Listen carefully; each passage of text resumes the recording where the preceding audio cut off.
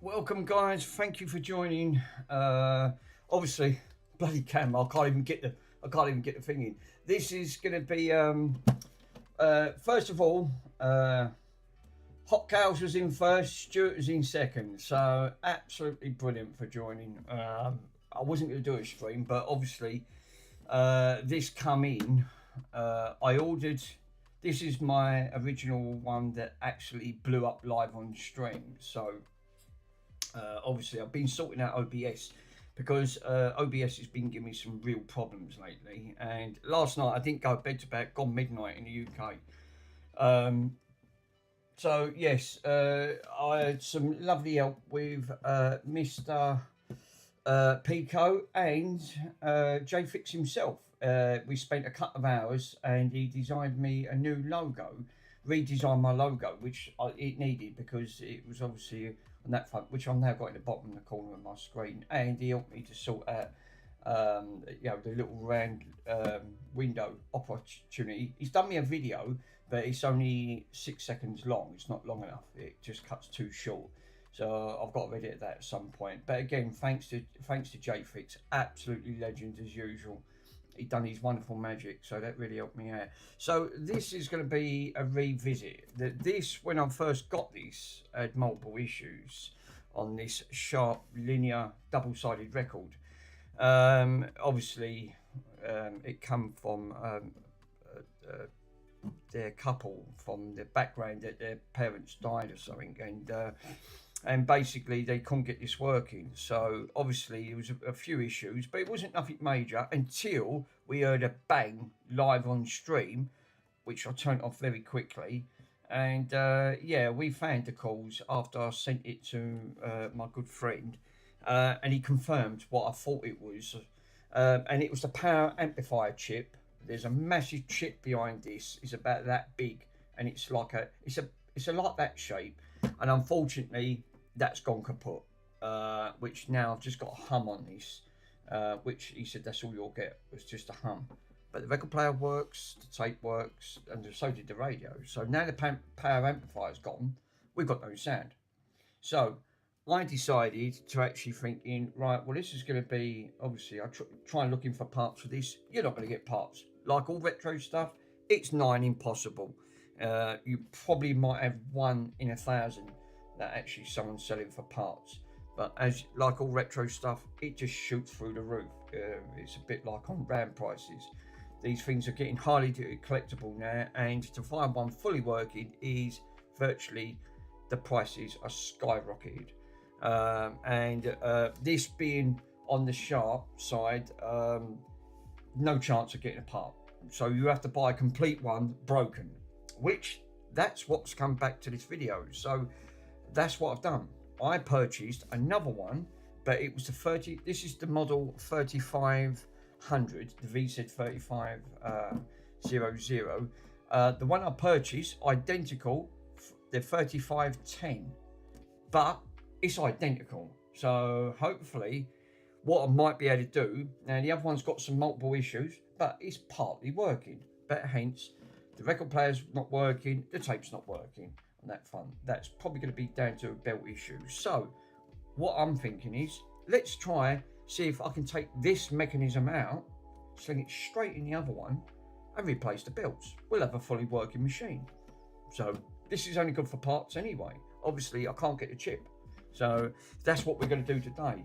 So that's why hence it's going to be a revisit. So hopefully, and this thing is a beast of a system. It is absolutely a beast of a system. So let me move that to one side, because we've got obviously nothing. And let me grab the box. We'll take the other one out. We'll have a look. Closer inspection.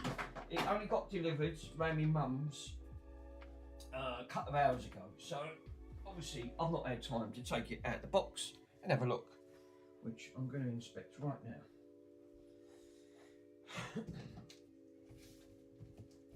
God almighty, these things have got to be close to weighing 20 kg.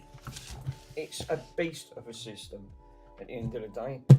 So I think what I tend to do first, let's grab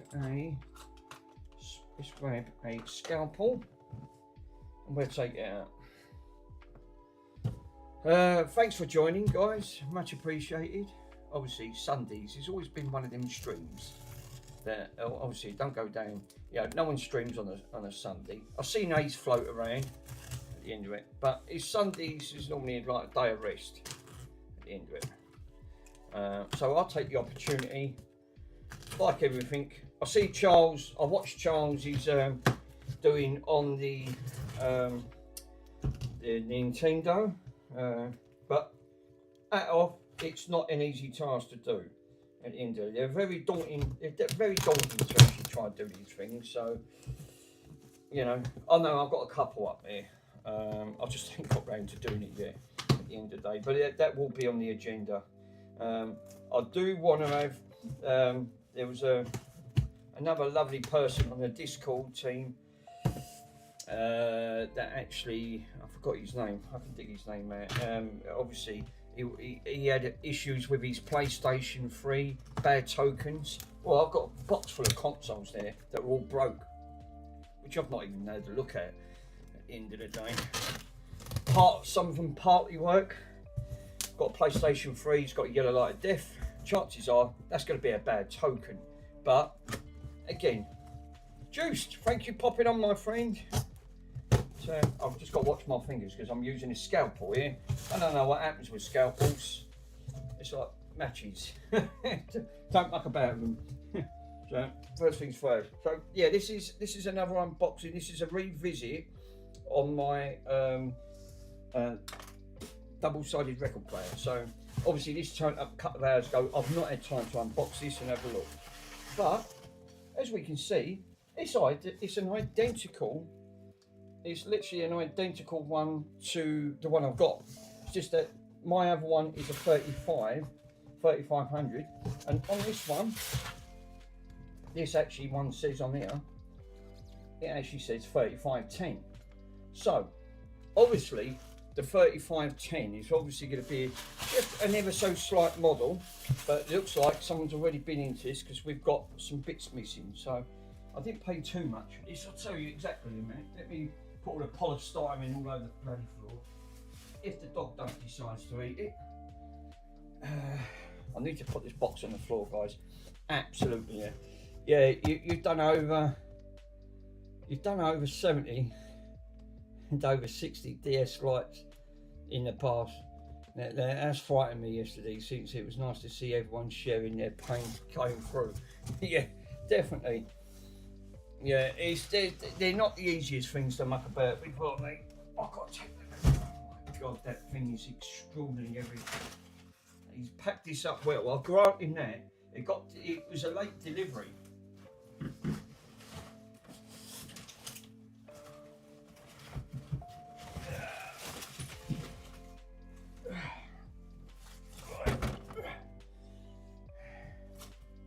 Oh, well, that'd help straight away, wouldn't it? Why would you take a plug off? He didn't put that in a description, did he? And looking at the state of this, guys, that's mould. I am not touching that. I'm gonna have to put gloves on. That's pure mould. This machine, I wonder if it was a parts machine. At the end of it, I'm sure I can salvage bits out of one to make another.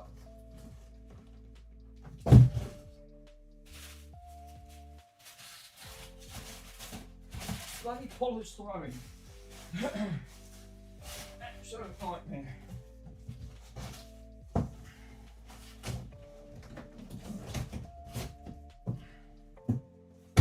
Right, cool. Oh, for crying out loud. I'm gonna have to get you over, guys. It's all bits of polystyrene foam all over the floor. Give me a minute.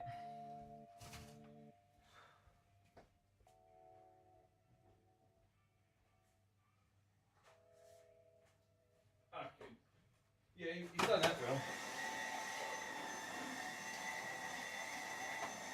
I'll have all that. It's all over the carpet, everywhere. Bloody polystyrene, it does its job, but it's a nightmare in the process. It's all over my chair.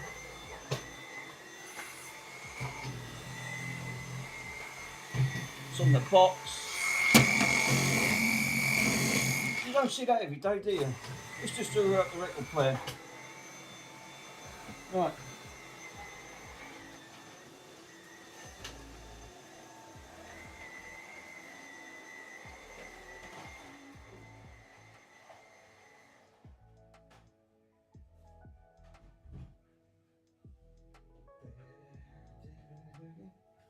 Right. Thank God for that. Look at it. So I'm going to put this up as far as I can, because I know it's obviously this thing's, because of the shot of it, it's such a bit of a beast to linger in. But well, straight away we're going to have to source a plug, because obviously I'm not going to jam the wires in or try and lick it. I mean, that's not obviously not going to work. Get Andy to try and lick it. But he's had this apart because, look, the screws are out of this, which he didn't say at the end of it. And straight away, what rings alarm bells, that's not the right screw straight away at the end of it. So I'm thinking that I don't know if he tried to take the Linium record player bit out, lick it. Getting out there and getting it to lick it. So I'm gonna have to source a plug on that front. We'll open it up, and I'm probably gonna have to put some gloves on there. That's mould on that. I don't think where the bloody hell this thing has been. For the love of God of me, lick it. Let me grab a plug. Let's see if we can sort. I've got plenty of plugs, so it should be alright.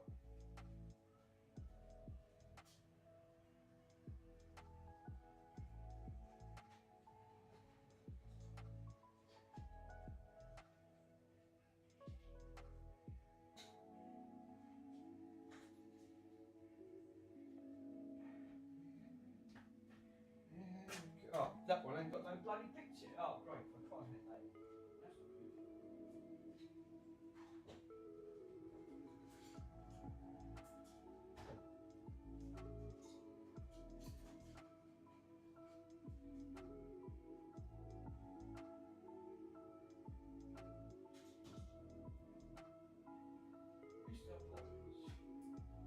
You doing down in the kitchen, Mr. Ponson? Right. Saw a PC, saw a PC DDD, like it's some flux the other day, and I thought I'd seen him do it. Yeah, I love watching these streams. I love everyone's streams. What they end up doing, it is absolutely brilliant. Obviously, we're still learning as we're going along, unfortunately, but you know, obviously some repairs are more difficult than others on that front. So yeah, good old Mr. J Fix really helped me out there. So, oh God, excuse me, guys, I've got hiccups. It's absolutely tipping down outside, so not the greatest. Can't believe it. He didn't. I don't think he said anything about there was screws missing on it. I mean, it don't matter for what. I think I don't even know how much I paid for it. It wasn't a lot. But being a 3510, again, it was the same with that Bush record player.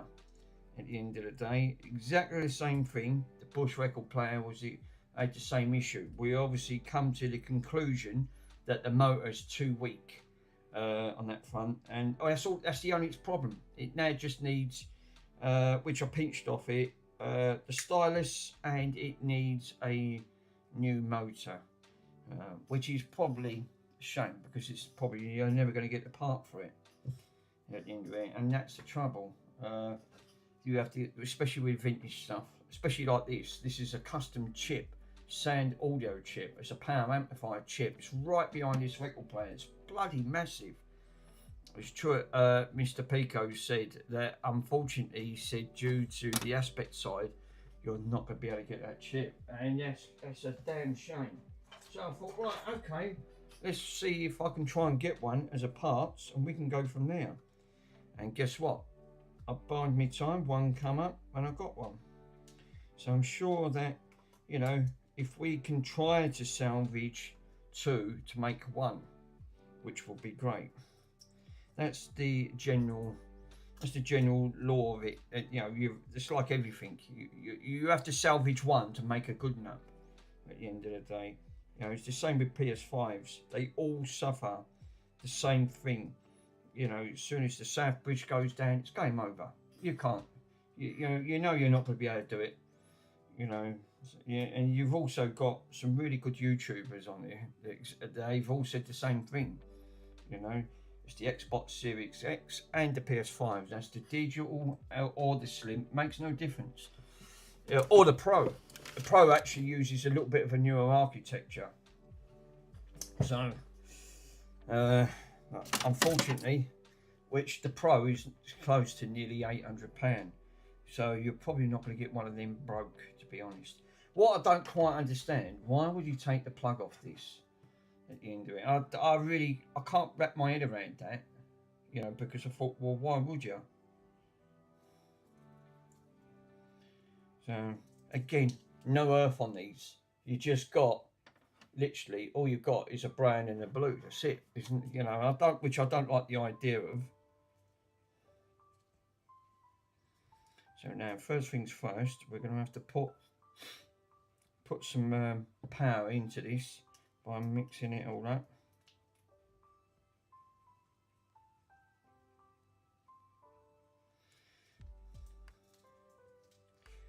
So yes, thanks to Hot Cows there. So it was actually great to see everyone jump on the stream and give everyone support. And I think all us YouTubers, as we're gradually growing our channels and getting new subscribers and make great content. Well, that's the general idea. Even Joey does tech. He's done, you know, like you said, he's been doing that for 7 years. So obviously, even for a 7-year YouTuber, you know, and he's not everything he does, and he's a lot more advanced when he first started.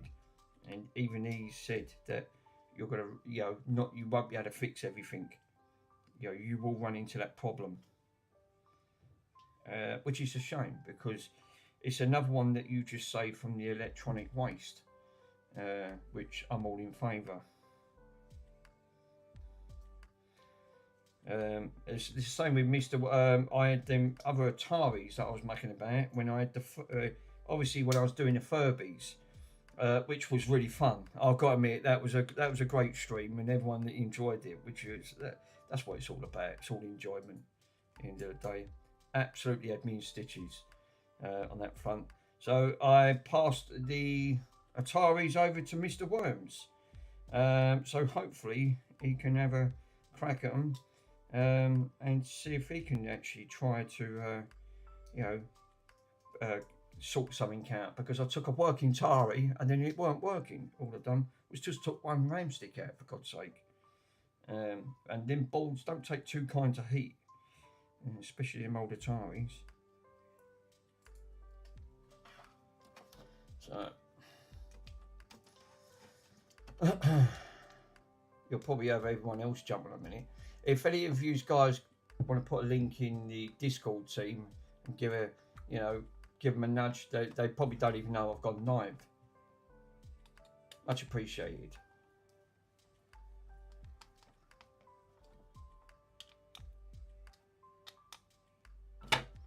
Right, now obviously, oh, before I do that, test the fuse, see if the fuses are good. And I better do a visual, before I plug this in, do a visual inspection on the lead, just in case that this lead hasn't got any like digs or chunks missing out. I don't fancy putting 240 volts touching it and I'll get zapped. Yeah, make great content. it won't help. That make great content for you guys. It won't help me. I'll get zapped in the process. Where's my no. Right, okay. It's like everything in it. Put it away. We don't need it. Yeah, and then you decide you need it. Of course. I did have a fuse tester. Yeah, good luck in that. Okay, it's not a problem. I can actually use a multimeter and put it in continuity. See if the fuse is good. There you go. So, first things first, and the fuse is good. Cool. 2 seconds. I had the tool. I was the most unorganised person going. Obviously, I've got so much gear in it, it's unbelievable. No wonder I can't even find anything because it's all buried. I did have a nice USB hub. I bought it. Do you think I can find it? No, it's somewhere in here. I just ain't got a clue where it's gone. So, no. First things in, then I'll know the plug's okay and it's all good. So first things first, just a quick visual inspection before I plug this in. I don't understand why he took the plug off. I really don't. And I'm going to read the description and I'll show you guys. No. Right, so we've not got any problems up here at the end of it. So cool. So, obviously, you can see the size of these units. These are really not the easiest things to have a look around. So, I'm happy in it. Cows. Thanks, Mr. Rockcows. He's actually put that on there. Much appreciated. Right, let's go into YouTube and let's see what this beast actually says. Because this was supposed to be delivered Friday. I got it today. Fuck it. DHL in the UK. Beyond a joke. Absolutely beyond a joke. So obviously this was discounted because obviously it had some issues. So the description says, let me open it up. I can actually see it a little bit better. So sharp 3510, spares or repair, not working. So obviously let's go into the descriptions and give it a quick read. It's selling for spares as it's very adventurous and you could try to repair it. It turns on, gets sound from the radio, you get static from the left and right balance, but no exterior antenna was attached. The signal indicator goes from green to red. No belt on the turntable, one cartridge is missing. Bought for spares myself, but wasn't needed at the end of the day. So that's the description on this beast. So what we need to do is elimination now is unplug one of these plugs, plug this in. She's switched off at the moment, so obviously, so fucking green moldrew, I mean it. So I'm going to switch her on. She switched on. So obviously there's no design for thing on that. So let me have a quick look to see if we've got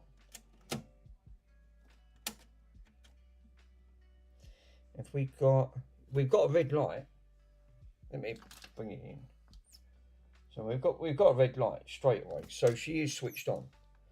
So I need to plug the speaker in to see if we got anything out at the end of the day.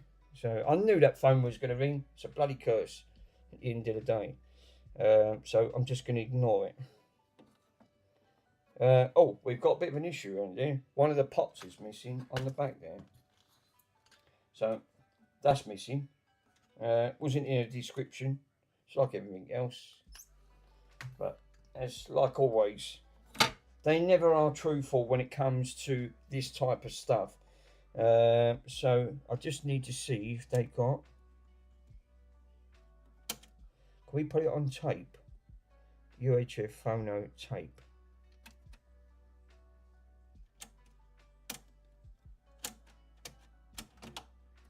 I can hear it clicking. Let's pull the lever up. Obviously, ideally, I can feel the wheel going round. So we got power there, but the bit ain't turning. So obviously that's belt, because this is a 4-belt system. So hopefully, what we need to do is also put it in record player, click on play. We've got it on phono. Nothing. So obviously we've got some multiple issues here. So let's stand her up. Oh my God. Obviously it looks like we got some. It's so oversaturated, this light. It's unbelievable. It just blinds everything in the process. So obviously we've got some artifacting going on there with the casing. Again, wasn't put on the description. No surprise. And we've also got an emergency door mechanism there, which then she opens up. So what we need to do is, let me put that back up there. Let me go and grab a speaker. Let's see if we got some sound coming out. At least got some sound. I mean, this was 2 for 2, so obviously after all the work I've just done on the other one. So I'm going to switch her off. Yeah, she's really discoloured at the back. Right, so I've plugged one in. I've only got one speaker because obviously a 6-foot table is still not bloody big enough. We got this at the end of the day, which is mad. So what I'm going to try and do is try and catch this in so you can actually try to see. So we've got red light. I'm going to go. We've got no sound.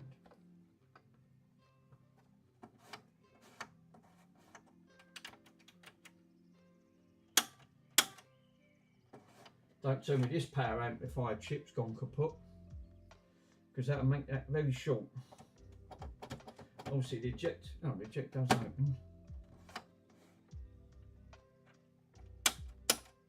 We've got nothing, absolutely Zada. So we've got nothing coming out of this.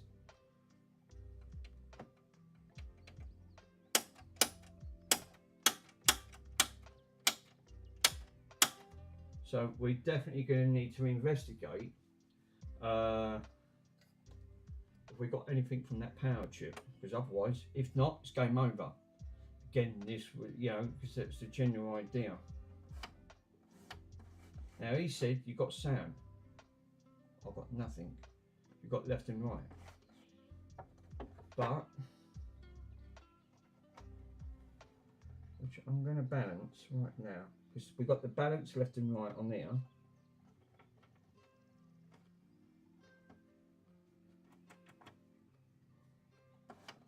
I've got nothing. It's absolutely dead as anything. Let me swap that port over and see if we've got anything from the back of that.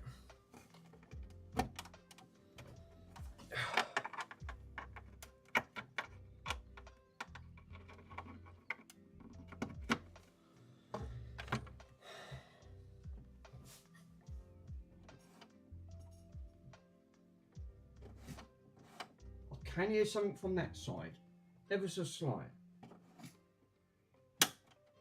So the power amplifier chip does seem to be working, because I've got audio from that side. Let me see if that'll go over.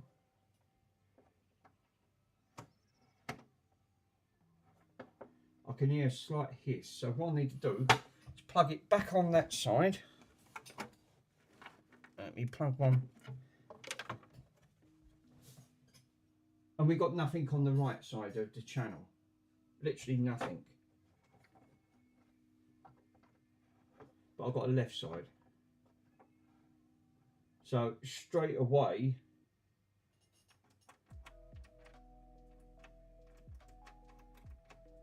that could be an issue. Obviously, you know, I could hear the left side on it, on the left side of the channel. Right side's completely dead. So let's put that back on. and I need to find a bit of wire to put in for the antenna, which is going to be, FM's going to be on the right side. So, which I've got a little bit of wire here, which this should make a lovely connection.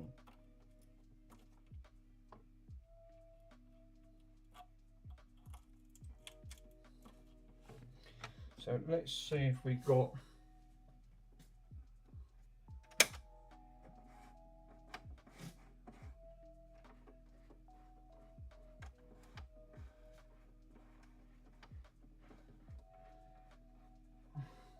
obviously got nothing on there.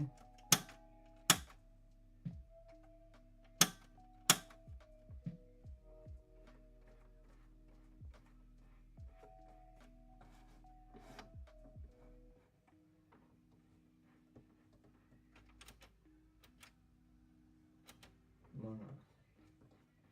But we've got nothing on the right side, so obviously I can only put that down. What about on that one? What's that for?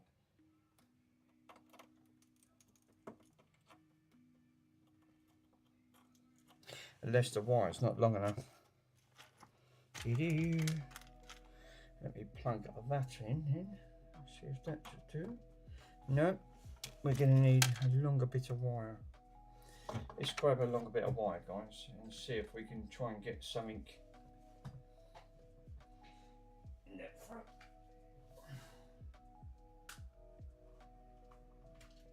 Oh, well, that was a good bit of wire, wasn't it? Come off of me hand.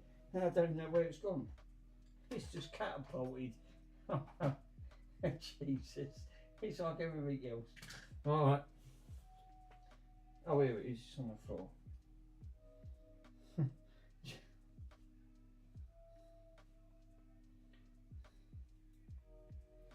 Oh, yeah, I've got nothing on the right channel. I've got a slight fade on the left side of the channel, so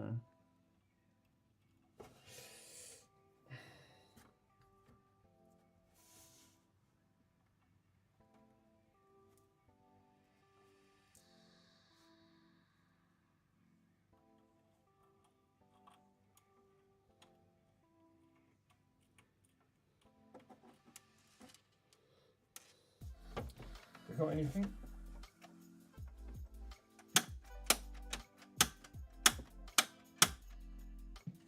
You can hear it sort of swapping over, but obviously we ain't got nothing on there.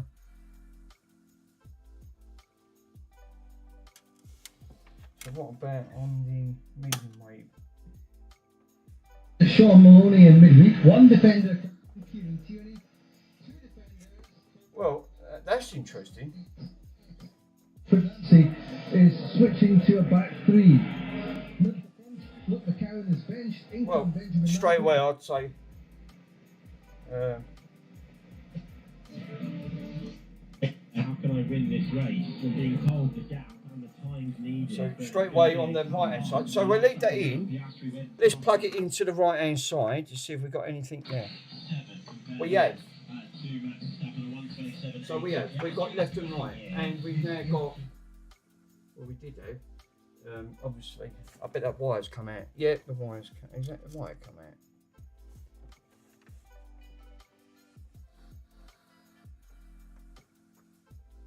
Well, it did do. Let's decide to stop. Okay, plug it back into the left. Try that again.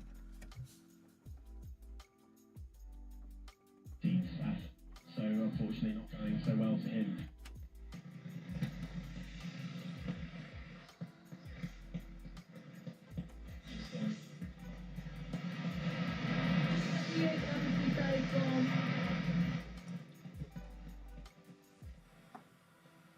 Ehrman 8th, Hamilton 9th, and Bortoletto in 10th. 6th place would go to Racing Bulls. 7th would be Aston Martin. Right side again. Nothing.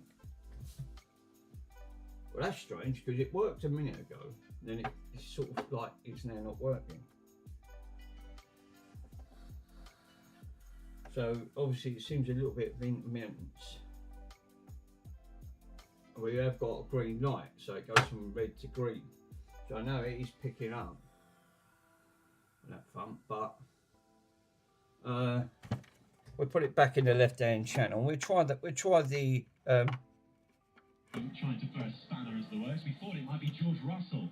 I don't even need the wire. And the title it's working without the wire. These closing stages. Charles Leclerc is doing all he can, but right now looking confined to 4th place. It's a gap of 22.2 seconds. Right, so let's see if we can get anything on there. The nothing on that side. So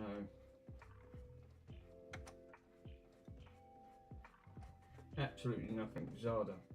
So we're not getting nothing on that side at all. On the FM.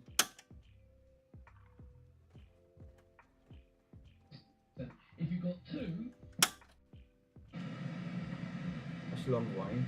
Nothing. So FM seems dead for some reason. So it's obviously something's not gone right there. We've got we've got FM, but nothing's coming through, which is strange.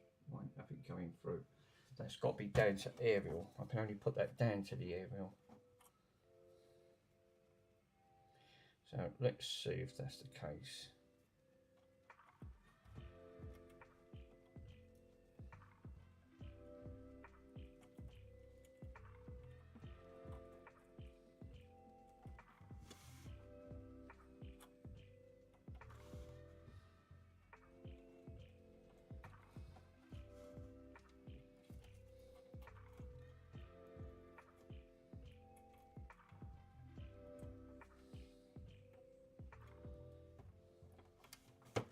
Nothing.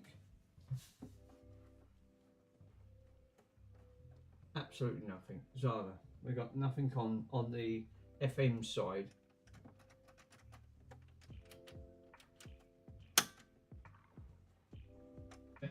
the last game.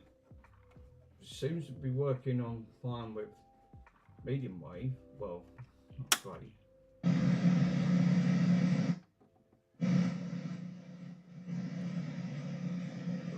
We should. I thought we would have had a right side, because the right side did work briefly.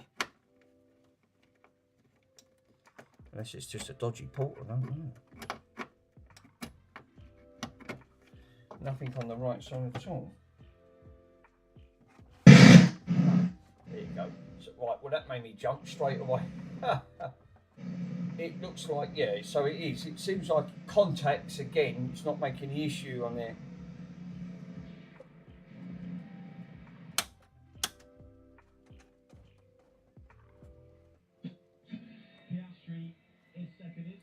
But we obviously the tape's not working and the record's not working. But obviously the FM, we've got absolutely nothing on that. But I don't know if that could be down to any of these connectors down the bottom here.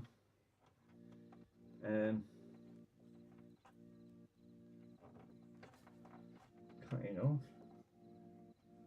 Obviously we've got a cut off thing on there, and I don't know, obviously that bit's missing.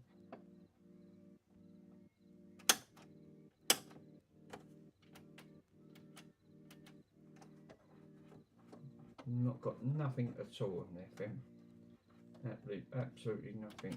So I think that at least the radio on that sort of aspect side, it is working.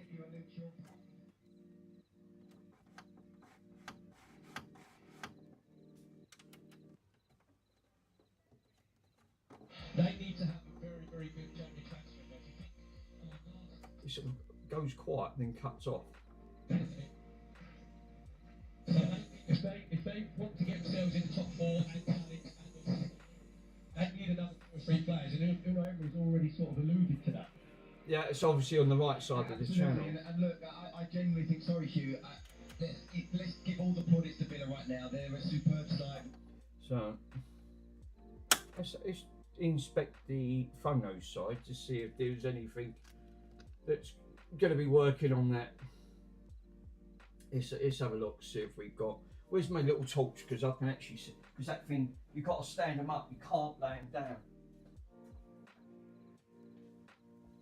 The dog's gone out in the kitchen. Every time I do a stream, he won't come in. He'll just sit out in the kitchen wagging his tail. Absolutely balmy. Obviously, the green mildew on that is out of this world. I reckon this has just been sitting around it.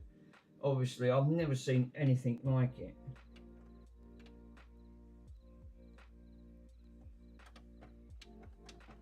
Nothing.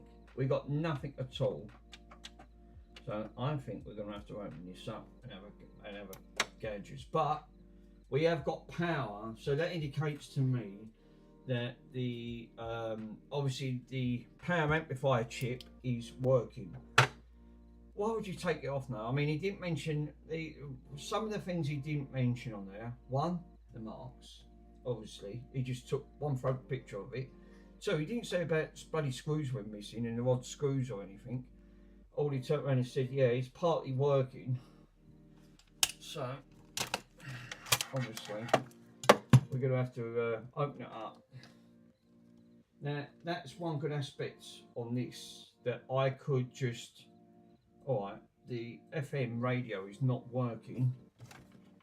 So, let's get rid of the speaker.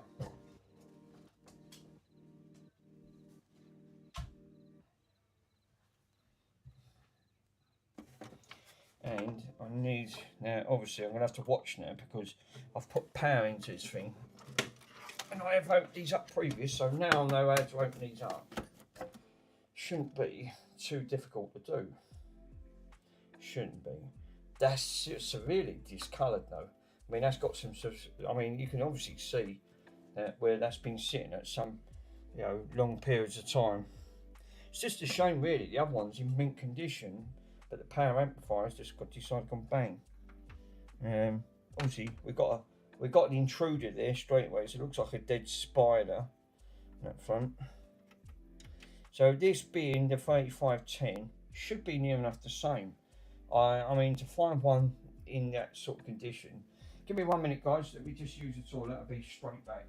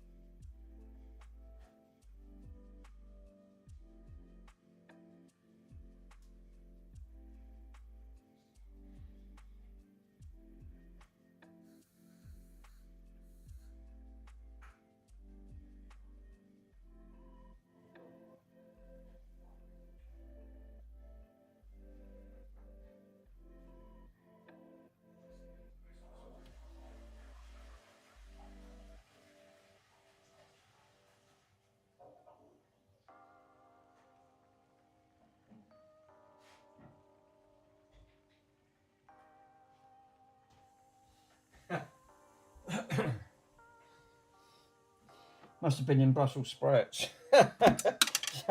So it just fell inside. I just heard it. So what we're going to need to do then, we're going to have to get into, I'm going to have a look, screws. So I think I've got to take these ones, if I remember correctly, so these ones have all got the arrows. They've all got to come out.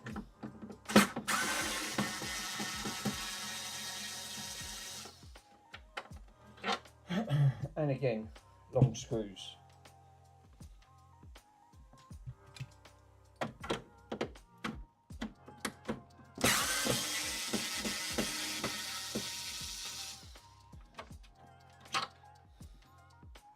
Yeah, they're really rusty. This looks like it's just been sitting for long periods of time. So. Oh, camera's froze. Sorry guys, let me sort the camera out. No surprise, the bloody camera freezes. What's new? And then the camera decides, no, we're not going to work today. Of course not. Don't be daft. End of the day, you know.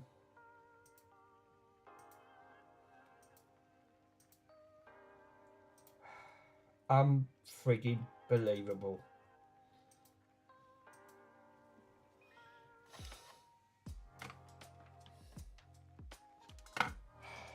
Jesus, I really hate technology. Right, turn it back on.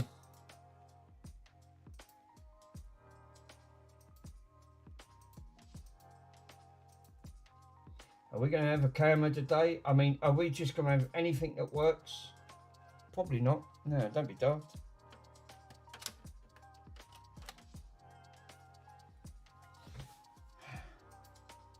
Why does everything just wants to play up? There we go. We're back up and running. Freaking believable. Yeah, right, sorry about that guys. It's typical of like with all these webcams, as soon as you start touching them or just leave it alone, bend them down, you know, no, we're going to play up. Of course it does, it's live streaming.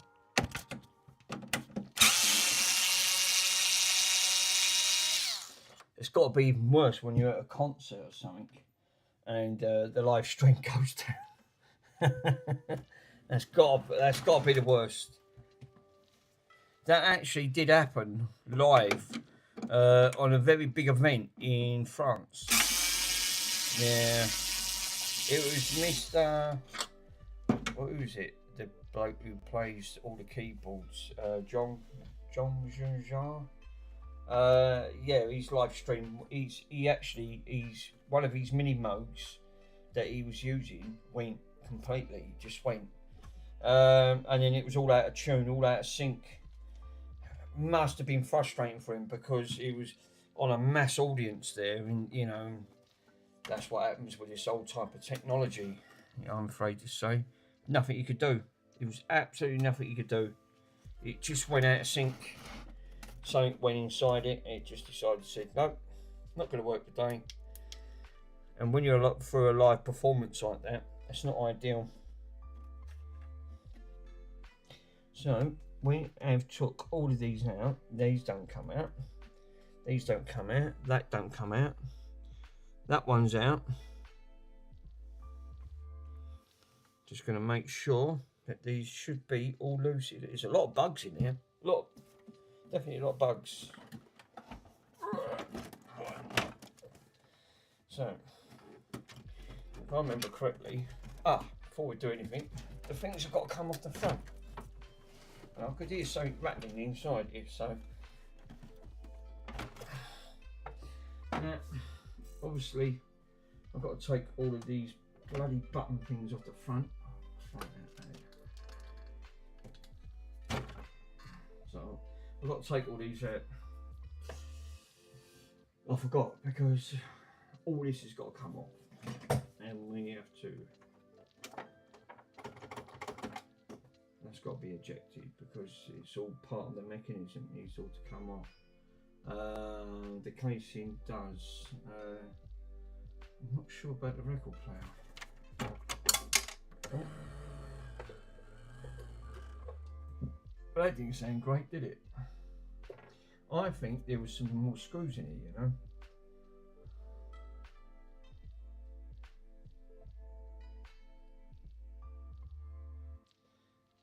think they were. I think there was another 4 to take these out. Yeah, well, that's been ripped off. Look what's happened there. I just found an issue straight away. That's completely ripped off. The head's ripped, completely ripped off from that. So the stylus has been completely ripped off. This might not be so much. I mean, the good thing is I can just change all this mechanism out anyway. I could just take my one out and just swap them over, just to prove if it is working fully. It's making circuit round there. So obviously that's been completely just, looks like someone's just yanked it and all the wires have come off it. Not ideal.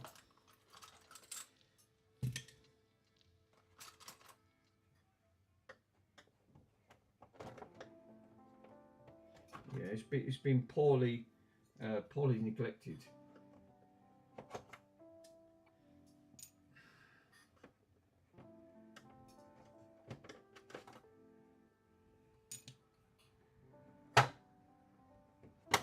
Right, that should do for that, because now there's no, obviously you can't hold these, partly hold up that casing in, so these have to come out anyway. So I hope that bloody camera don't freeze up again, because it's I always have this bloody camera issue. I don't know what goes on with OBS. Just says no, sorry, not going to work today. Do you know what I'm going to do? I'm going to move that out of the way, because that's just going to get knocked and go flying. I'll move that flux, get that out of the way, push that back, that can go back there.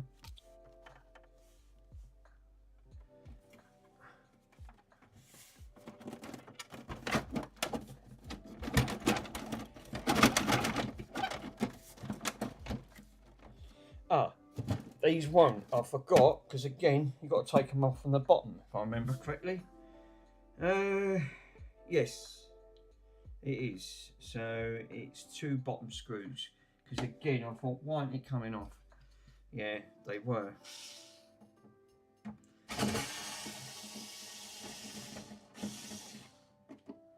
So we had these type of, so there's another 2 of them screws right at the bottom.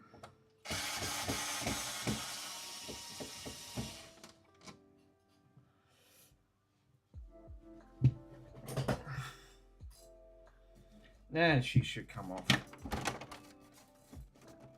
God almighty. I think that one's holding it in.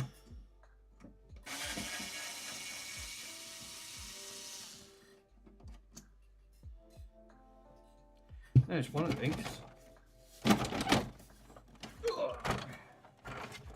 Let's bring it forward, see if she's got any resistance.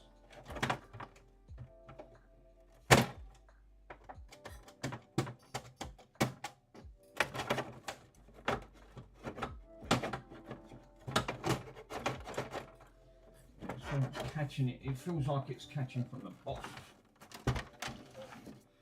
I think it could be, let's take these plates off, which is obviously not helping.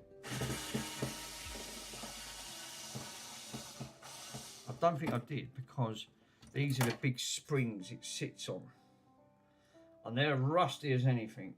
No, have we got, yeah, of course I have. See, the bloody camera's gone again. Am I not surprised? And we're back again.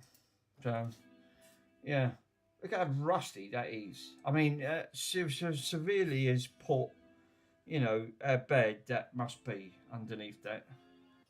It's just going to take, that's going to take some serious restoration. I'm not saying it's not, you know, obviously, I would say this is more used for parts on that front, but I just want to prove that does it. If we swap the if we swap the cassette, the turntable, if we can get power that goes through to the power, because obviously that's got to go through to the power amplifier. The power amplifier chip on this must be partly working, but I want to prove, you know.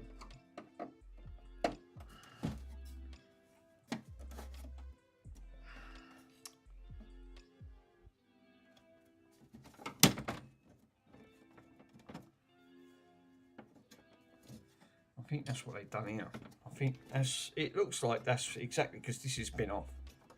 So I'm going to take this off.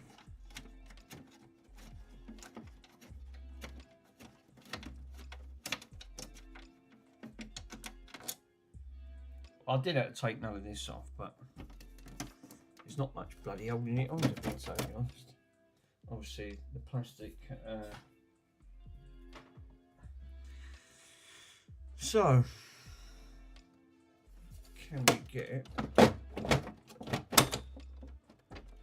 It looks like that's the case, because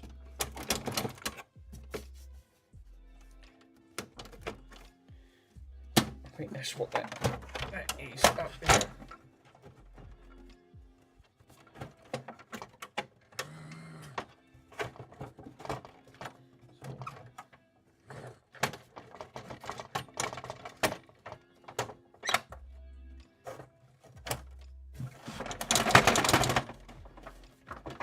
That should be caught up at the bottom.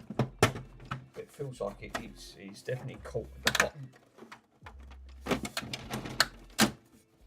It's catching definitely around the bottom there, but there shouldn't be nothing else holding the bottom because I took all the screws out.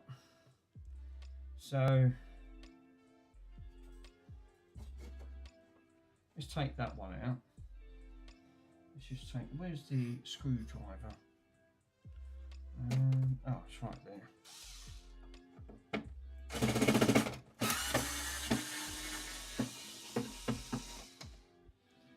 Put that there.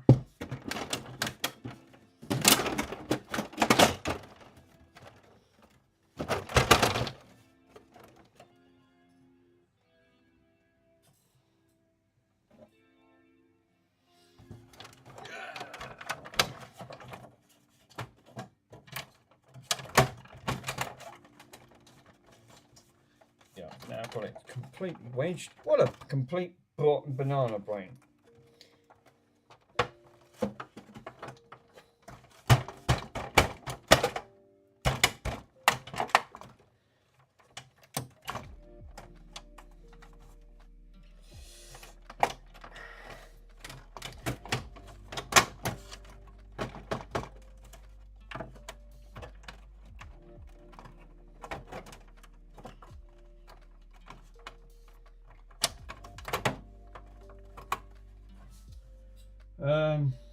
Well, that's completely wedged, because this is only can end up breaking it, but so what I'm trying to do is put it back down, use its gravitational weight.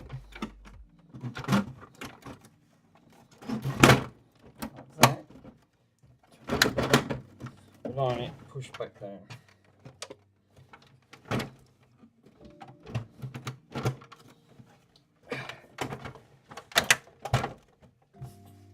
Absolutely.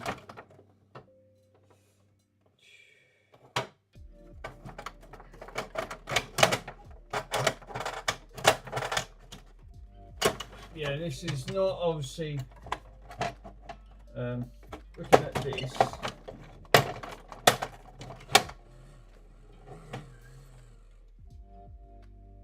I'm going to try and take them screws out, I think, because that's not obviously helping the situation here.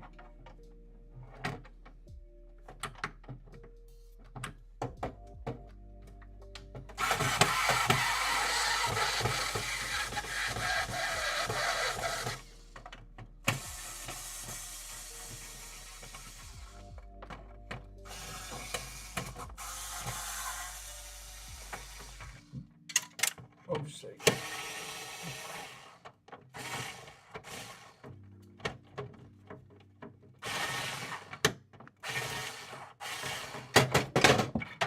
Right, well that went well.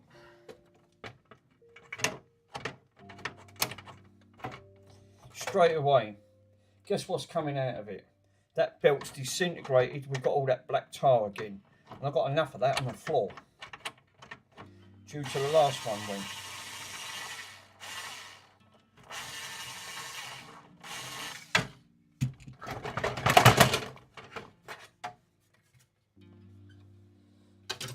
Yeah, this who's popped on? Chris, how you doing, my friend? Thank you for popping on. Yeah, you're not seeing things, Chris. This is another one I bought.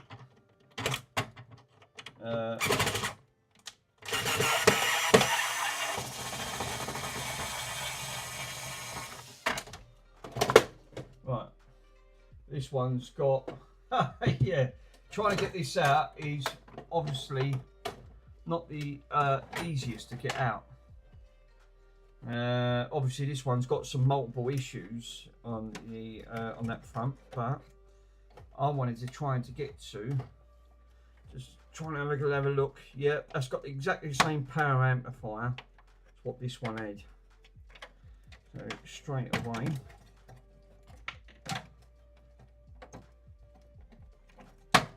Right, she's out. All the bits are falling on the floor. Well, I'm not surprised. And I've got black tar everywhere. So the last one, obviously the other one's down now, right? So the power amplifier one. So that big bang, what we heard on the last one when I've done a live stream, and I went, oh shit, quick, turn it off, right? And we powered it back up. We've got no sound off. We've got hum. Yeah, it's this. This is what I can't buy. That's what's gone on the other one. Now this one's obviously being virtually exactly the same. It's a little bit, tiny little bit in circuits on it, but the power amplifier chip will be the exact same one as this. And you can't get these for love or money. So, and that. But straight away, look at all that gunk. And that's due to where that belt is disintegrated and it goes like tar basically. So I need to get the casing off, but first things first, let me go and wash my hands, because obviously I really should put gloves on. This thing's absolutely disgusting. It's in a right old state.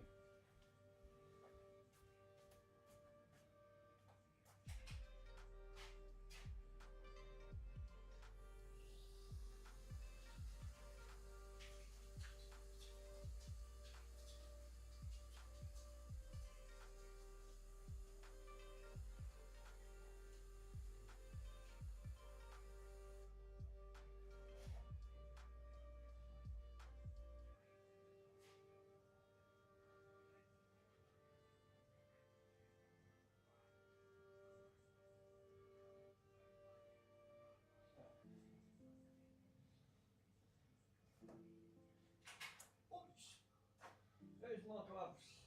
Let's grab my gloves, boys. Shit, all over my hands.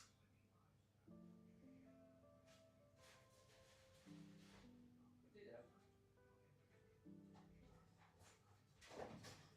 You're shiny.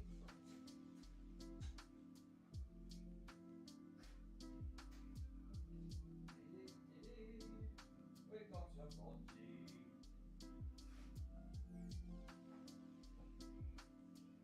Gloves, here we go. That's better. I really should get something in gloves what Joey does take. Well, obviously he's got some right fancy gloves to actually go on there. Mr. Crispy, how you doing, my friend? Thank you for joining. Yes, you're not seeing things. This is another one that I purchased. So this is a revisit. Obviously, my other one, we found the conclusion that had gone bad, and that's what went bang. So basically it blew up, and I can't replace that.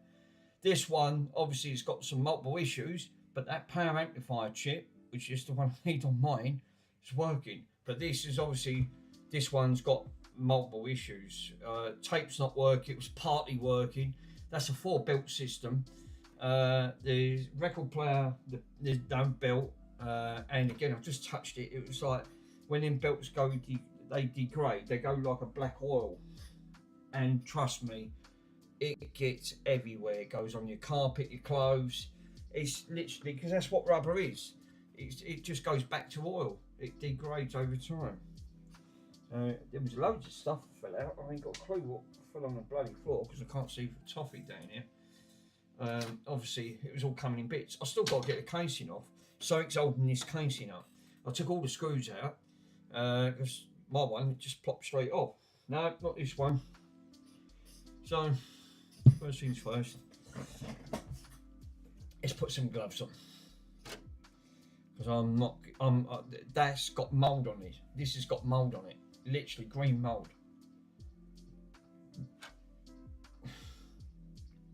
I ain't going to keep washing my bloody hands because of green mould.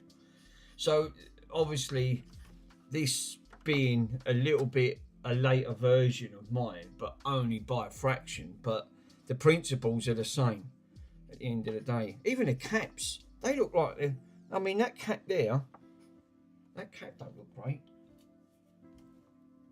No, alright. It's just gone green. Obviously, it's discoloured over time. I mean, we got green mildew up here. So we got all green mould, and I'll show you that. I'll bring the camera in. You can see. I'm not making it up. It's literally green mildew. All on top of it. So, yeah, not in a best condition, I would say this is in. With all the marks on it. Which is such a shame, because like I said, these are really sought after radios. Record players on that front. But, obviously, the FM weren't.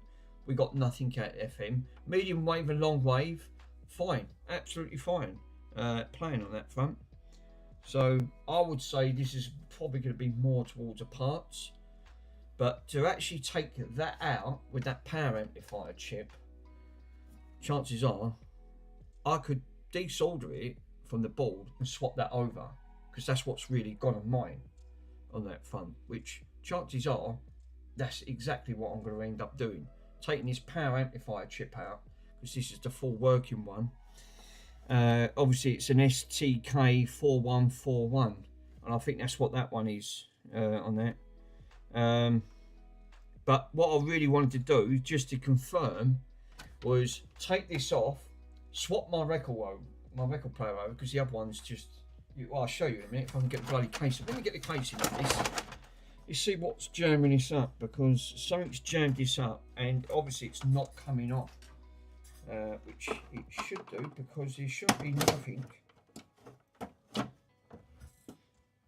can't see nothing. No, the record player's out of the way. That front.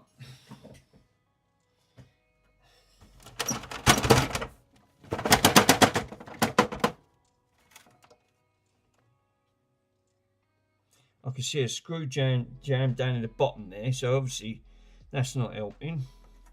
But there shouldn't be nothing on the bottom of this, because obviously I freed it all up.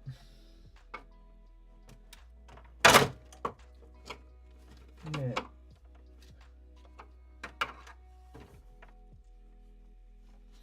So it shouldn't be. Nothing should really jam this up.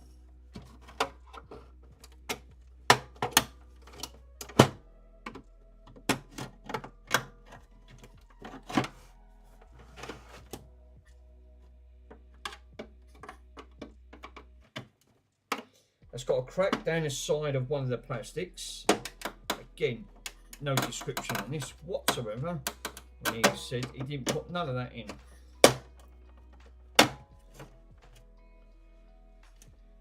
So it feels like that's been held in at this side. So I think I'm going to flip her over.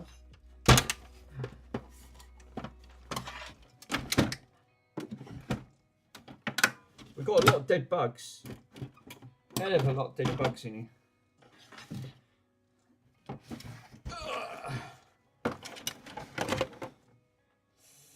It's been held in down the bottom here for some reason. I can't understand why. Ah, you know why? Because, as again, I missed a bloody screw. There you go. One screw. There she's out. Yep, she's out. Cool. There you go, one screw. My God, guys, look at the state. Look at the state this is in. That's obviously, and I'm not exaggerating, that is years of grime. I'm fucking glad I put I am really seriously glad I have now got put my gloves on. That front.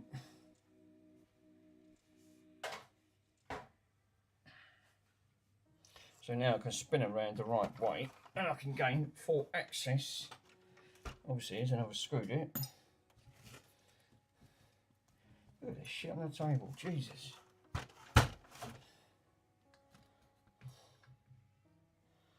So, now we can have a proper game. So, one bloody screw. I've got a black screw there, I ain't got a clue where that's coming from. You can't have screws floating around, not with live stuff. There's a lot of dead bugs on the table, I'm going to have to hoover that out. Keys, yeah, I can't wonder at it. Let me show you the keys. Yeah, she's, I would say, to get to that stage, I would say this has been left in damp conditions. So obviously this is going to have multiple issues. Probably why the FM, I mean I can just swap it out, but I'm not going to, because one, the casing ain't great at the end of the day.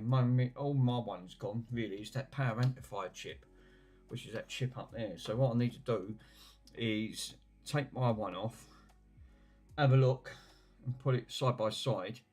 I'm pretty sure, because that's what's gone, that's what's causing the hum on that front. But what I wanted to do was just plug my record player into this on that front and just see if we can get some you know, see if we can got the record player working at least in that front. So obviously looking at the record player on the other one, which is going to be up here,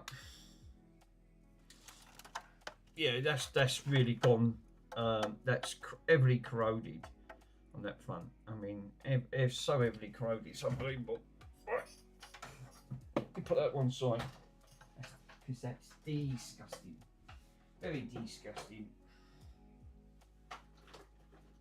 Yeah, this being a record, the belt is obviously disintegrated, as yes, which I can see already after it's stuck around the platter.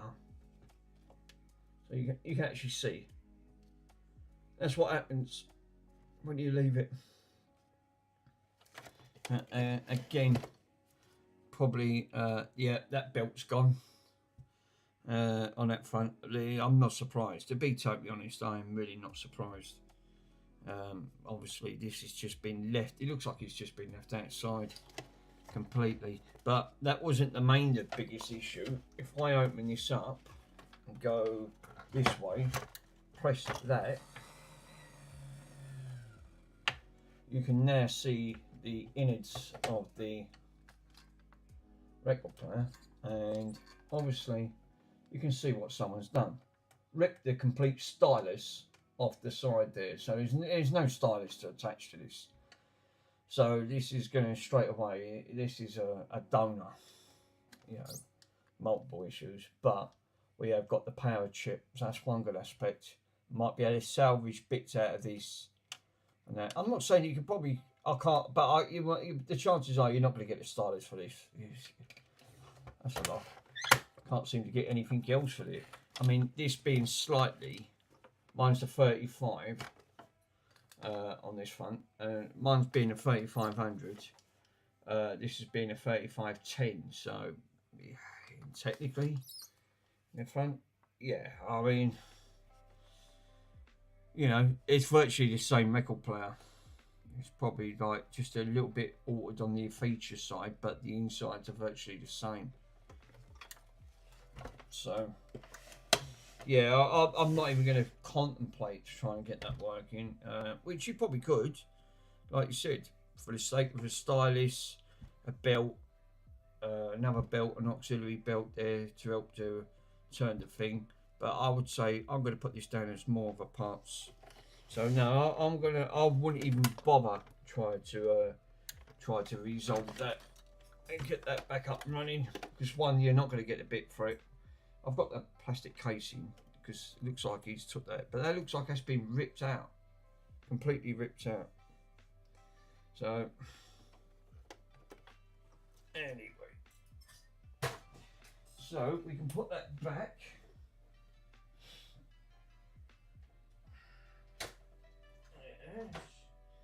Now what we need to do now then, if that's the case, is first things first, let's give my desk a clean. Because look at that, fucking state of it. I've got bits all over. There's fucking bits of polystyrene. There's fucking screws floating around. So yeah, I think that's a sensible move. Before I even think about it, working on that, putting my decent one up there.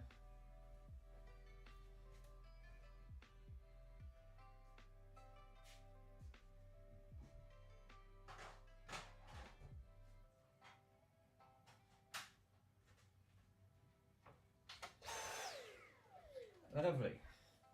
Yeah, I'm glad I put gloves on.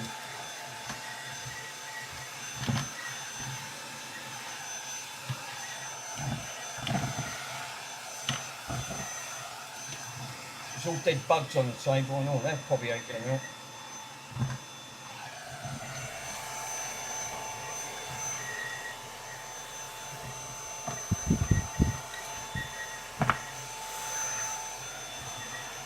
Just makes it a little bit cleaner to work on.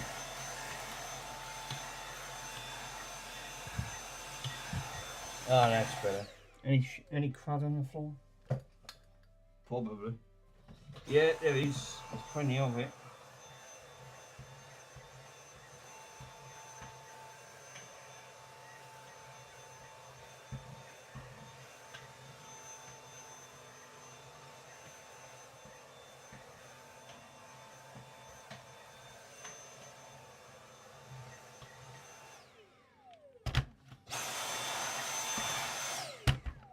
And there's another screw on the floor. So again, didn't even see that. So there's another screw floating around. Anyway, that's done. So I'll have to force the. Is that a bit of metal? Yeah, that is. Got no metal shards on this table. So.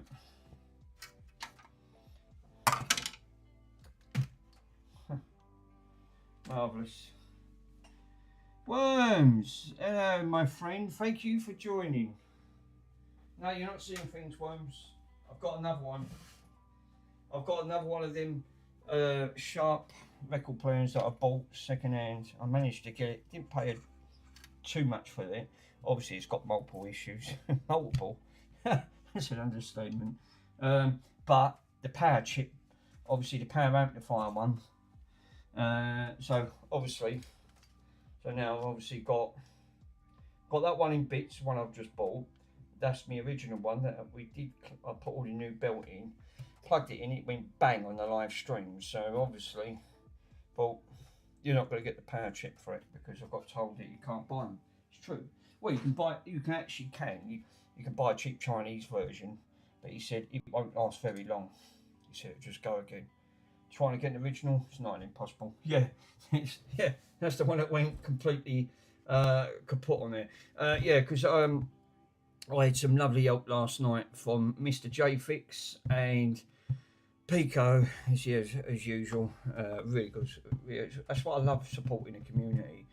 I think it's really great. So, yes. Obviously, helped me to sort my logo out because obviously J-Tech Repairs. Change it to retro restore. So he'd done that and put some software that I needed to download. Just need to source and sort out my video thing on that phone. But also he managed to J-Fix helped me to sort out the little thingy thing as well. So yeah, which I'm really pleased about. So yeah. So what I'm going to do, I grab a towel on this one. Now obviously. This one that I did spend hours of cleaning it and restoring it back, which it just wanted a good deep clean at the end of it. But this is the one where obviously it's not worth me powering this up. But this is the one that obviously we managed to do on a live stream and yes, the power amplifier. So this being a 3500, that other one seems to be the 3510. So, but this one's it's virtually near enough in new condition. It's just a shame that that power chip's gone. So I think that's going to be the next port of call.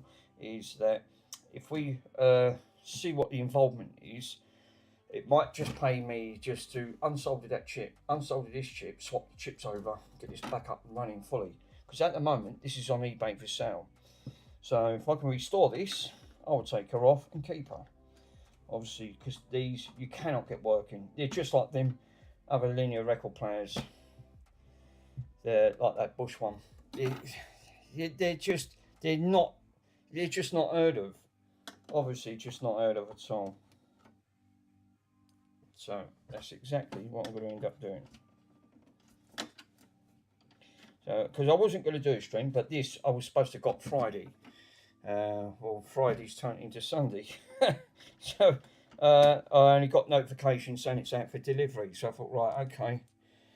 To be honest, I honestly didn't think I was going to get this. I was going to write it off because it was delivered by DPD. And if you ever look on Trustpilot, on their trusted sites on Trustpilot, they have got a 1-star rating of 96% of a 1-star rating. Yeah, that's a big old thing.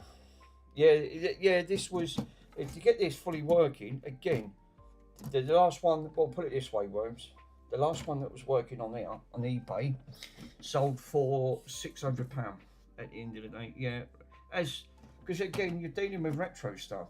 They are getting, these are becoming rarer and harder to come across.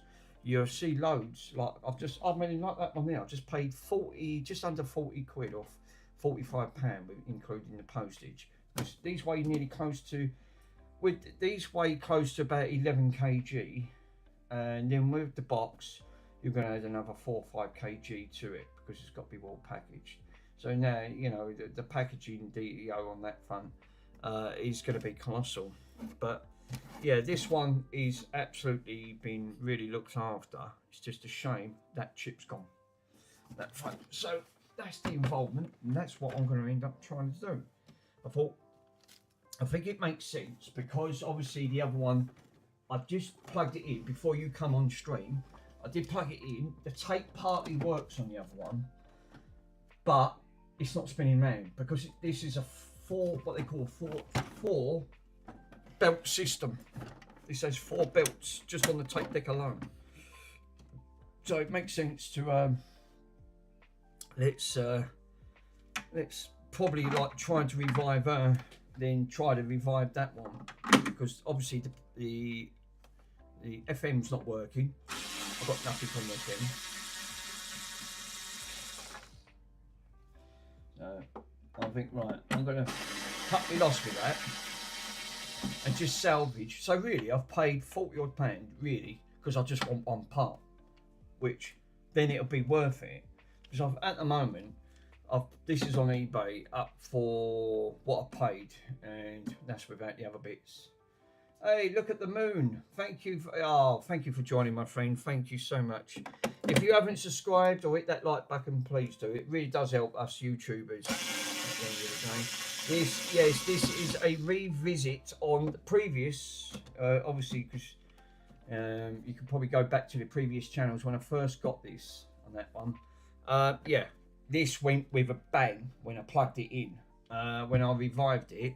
And then that big bang live on stream managed to be the power amplifier that got taken out. So, which is not ideal because that power amplifier chip is nigh impossible to get because you can't play them.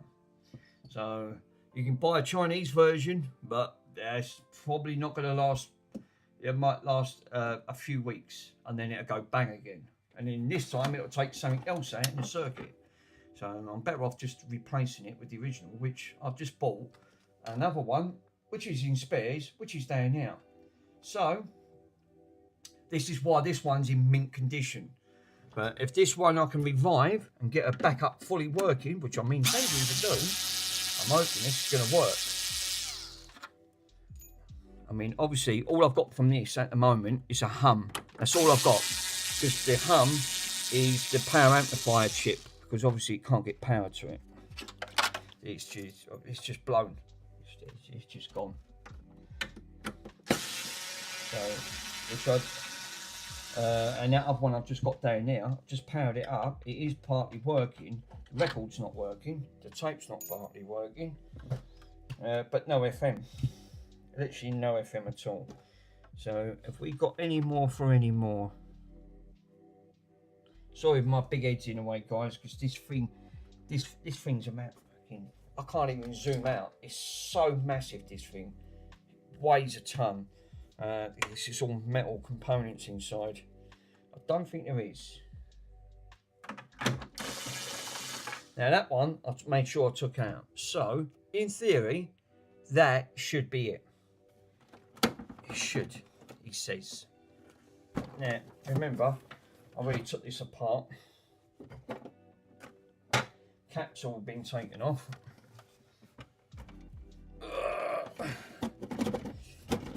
There we go. Fucking Jesus. Every fucking time I'm trying to get these things apart. They are a nightmare.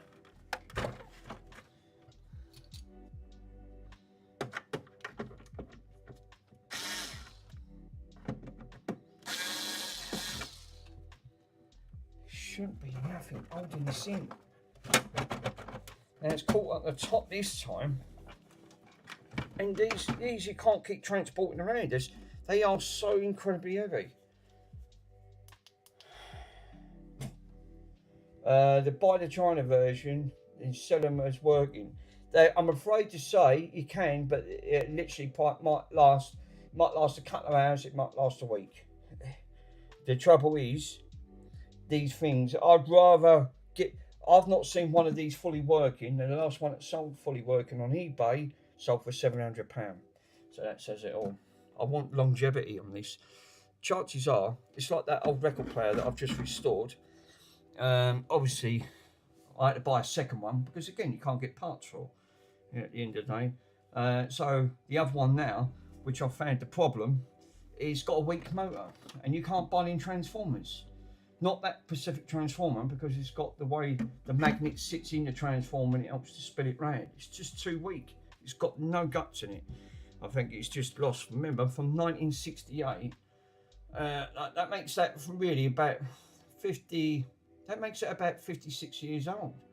It's older than me, that record player. I mean, that's saying something. You know, it's absolutely, these things are like, they are very, very vintage. So it's just bloody parts are so hard to get. I mean, obviously you can't get them. You'll have to buy one smashed up or buy what I've just got and take pot luck. But obviously not everything's interchangeable, these parts. This being a 35, that's a 3510. But the insides are identical. I think they might just add a few more little extra features. But the power audio chip, I'm hoping it's going to be identical. I won't know. But I can't get the bloody bottom of this because, again, I know why. Because, there's again, rule of thumb, guess what I forgot? Which I forgot, these. I should have known. I don't. The bloody bottom part. Obviously, you got to take these out. I just fucking fell in. I thought, why aren't these coming out? So, yeah. I mean, the other one's got mould on it. I mean, and again, the belt's all disintegrated, so it's all, it's gone like oil. Which on this one went like oil, and it's all over my brown carpet. I've got all black spots all on my carpet, so I'm gonna have to get me mum's carpet wash and give this carpet a good. But I can't move in here.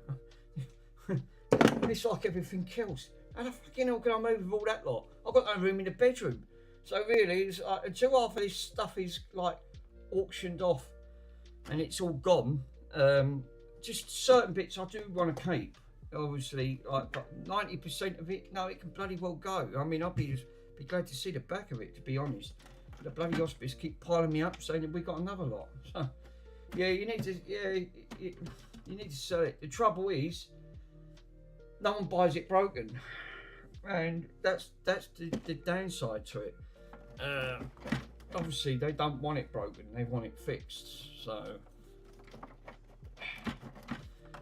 and that's the intention of trying to get it fully working so that he can get it sold, obviously. Now, it feels like here, that side feels stuck.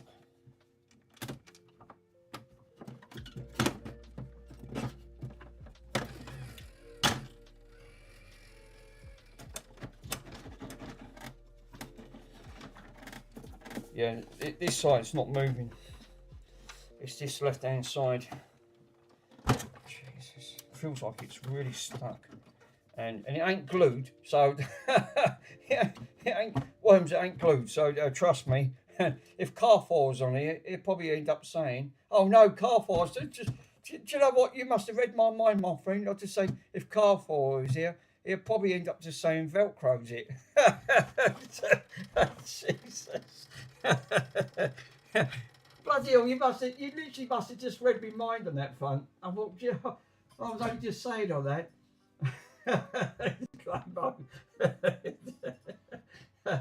Unbelievable. So yeah, get it out there. Mr. Pico, yes, the other one turned up. The power amplifier chip seems to be working on it. So I'm in the verge of, obviously, but the other one's in poor condition. I've just opened it up, and we've got audio. We have got audio left and right, but obviously the record player, the stylus has been completely ripped out by hands. The tape deck is, the FM don't work. Medium wave and long wave works. The tape sort of, it won't spin round because it's a 4-belt system, but the wheel's spinning. So I'm thinking this is going to make sense, is to do what I'm going to do right now. Open this one up and see if that power amplifier chip, yeah, and see if we can swap up, unsolder it from the board, from the working one, put it into this, because this would make sense. But I'm running into an issue. For some reason this seems to be jammed and I cannot, for the love of God of me, get this one out.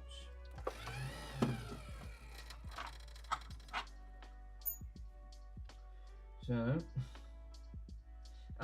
that's why it's not moving, because I've missed one. See what I mean? Did say you didn't look? There was one there. That's why this side was jammed. I didn't want to force. Thanks to Mr. J Fix last night, I've now got my logo sorted, which was absolutely brilliant. I've just got to sort that video out on that front. We'll be on the next. I still ain't done the Nintendo yet. I've got that Nintendo Switch to finish off. Again, it's just like everything else. Everything sits on the back burner at the end of the day. I've got to put the, obviously I've got to put the software on for it. Oi.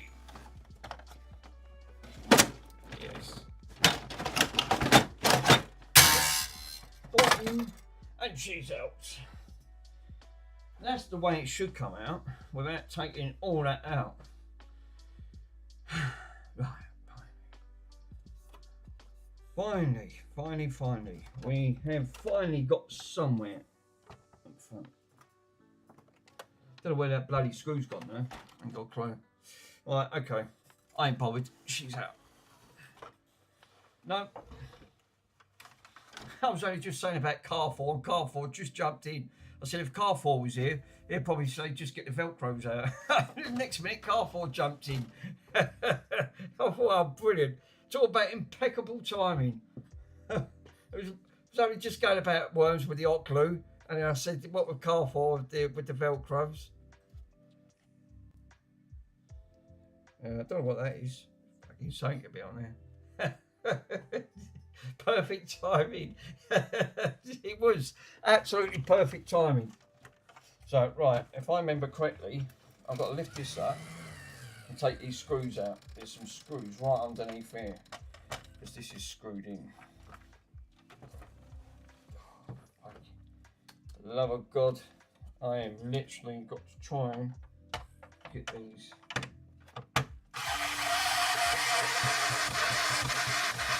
Now I've not powered this up because I don't want to put power on that board, so I have to unsolder that. I want to confirm I'm glad Mr. Pete goes in because he probably will confirm that chip will be backwards compatible.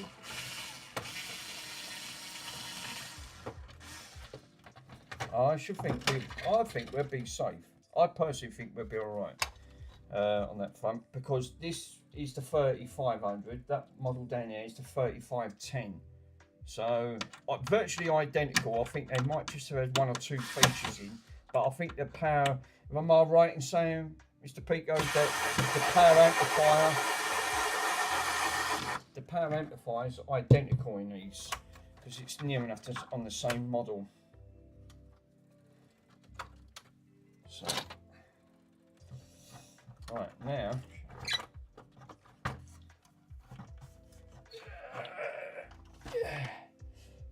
Give me a minute, just dealing with something, and then I'll be with you. No worries, my friend, no worries.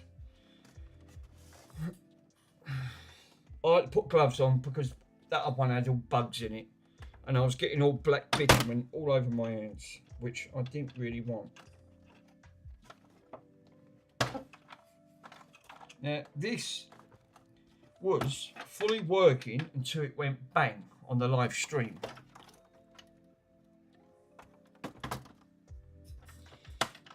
Obviously, in that bang, when we powered it back up, we just got an roaches. Yes, we're good. Oh, hold up, the camera's cut off. Sorry, guys. Am I not surprised? I always tend to have a camera issue. Find that there. Right, hold up. Let's put that there.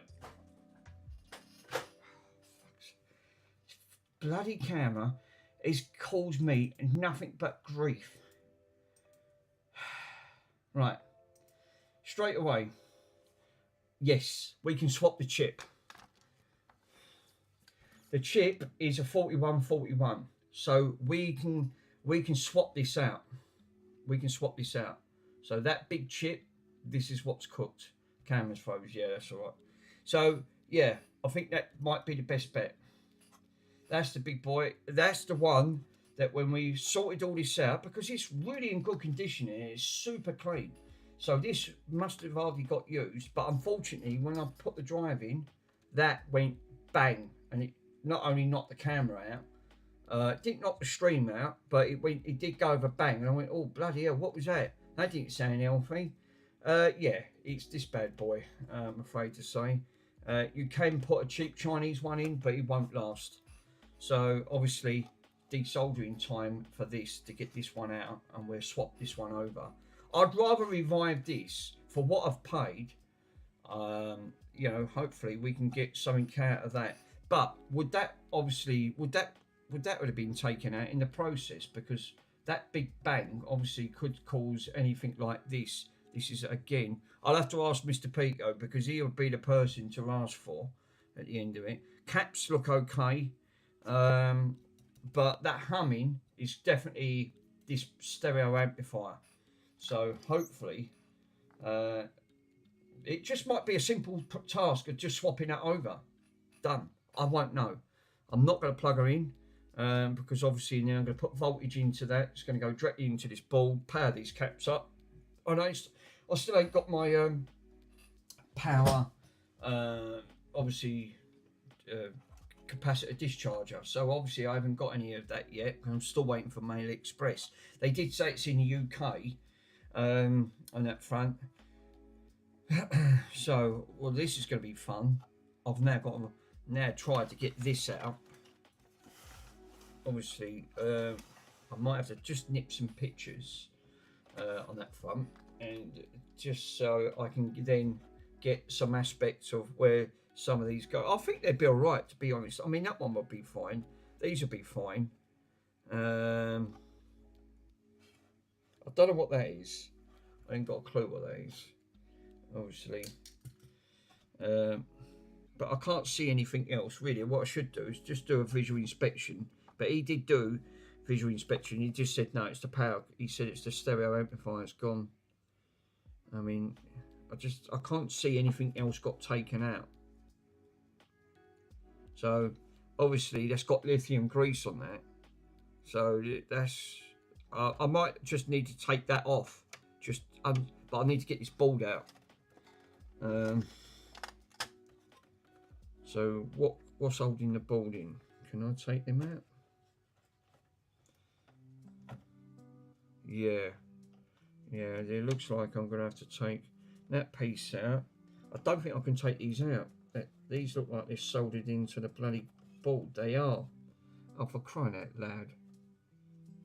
And it's that bunch there that needs to be sorted. So it's right up to the blue. Where does that go? What I might be able to do is just pull this to one side and then desolder it from there. So I don't think I can take that off. Not that, I can take that one off. I can't take this one off. This one looks like it's gone to the board directly. And it has. It's got the pins, and I don't want to break the pins on it. So I might have to desolder this directly from the board itself.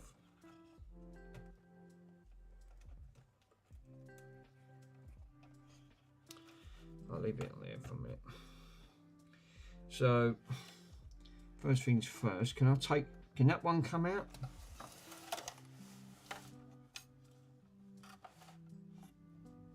Roaches. Yeah, roaches. Get the roaches out. Yes, the thermal resistor probe. Yes, that's it. Yeah, that's to monitor. Oh right, is that what I need to monitor heat? Oh no, don't. It's froze up again. Oh jeez. Do you know what? Do you know what I feel like doing? Putting an hammer to this camera. It is really pushed beyond that you would not believe of the amount of headache I've had involvement with this camera. I really wouldn't recommend this camera at all. It's just, it just freezes. I don't even have to touch it, for God's sake. I think I'm going to have to, the only downside is I ain't got another camera. Well, I've got another webcam, but it ain't going to be as good quality as this. But this is going to have to go back. I've got this from Argos. He's still under warranty. It's fucking dog's crap. It shouldn't keep freezing up like it. The trouble is, that's what you're trying to improve on your content. Well, it don't help with that. I mean, I've never known anything like it. No one else has an issue with their camera freezing up. It's just me, you know. So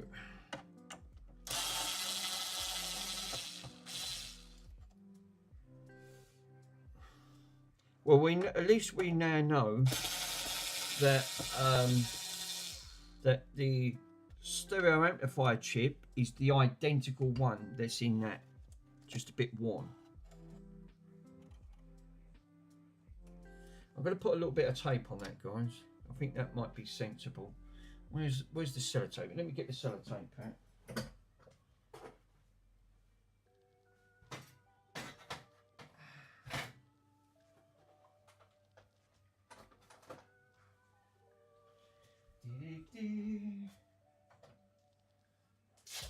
I'm going to put some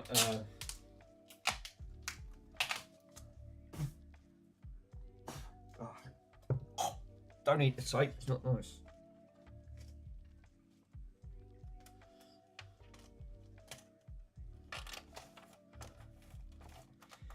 So I'm trying to eat half a fucking tape there. Obviously I ain't going to do it much good on that front. So yes, I'm thinking it's now if you have Andy here, right, hands down, stop saying hello to everyone. That's it, everyone's in the bad books. It's like going back at school. Do you know what it felt like last night with J-Fix and Mr. Pico? It felt like I was going back at school, learning again. That's just what it felt like. Obviously, the time I tried to tape it in and put it into text, my brain just couldn't process it. Simple, that's it. Right, she's unplugged.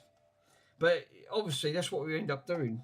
You just end up going. It felt like you was going back at school learning, because obviously I wasn't brought up with all that type of gear. But obviously, modern society now has all changed.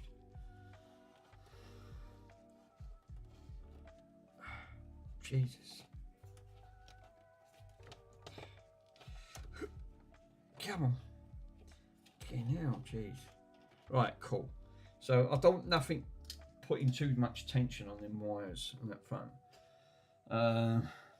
So yeah, what I'm going to do is these two are out. So what's holding this in? Right. So we've got another one. It looks like I've got to take all these out. I think I might have to, you know. And what I'll do, I'll flip the board out.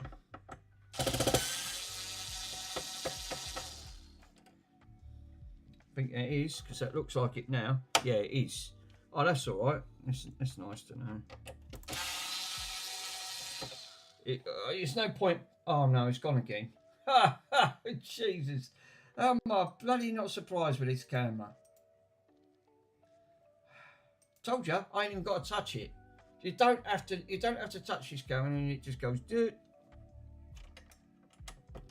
That's not normal. You know, I know OBS ain't perfect, but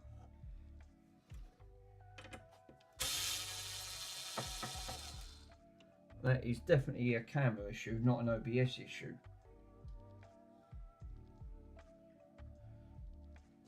Right, let me put these screws to one side, guys. That's it.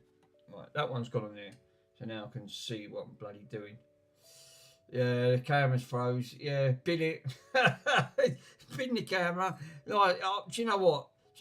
Worms? I think you're 100% right. That camera needs. It's going to go back. You know what that means? I'm going to have to use a right fucking shitty camera, unless I use the Logitech that I'm using for my webcam is my main cam. Because I can't keep having this. It's absolutely. It does my head in. I just feel like I want to get. I've got a £5 lump hammer out there. I just want to put it straight on that camera and call it. But that camera cost 90 quid. It was bloody expensive. If I'll get a nice 4K one, stream it in HD, right? At the end of it, yeah. If it's fine if it don't keep bloody freezing up. You don't even have to touch it. So there's definitely something wrong with it. Right. Now, obviously, this don't seem to be lifting up for some reason. Oh, right. Well, that probably would help, wouldn't it? Let's pop it in.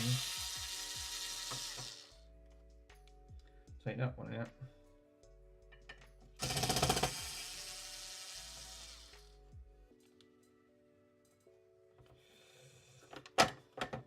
Is she going to go? Oh, no. I didn't see that. There's another screw in the corner. Fucking hell, this is like a PlayStation 5. How many screws you got to undo? Ha! Jesus. I must have took out about, so far, I'm making out about nearly 14 screws I nearly took out. Is there any screws next to the fuses? I'm just having a look. I think that's done it. Yeah, well, she's out. So, obviously, the way this system works, I've got to desolder. If I can pull it down, if the fucking camera don't freeze up again, that power amplifier chip, the stereo power amplifier, is all the wrong here. And you can see why now that makes sense, because it looks like it goes directly into this capacitor and then distributes it straight over. So yeah, obviously I'm going to say, yeah, 100%.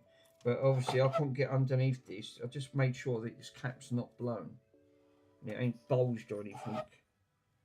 Because obviously they look, oh no, worms. They've used hot glue. Oh no, they've used hot glue. The hot glue's on it. They've glued it down. Oh no. That's gone down a treat. Seriously. What? See, even these radios, they designed to put them hot glue on them on that front. So that's been glued down. I can't even. I suppose you can get that out.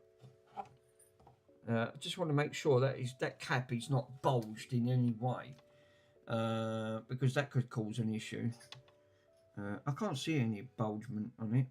I mean, it's not ideal, but now I've got to desolder all of that. That's the chip I've got. And now I'm going to get to that. It looks like I've got to take it off from here. So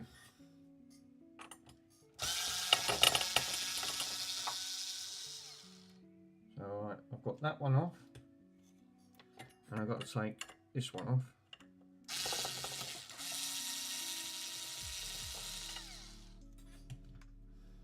Get the hot glue out. Carforce going, just Velcro's it. You think, no, that'd be alright. What's a bit of Velcro's? If the Velcro's ain't going to kill it, the hot glue will. Oh, fuck, that's it. That's all go off. Oh, Jesus. Right.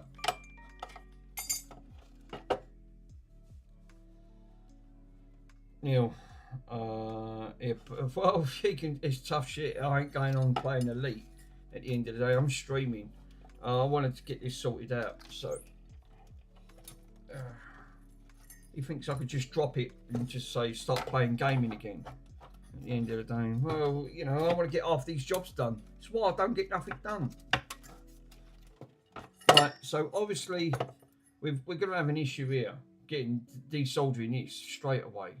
The Moog gun's not going to get in there. I don't think it will. Let me just test the Moog gun, because they don't give you none of the other bits with the Moog guns. It's just pre-sized with the hole at the end of it, but they should do really. But you can't change the nozzle because it's also a soldering line at the end of it as well.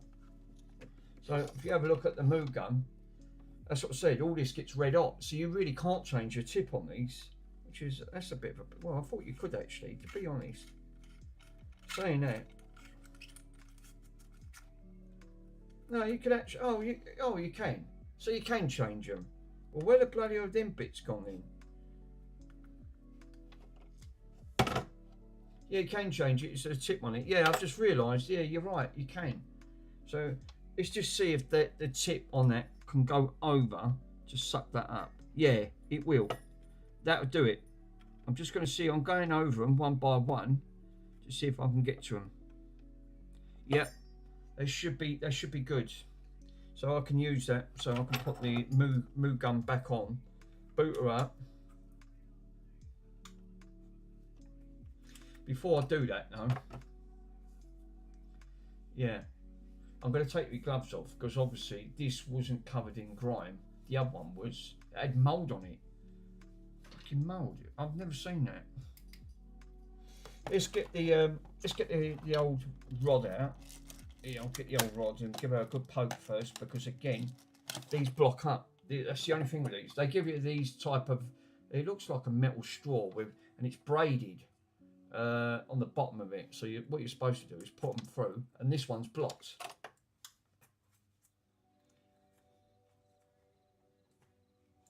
Yep, she's blocked, completely and utterly blocked. That's the only thing with these. These bloody block up like you wouldn't believe.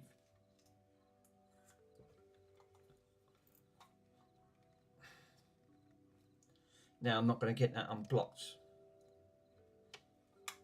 So I think what I might have to do is get this hot and then you shove it down after. I think that's how you have to do it. There's no way you're doing it otherwise.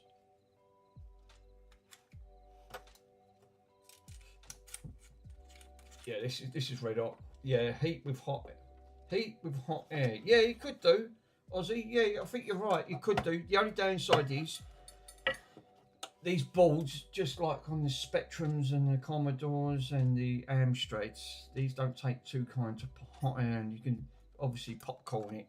I'm going to go down the safe route and Moog gun it because it just takes seconds. But obviously this is blocked up, so I'm going to. First thing I'm going to do is power it up and give her a poke with this stick at the end of the night. So I'm going to get her up to temperature. And I think that's a sensible. I think that's going to be a sensible move because once I can get this power amplifier chip out, obviously this is what when Pico was on, and who else was on? I forgot who else was on. And we did power this up, and it was working, worked lovely. And then all of a sudden, the motor put strain onto the board, went straight to the power chip, the power amplifier chip, and we heard the almighty bang. I went, oh, that didn't go down great. Turned it back on. It did power back up, but now we just got a hum. And to confirm it, I took this away to old boy was a specialist. He said, yeah, this is what's gone. That's what's causing your hum. He said, change that. He said, you should be fine. Well, I want to prove that because I bought a second one on that front. So I think it makes sense to take this off, see if we can revive this, because this one's in really good condition. So I'm going to get that up to temperature and then shove the rod down it.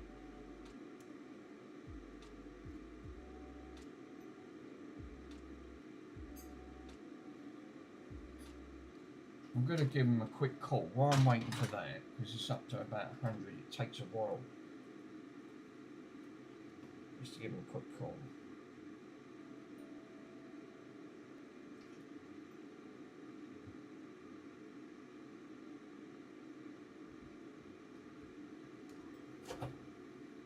Hello, Bobson.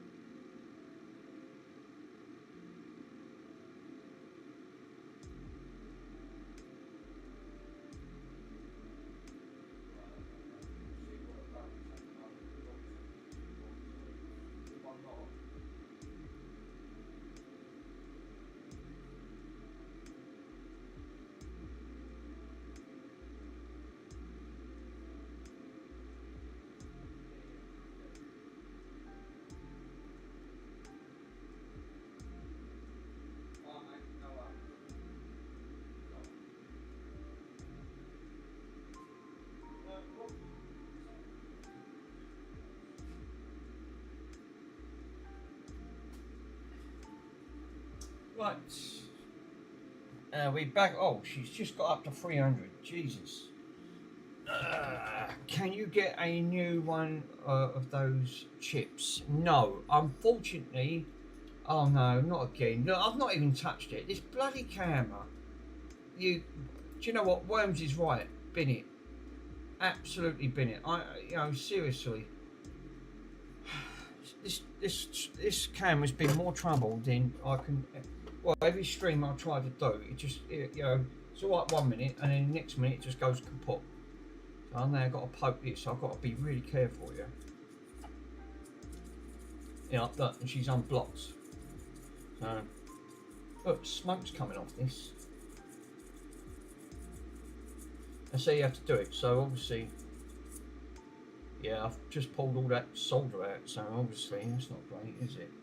So I need to flip her back over. No, unfortunately, it's going to be one of them things that you can't get. You won't be able to get. You won't be able to get the chip for it. And you get a cheap Chinese version. That SK 4141 will do the chip. We'll do that chip as a replacement. Oh right, they will do it as a replacement. But that's what I'm saying. That's what the old boy was telling me. That chip, he said, there's a Chinese version of it. He said, or Boulder series would be an SKD 4102. Right, okay.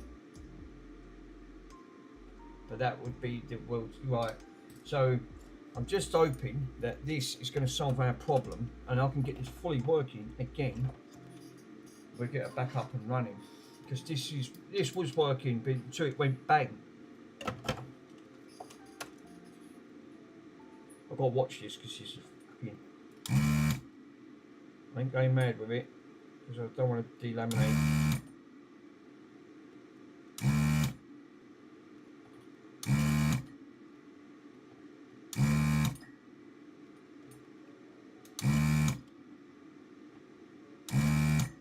Charles, this is Bill right on your channel. Your one's hot cows. It sounds like a moo.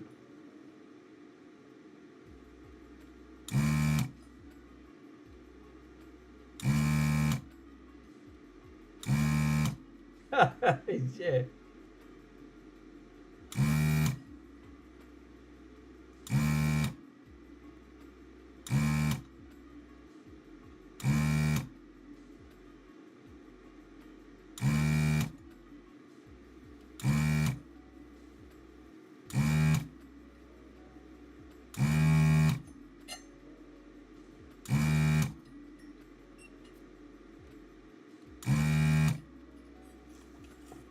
up to 298. Got to be, I don't like using these things because they can, again, they can be like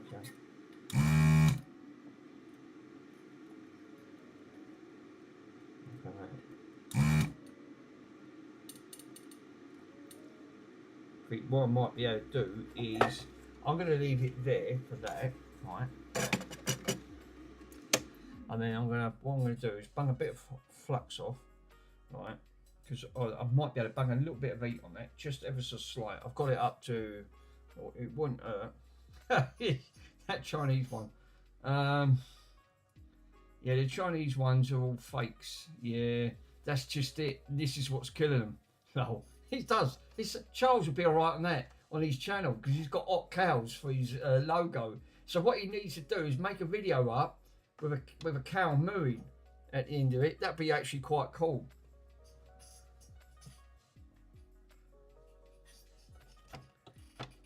Right.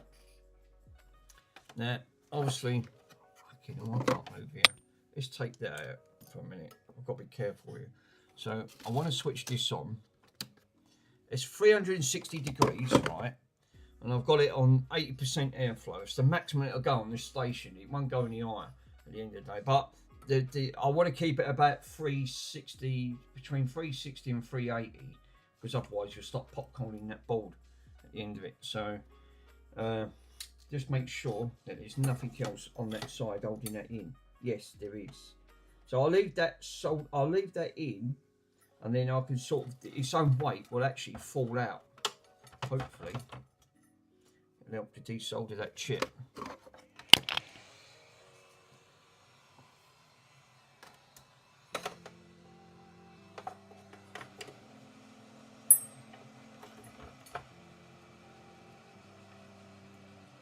I'm going to move it around because I don't want to go too mad with this. Let it fall under its own weight. Because again, these boards don't take too kind.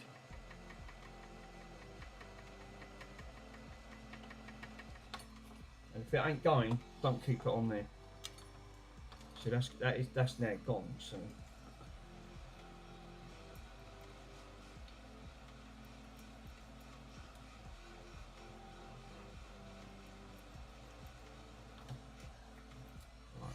I ain't going too mad with that because that frightens me with hot air, because I know what happens with hot air. It teases the seed. No, sorry. Because then you'll end up breaking traces and all types. So what I'm going to do now, I'll keep it on there, but what I'm going to do is now get the flux. If I can find a flux. Fuck me, I can't find nothing. Let's get some flux on these. There's a couple on there, it's not shifting. So most of these are out.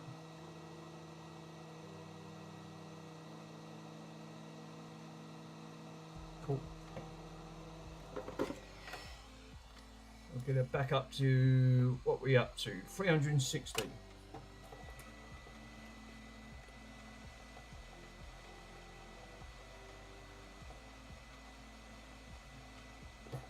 We'll get it warm again.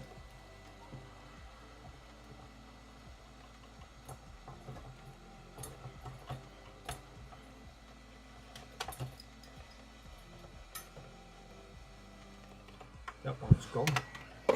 One more. One bloody more that I need to get rid of. Obviously, let's get that chip off. Because there's another chip attached to that down the bottom.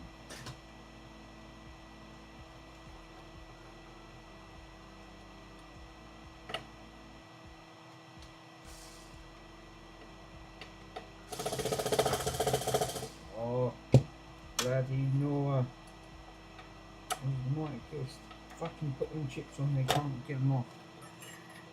There's one more, which is causing a little bit of concern, because, again, when they put these on, they put them on.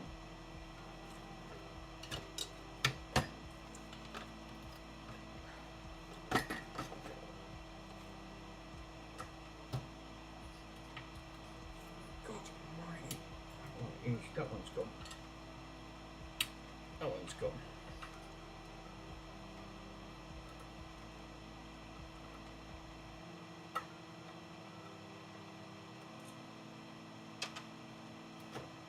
fucking now the thermal paste, he's fucking dried it. It's, well, that's it sunk on that straight away.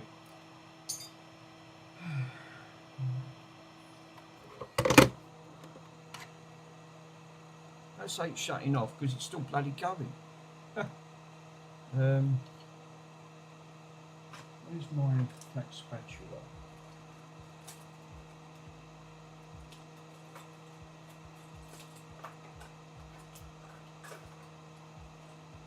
We got a special guest today.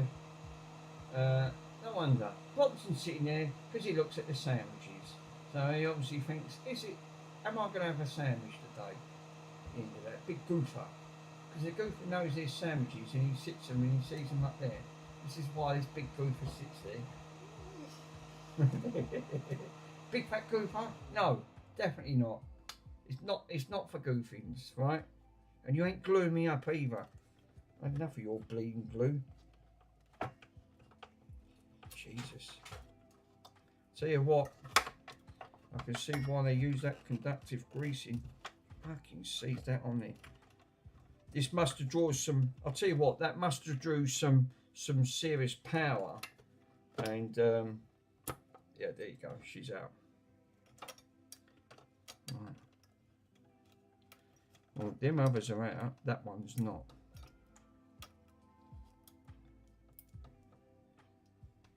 So one more there. Obviously, just one more. I can get that out. I'm going to get the moo gun back up with the moo gun. So far, so good. We've done no. I can just see on there. There's no trace damage. I hate these type of balls because this is exactly what happened on the Atari. You know, these balls are ultra thin and they are a bloody nightmare to work on. Yeah, heat it up and then pull the pin through the soldering iron. That's alright. Well, I'll boot the moo gun. There's one more pin holding it on. One. I tried letting it falling down on its own weight. That way it don't damage the traces. So it just pulls out naturally. But we'll get it back up. Obviously, there's another chip over here. I've got to be careful. Sure, I forgot.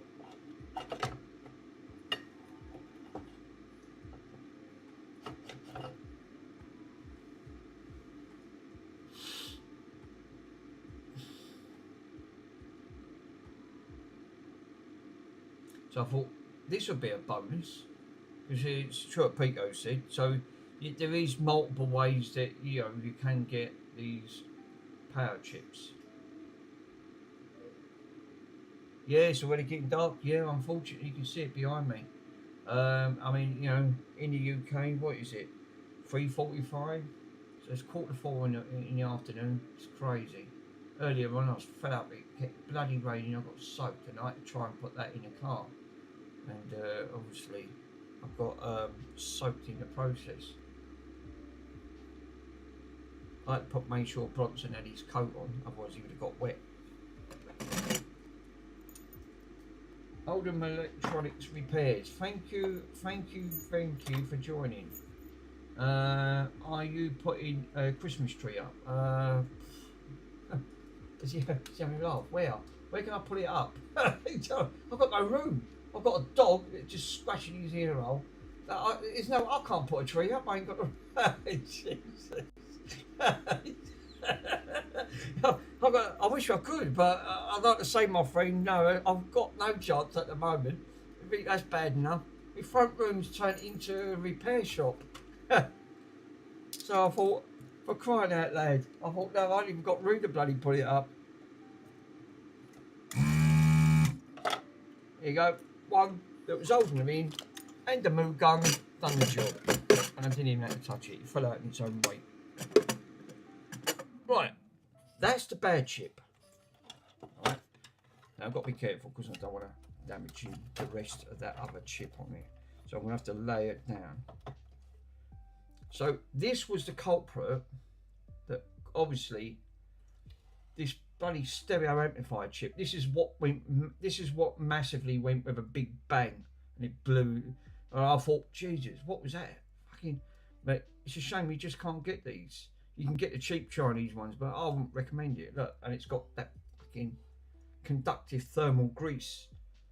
It's fucking, that's stuck there and that ain't coming out, I tell you. Right, that's the bad chip. I've not done no trace damage, so the first thing I need to do is clean the traces up on there, ready for the new one. And I'm gonna, well, it ain't new, second hand. And then hopefully I'm gonna have to be really ultra careful trying to get the other one out because it is working. And then put it into this one, and hopefully we can get some sound out of this. That holds the heat sink to the board. Right, okay. So we're gonna need, can I put, I have the thermal greasing. I haven't got any thermal grease. I'll tell you what I have got. I've got MX6 conductive greasing for motherboards, for CPUs. Is that okay? I'll just have to double check and confirm. It says that, and I can't bloody find it. Yeah. So obviously I've got some Arctics. I've got some Arctics compound on that. Yeah, that's fine. That was the same thing. So that's all right. Because this stuff's really expensive. Because this is the new formula. This is slightly thicker. MX5 is slightly thinner. This is slightly thicker. And that end up being about just, well, depending on the kind of 8 grams, end up being about £9 to £10. So hopefully. So we should be good to put some thermal compound back onto that. So what I'm going to do now is get some Q-tips, bit of IPA, just clean all this up, and then we can put that back over there. And then put a Christmas tree up. I can't put a Christmas tree up. I wish I could. I've got no bloody room. Even Santa would get stuck down the chimney. He couldn't be able to move, he'd trip over everything. Probably not. I'd like to say yeah, but I would like to definitely say yeah, but it ain't going to happen in real terms. I thought I just ain't got the room for it.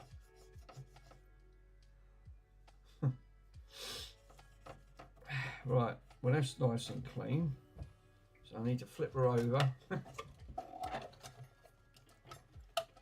These bloody chips don't take much to break them, do they? So, can't believe that epoxy camera actually, yeah, I didn't, but again, I ain't touched it, so I don't know what's causing it to keep freezing up.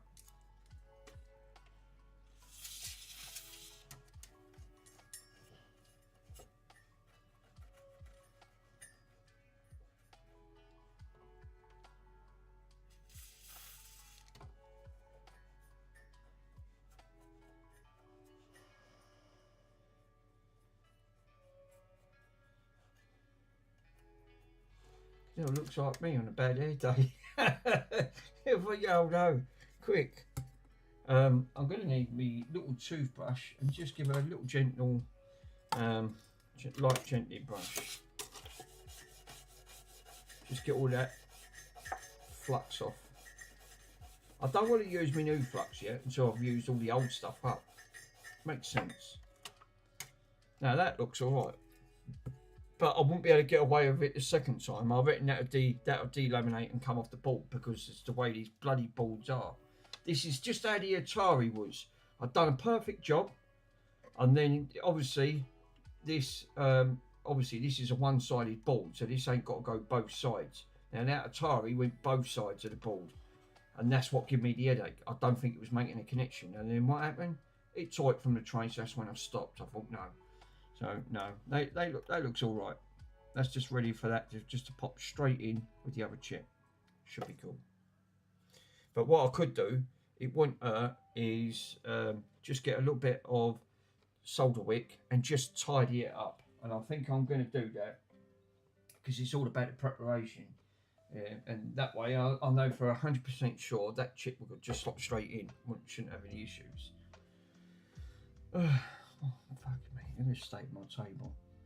Jesus, I can't work for toffee on here. Yeah, put it away. Yeah, that's time to shut the curtains, and I'll be right back. Yeah, I think you're right. I think Wayne's is right. I'm going to have to just let me shut the blind up.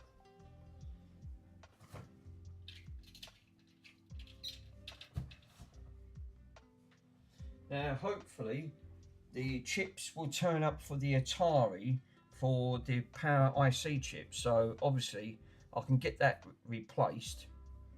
And then, hopefully, I can get another working Atari again. So that's going to be...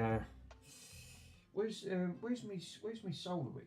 Ah, there she is. She's over there. We've got the wide stuff.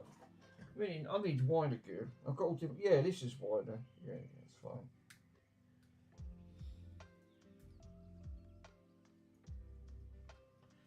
Okay, now I can't even get it out.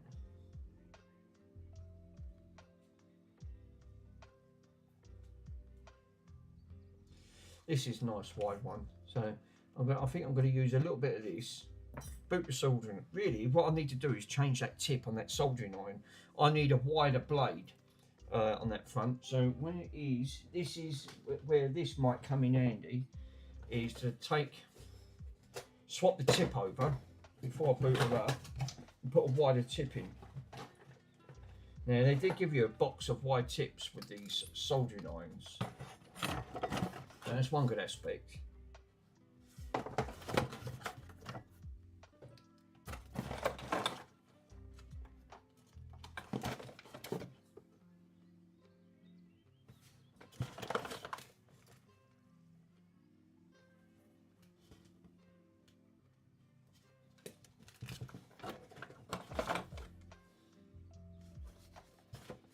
If not, I can use that one. That'll do.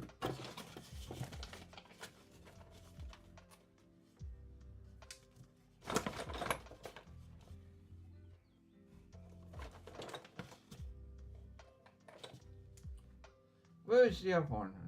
Is that it? Yeah, I think that's it. I'll try this one. This one's an angled one. This one here is slightly angled. So I'll try that one, or if not, I'll try that one there. Now, obviously, I should get my power bricks soon, right? But I think because PC did wanted to order a new power station, but JFix did warn him, because it was over the £150 threshold, you've got to pay import duties. Yeah, he's right. It ends up being about £30 odd for import taxes at the end of the day. So I'm waiting for that one to come in. Obviously. And it ain't switched on, guys, because I will not be pulling that out with my bare hands and on that front.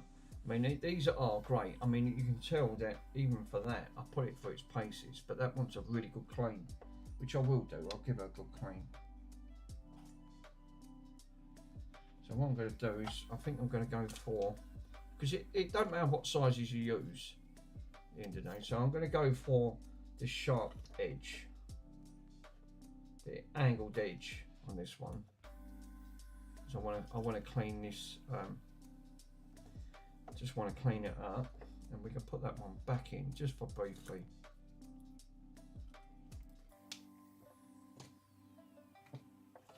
And now I can boot her up.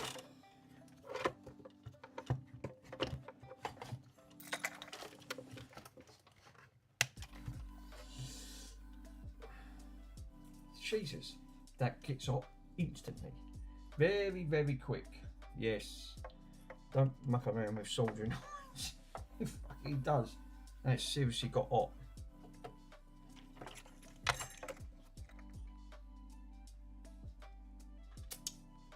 She's a hot bitch. Alright, so I'm gonna need to put some, obviously I've got to watch these bloody chips here. So what I want to do is I'm just going to put a dab of flux all the way down, then deflux her with the solder wick. Just clean her up.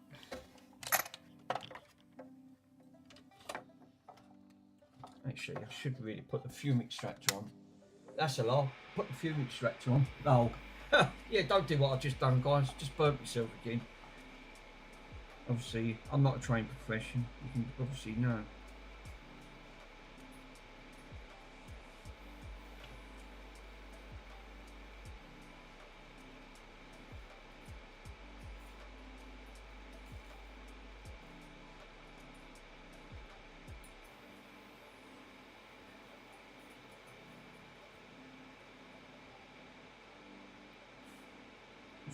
This fume extractor makes me laugh. It blows fumes in your face. It's supposed to take it away, so actually you're breathing it in.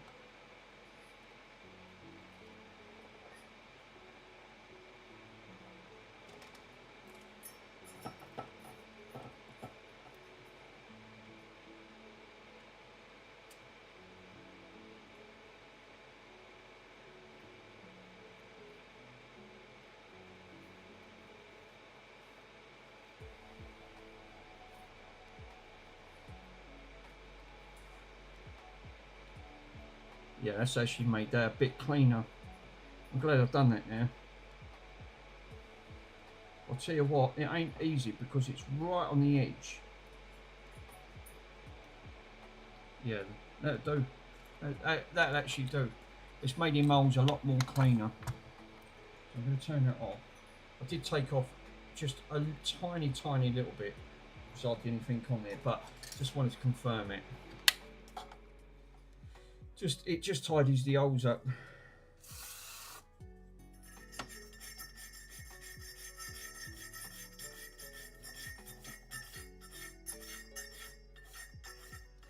Sure, Joey says Joey does tech. He actually says just make sure you prep and clean everything. Then when it goes to put it in, it'll just slot in. You said you won't have any issues. All I'm doing is put my hand in fucking thermal paste. Fucking stuff sticky as hell. Right, so.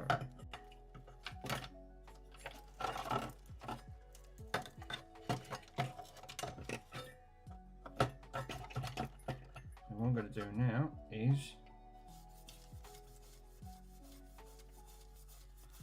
that's all nice and clean. That's all right. So this is now, all I've got to do to this now is virtually just put some thermal paste on to the chip once the chip's out. And then we can put all this back. So now that's all prepped and ready, I ain't got to touch that. So if I power this up now, obviously you just won't get nothing. It'll be completely dead because of that chip. So I'm gonna have to do the same again now.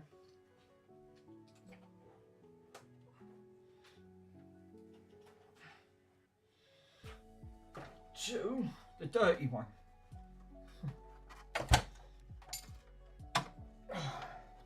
Okay, now. Right. Now, obviously, this one's in a filthy state. I mean, and when I say a filthy state, I've not even touched this. Look at the state of it already. At the end of the day, it's literally nasty, absolutely nasty. This, I reckon, this has been stored out. It feels like it's been stored outside. So, I'm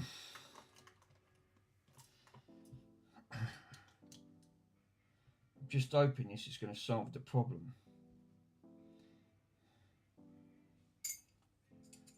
Because I've done all the belt system on the other one. Bonson's going to sit there now because he obviously thinks it's sandwich time at the end of the day. Regardless to what he thinks, he always wants the Sarnies. He's a bad gluer. He's a rotten old gluer. He pesters the fuck out of me, he does. And then he'll just sit there and he keep nudging the table until he wants some more. Until they've all gone in here, bugger off, and then he won't bother. Right, so first thing I need to do then, really, is undo them screws. Now, obviously this has been powered up. Now, obviously I ain't got that tool to discharge the capacitors, because I'm still waiting for it to come.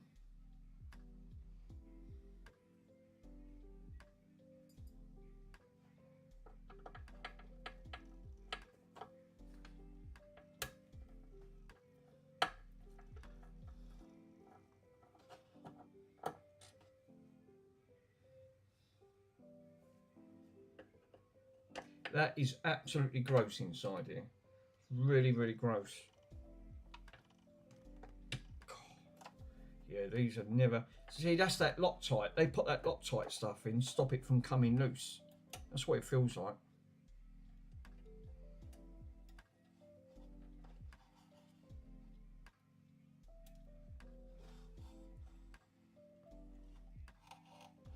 I'm going to put that over there for a minute. I'm going to undo that one.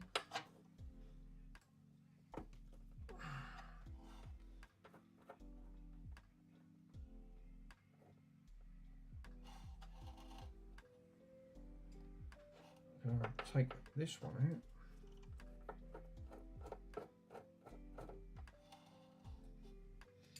And we are going to take then, I've got to take the cooler one out. Oh, let's take the power supply out first.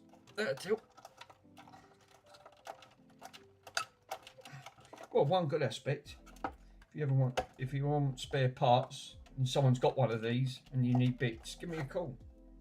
Could help you out. Chances are, no. I mean, who else has one of these? God, for fuck's sake, that has not even been out. Seriously, it's not even been out. Aussie 56. Yeah, they won't even come out with screws with. Yeah, I'm afraid to say, yeah, you're right, Aussie there. Frank. Fuck, Jesus. That is. I'm putting some serious force onto that.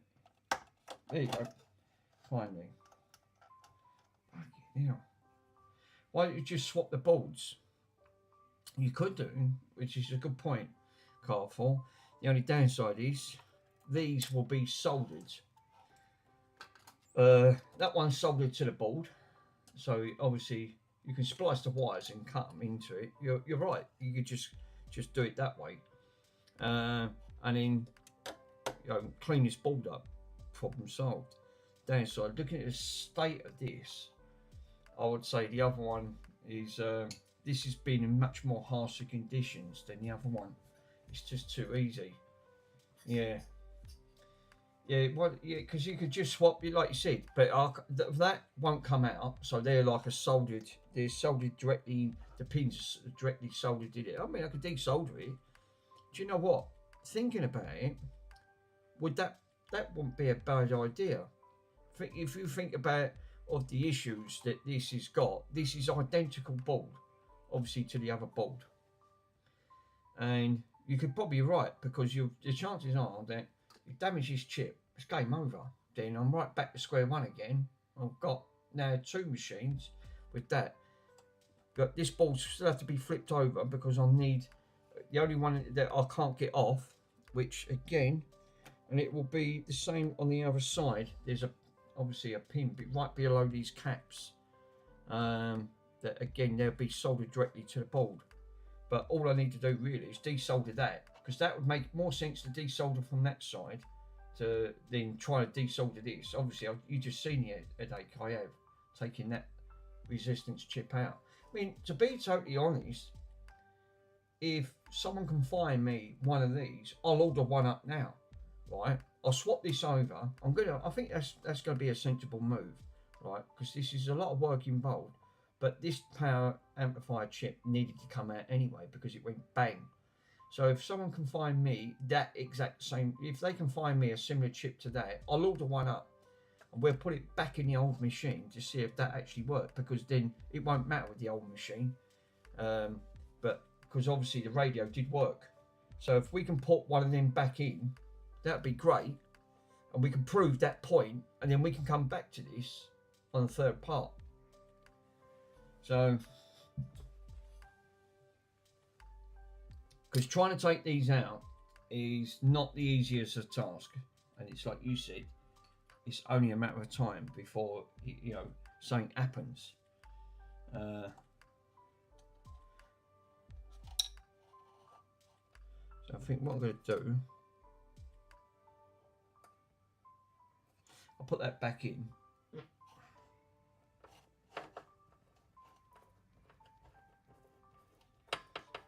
We'll clean the board up, but that ain't a bad idea, Core 4 actually. I think that's going to be the easiest in trying to, because I know what'll happen. You break that chip, that's it. Bend it, you've only got to break one of them legs off that, and then that's it. It won't work. So it would make sense. I'd rather take it from the other side and not break this chip whatsoever. So I'm going to take this off.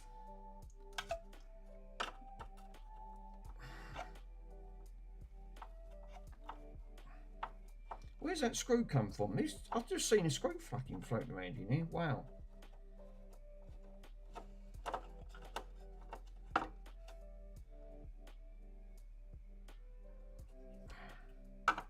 So, bloody screw floating around on that ball. Yeah. Just as well, isn't it? So I think what I'll do, I'll leave all them other screws in. Let's take these out.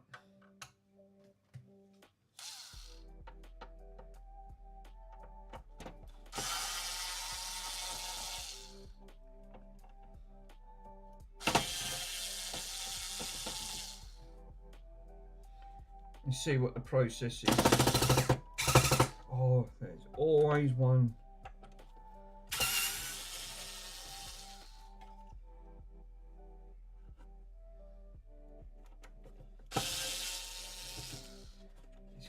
Caps are absolutely filthy.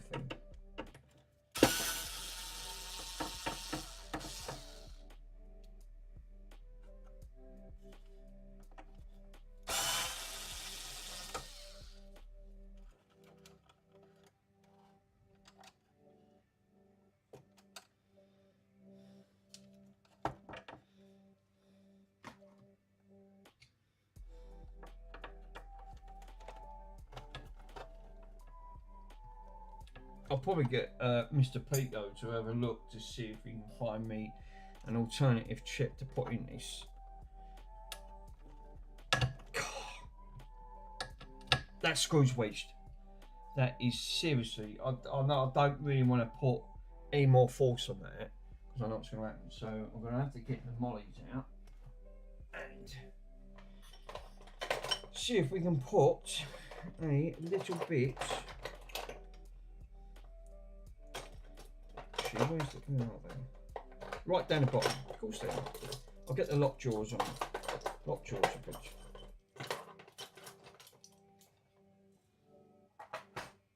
Bolton, you're sitting here so patiently, my friend.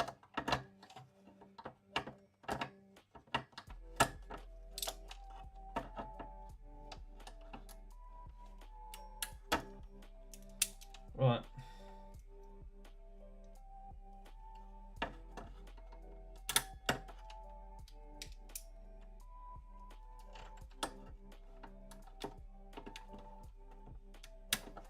Huh. Nope, don't be daft. You're not going to get nothing on him. Now, obviously, I've got too much toot on this area, and I cannot see, for the love of God of me, of where is that other screwdriver that I now need. Heat works. Did you know what? That ain't a bad idea. Let's bang a little bit of heat on. Try and get that off. Put the soldering iron on the screw. Let's try the soldering iron method because I've never tried that before. So that'd be interesting. Heat it up, right? So obviously heating up. So we're going to put this. So we'll put a little bit of it. We'll try the soldering iron method. Obviously, here's the other screwdriver. Just give it a little bit of heat. 450.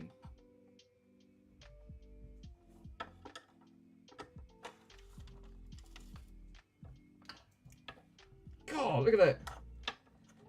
How good is he? Worked. It actually worked. That done its job. Well done. Thank you, Mr. Ozzy. Great little tip there. The soldering iron actually done the job. Well, that's a fuck me. Yeah, don't touch the screw. Yeah, that's a bit toasty. Right, let's get the screw out and fucking put my hand on it. Then I realised I had the soldering iron strapped to it. kids, don't follow. Don't copy me. I'm not a profession. Obviously, clearly not. That was hot. But that works. That's actually a good little tip. Right, so now why is coming out? Oh well, because there's another one right up in the corner. Of course, next to all the crap.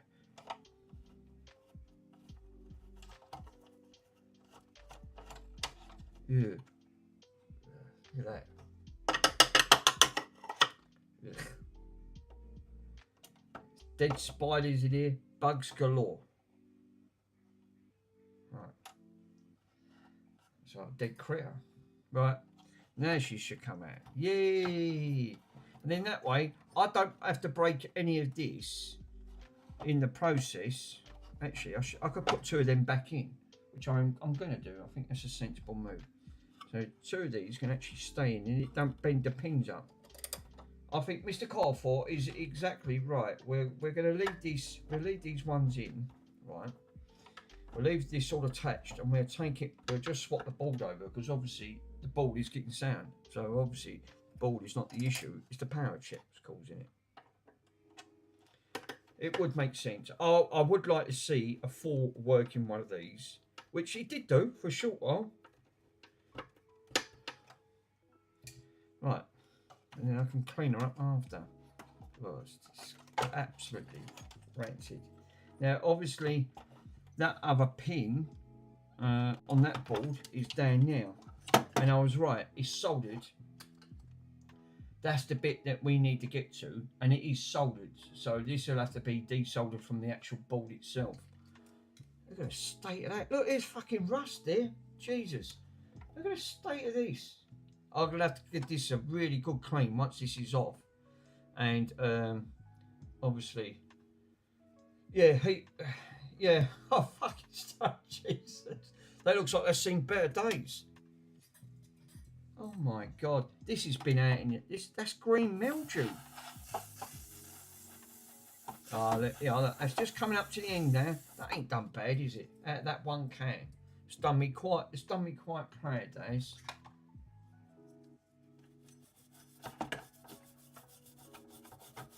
Yeah, look. Well, a good old bit of trusted IPA. Oh my God. Oh, that is nasty. I think I caught that just in time. That's corrosion. This has definitely been outside, but I think it makes sense because obviously desoldering all that chip and looking at that chip is really. Board wants coming out, and then it wants a good clean.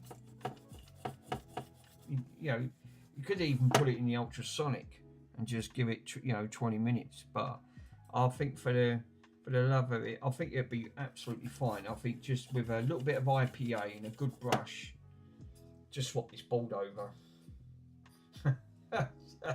Fucking state of it.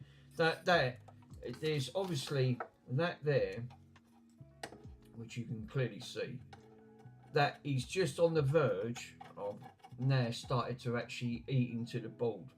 And obviously I can't go in and clean any more than that, but you can actually see it for yourself. That's how bad that this is, how bad this has got that front. So I'm thinking, so yeah, well, it looks like we're gonna have to desolder this to take this out, but I'd rather take that out than try and bugger that chip up. But even they've gone all rusty, obviously where that chip is sat that front, but it makes sense because this is working. I'm actually amazed it even pulled power, to be totally honest. But we'll swap it out. I think we'll do what Carfor says. You're making a lot of work for yourself, which I don't really want because of these chips. And then they're notorious, once these go, that's it, it's game over. So I'm going to have to make notice of that, which way that goes round. Does that go round a certain way? Yeah, it does. So I ain't got to take a colour notice on it then. So it's actually got one pin missing. So okay, well that's fair enough. All right, we get the mood gun out. we'll get the move gun out and we'll get that desoldered. I don't know where the bits are for the move gun.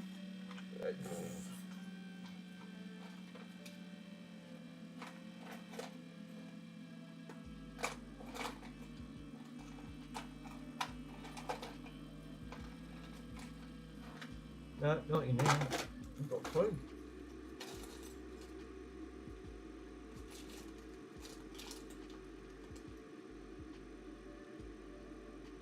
Oh, here they are. I've got them. But the move gun. Well, that's it. That's nice to know.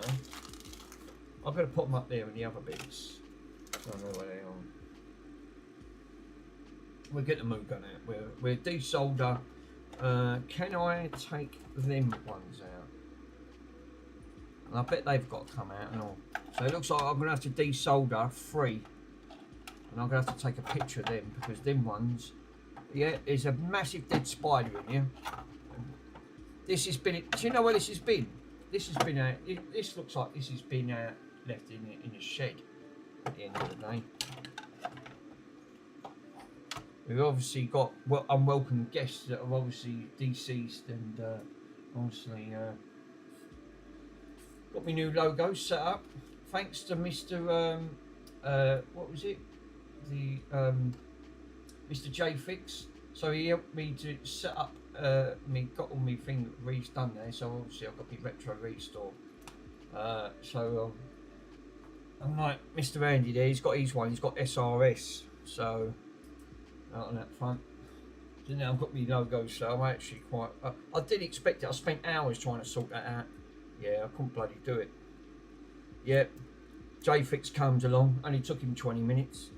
Took me bloody hours.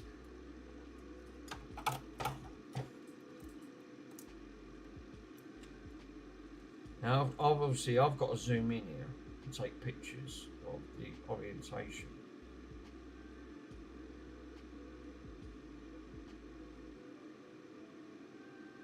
That's it. Got it. I'll just double check. Yeah, that's fine. Absolutely fine. So we've got a nice clear picture. We're just coming up there. So I've got to take out this one. And, oh God, that corrosion. I'm really worried about that corrosion. It looks like it's, you know, all of the solder mask is literally just disintegrated. But it's going to be easier to get this out.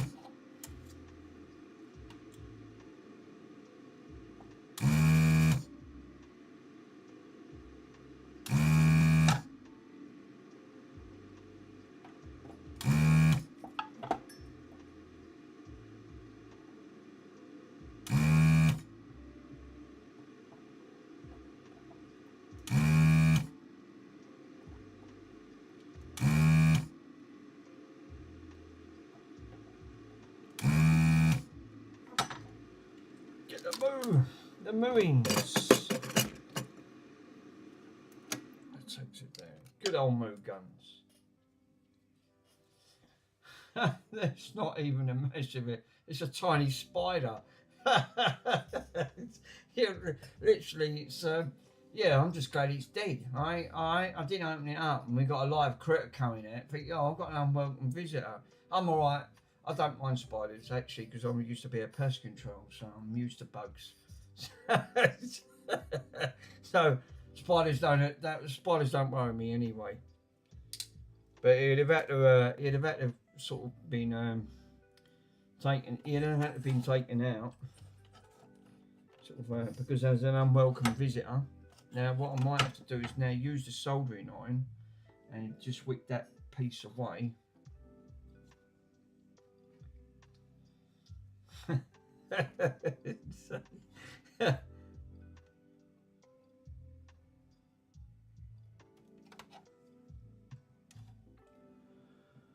Oh, fuck, fine. What's that? Mr. Pico's badges fell down. But bloody hell. You know what don't help? Because these are the only ones that's actually been soldered.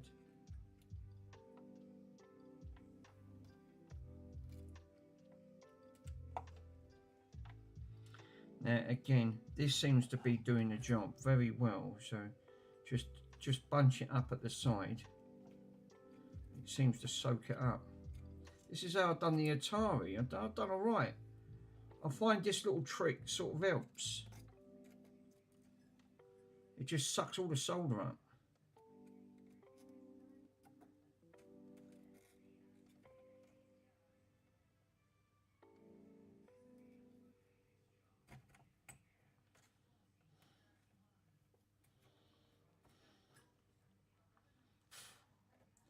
Except the fucking smell of that bloody solder, because there's epoxy.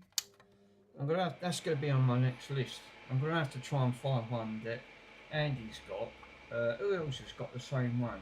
J-Fix has got one. The one that you bring closer to you. That's the one I need. I might have to ask in the Discord team what model they've got. Because obviously this one I've got, it's not ideal. I feel like I keep breathing in bloody fumes in. All it's doing is blowing it towards me. It's supposed to be taking it away.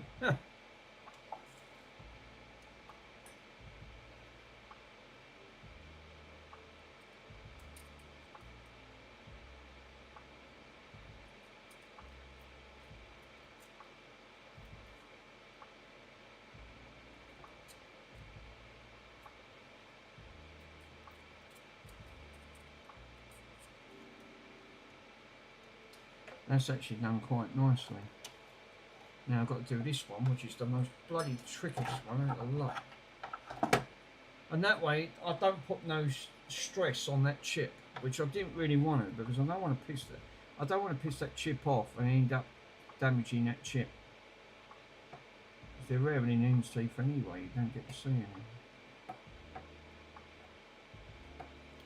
So, bit of flux. Oh, that sounds good. Where's the flux? Oh yeah, it's right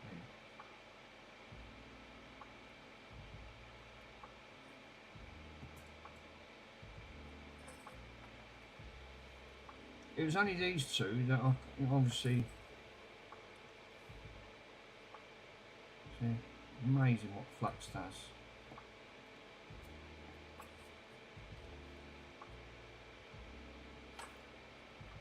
I think that's done it. Now obviously this one won't come out, and what I might have to do now is get the hot air on it and just give it a little wiggle.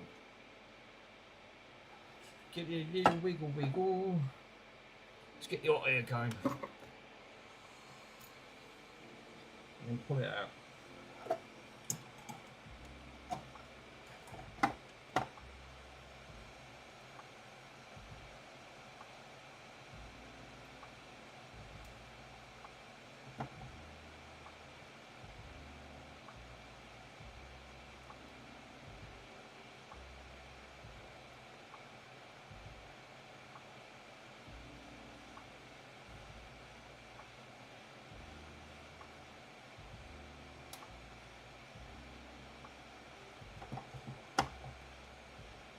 So you got to roll it with one hand. Don't help because this fucking thing is such a beast. I can't grip it and I can't work cack-handed. Yeah, she's out. That one's out. That's done it. Right, hold that one out. That away. And now I need to do this one, which is tied. Actually, no, it's not helping. There's a cable tie on that. That's obviously not helping this situation. That one's out.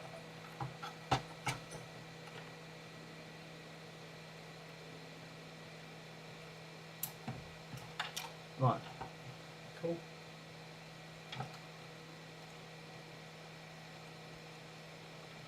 Now I can do the same thing again.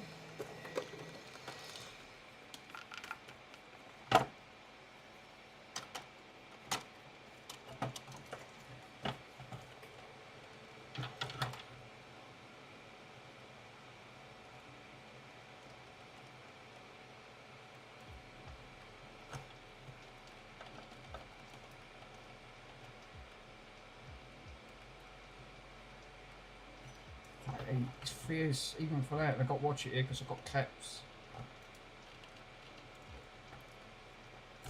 Ouch.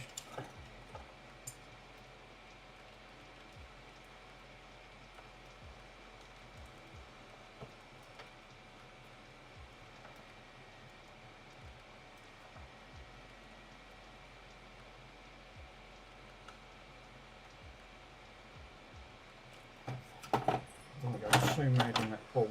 Again, everything's getting hooked up. It's not ideal because, again, you need a lot of space to work on here. I might have to just ever so slightly. It's near enough. I might have to just have to get some, again, I don't want to go too mad because I don't want to take it all off. So I'm going to have to just go back over it with a soldering iron again. Just keep going over to what I've just done there. This one's putting up a fight. The other one wasn't too bad. I can clean it up after.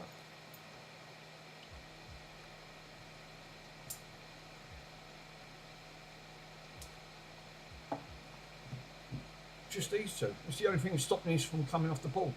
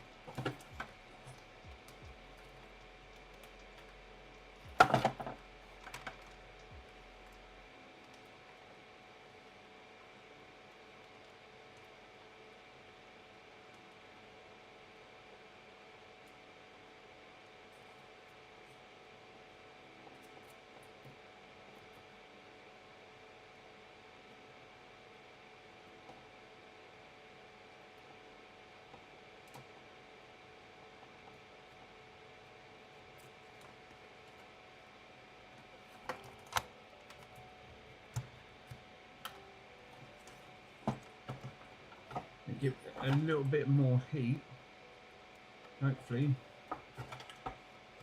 Do the same thing again. Heat, slightly gentle change.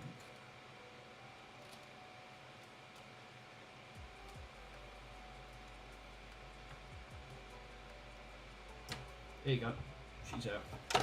Wow. I put up a struggle and I didn't even know the tug that. It was near enough there anyway. So right, that should now, if I've done that correctly, now these should all now be able to unplug from the board itself.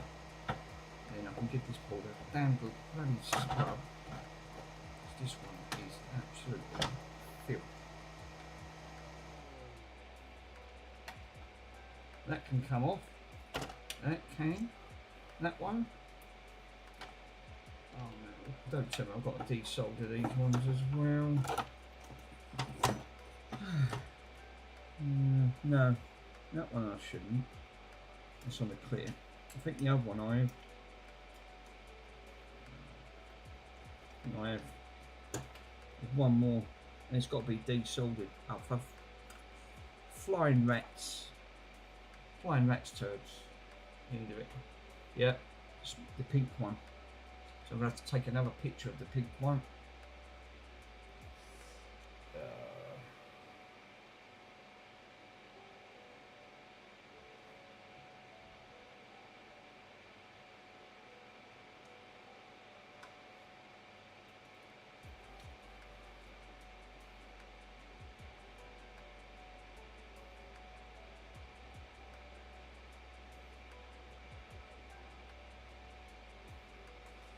Just have a quick look to have a quick. Yeah, that's fine. Okay. So yeah, it looks like we've got to take one more off from desoldering from this board because they soldered this to, and it's in 3 little ones. So again, I don't think the move gun, that move gun's going to be too hot. Obviously, it probably would if I had the smaller part. I swap the end over, but that's going to be red hot. I think I'm just going to go with the, just take these off with a little bit of flux solder.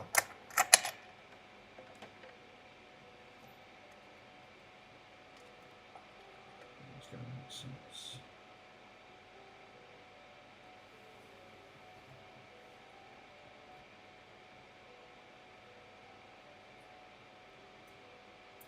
Just get right in there like that.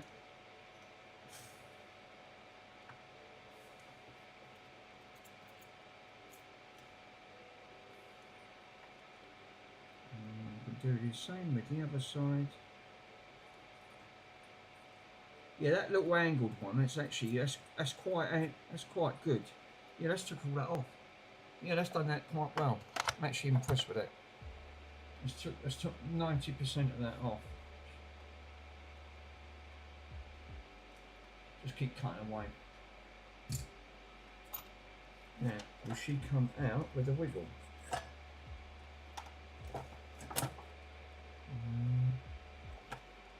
Okay. And what a banana brain, I've unsoldered the wrong one. No, it was the bloody pink one, which is the one behind it, which is the one down there. Oh, for crying out loud. Don't matter, leave it in because it's the Vostane one. It's just one behind it. That's easily done. Easily done. It's right there, this bloody capacitor.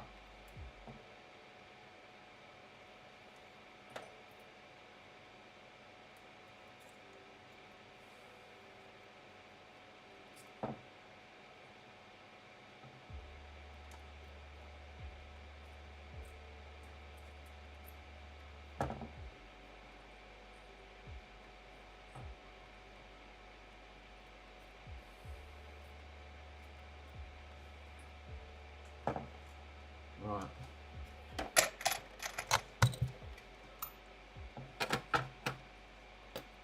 There you go.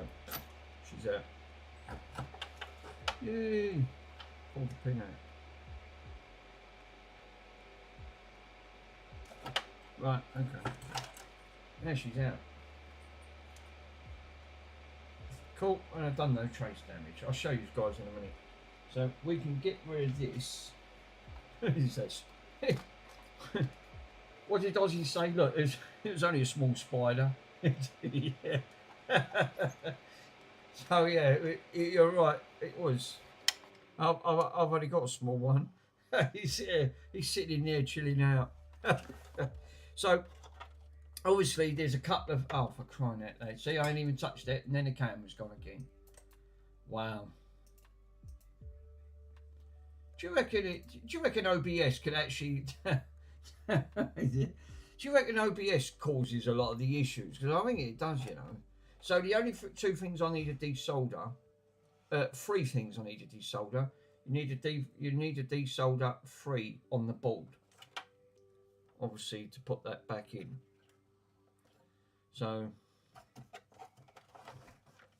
but I don't know why he took that bloody plug off it, though. Shame, but this, at least this is a parts one, so that's one good aspect.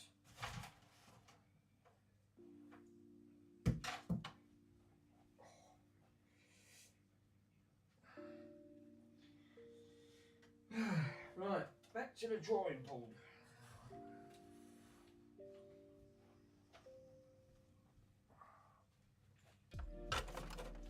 So I'm going to have to do the exactly the same again. Capture. That bloody camera. Do you know what, Worms? It's done my head in. Seriously. I've never known a camera like it in my entire life. 4K. It's a bit like when Simpletech had his 8K camera. I laughed at that because he was trying to explain about with the cameras, and it's just making me laugh. Try it in a different cap to see if it freezes. Yeah, well, in a pot, I think it's just one of them bloody mental things. I mean, I don't know, I have to touch this thing and it just goes, no, sorry, ain't gonna work. Bonson's sitting behind me, like in different software to rule out if it's OBS. That's actually a good point, because just in case if this is an OBS issue at the end of the day, I mean, it can't. This is a webcam. Webcams normally, I've got that webcam sitting on top of the TV, which is facing me. Do you know what? That thing's much more older than this, and you'd think that'd be playing up. So, you know, obviously, bloody new tech. So what I might have to do is, I might just do what you said, or better still, swap these cameras over, put this one where the other webcam is, the Logitech, and put the Logitech up here to see if it still causes the issue. You know, and try and roll it out that, but that actually might not be a bad idea. Obviously, I'm not going to get the quality, because the other one's 720. This is 4K. But at the moment, I've restricted that to 1980 by 1080. So it's full HD. Obviously, I'm not going to get that with that Logic one. It's only a 720 by 3 something. So obviously the quality is not going to be as good. But that actually swapping it over, at least, because it seems like every time I move it, it seems like, and then if this goes while it's in the other part, then I know, because that one's onto the board, then I know 100% it's this poxy camera, and then I will just take that back to Argos and then just swap it over that front. So right, so first things then, I'm going to have to do the same thing again. 3 lots are going to have to come out of this. But before I do that, I'm going to put the other one back on that front. Well, actually, so I can put these back there, so obviously I now know that I don't have to take half of this off. I can leave all this strapped to it. This is going to need a damn good clean. It's absolutely rotten, but at least I know this board works. That front, because like I said, if I fully restore this and get this back up and running, then I can take her off eBay for sale, and then just literally and keep this one purely for parts. But I'm going to be in the same boat, is that if this obviously to the point of that chip going, I'm going to be right back to square one again.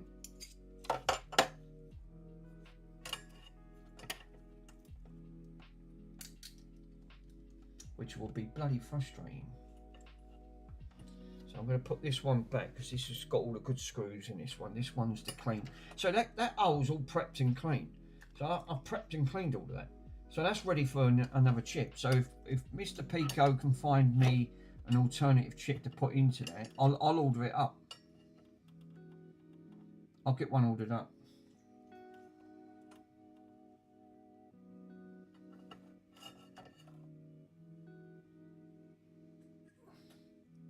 Yeah, that could work. I think that will. Right, glad I got that one, because now I can copy this, because I forgot how to take this. Which one did I take apart?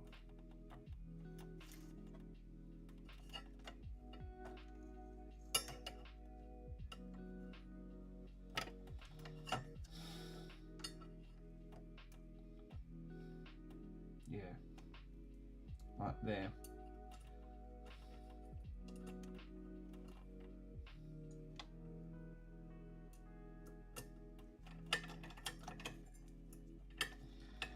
So what are you going to do, Mr. Worms? Are you gonna be streaming the Ataris, or are you going to do it off camera and do a video and do what Mr. Pico does? Whatever you find easier, really.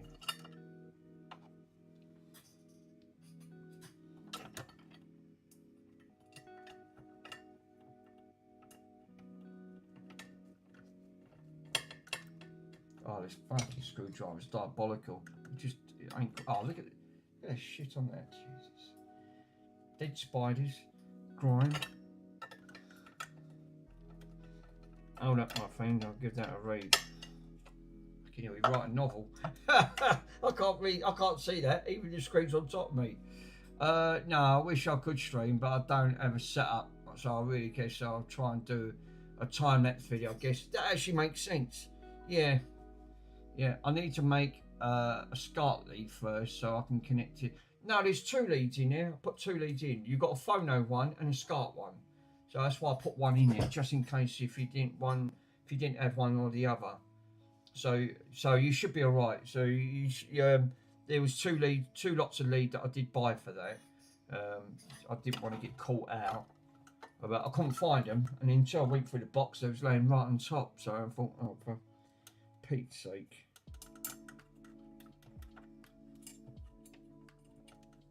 So no, you won't need to do that. You should be able to just connect it straight to the.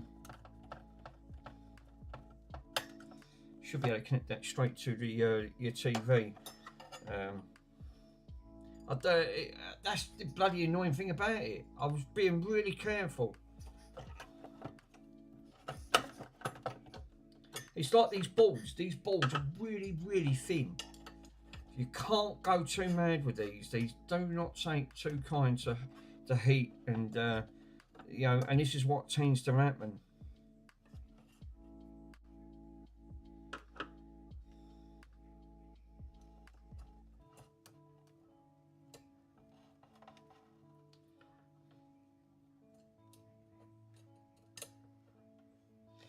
It does not look good. It doesn't look bad to have a quick look. Oh, that's all right. You remember, there's a remaining pin in there, my friend, which I didn't want to put through. So there was a pin stuck halfway through. It was that bloody. You know what's done it, wouldn't you? It's them. It's these cheap fucking Chinese. I paid £7 for these off eBay. These standoffs, right? So you think you're getting a good quality? I mean, no, a bit of heat and it melts them, and then all the fucking legs get stuck to it. So obviously, I've done a good job trying to put them in, and it was a bloody hard job getting them out. I thought, for crying out loud, seriously. I was actually pretty annoyed with myself on that front because I was doing so well.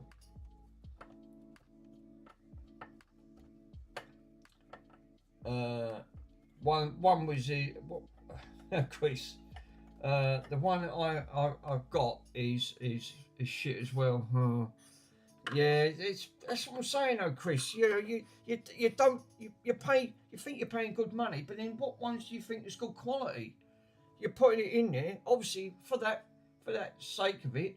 And now fuck that. Not only did I fuck that port, that's why I stopped. I think that's the biggest thing you got to do when you're doing these electrics.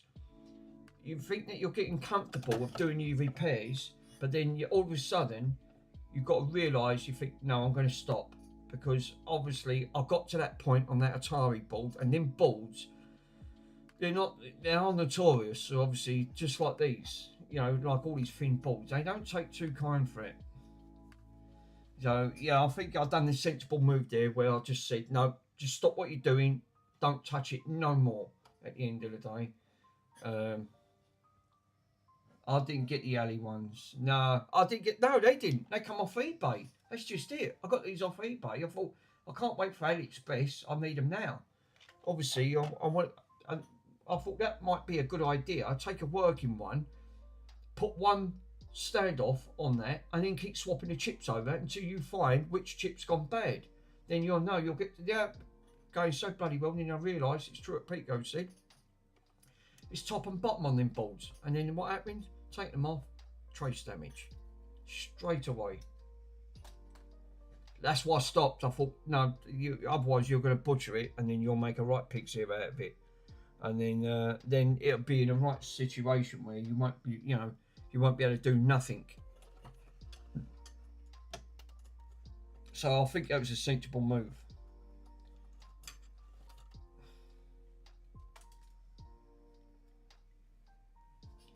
Yeah, them cheap bits are sold for max profit. That's what bloody annoys me. No worms.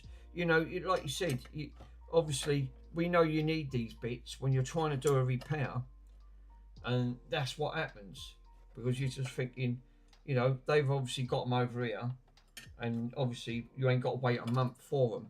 I mean, obviously them other bits so far from AliExpress, they've took just over 3 weeks when I ordered them parts, and they've only just reached the UK. The only thing that ain't reached the UK yet, because I know I'm going to get hit with a import tax, will be that power station, because it's over the £150 threshold. I went on to it, and it's right in the terms and conditions.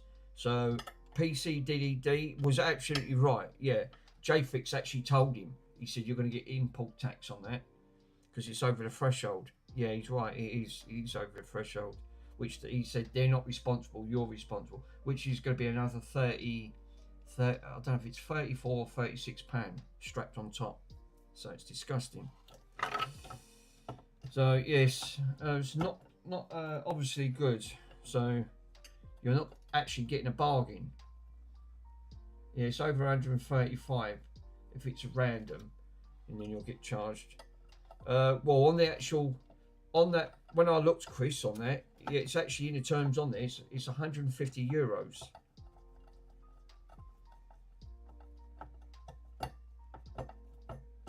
So, yeah, probably would be about right. Customs don't have enough people to check all the parcels. No, it's the UK. It's who's delivering it. Then obviously they'll get slapped with the import, and then they'll come back to you saying, no, these import charges need to be paid for this. You'll have to pay it in there, and then they'll get back to the customer one way or another. So obviously I'm going to have to do the same thing again now. Oh, look at all that. I've got all that fucking thermal paste all up my hands.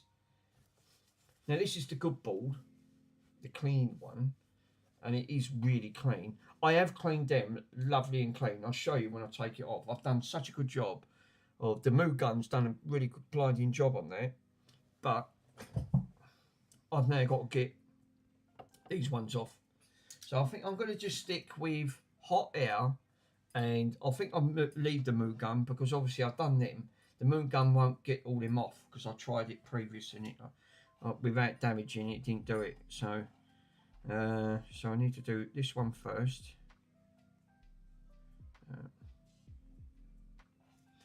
That's why I like these little bottles. These little bottles in it. This one's got like a gel in it for some reason. You know. Right. Let's go back to the. The rate I'm going to need a breathing apparatus or something like that.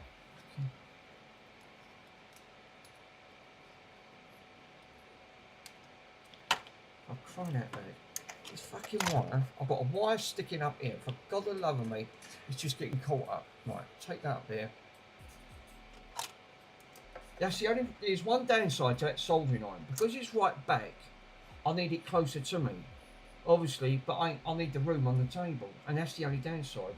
It screws me right up. Hold up, Chris. I'll read your message, and let me just desolder that, my friend.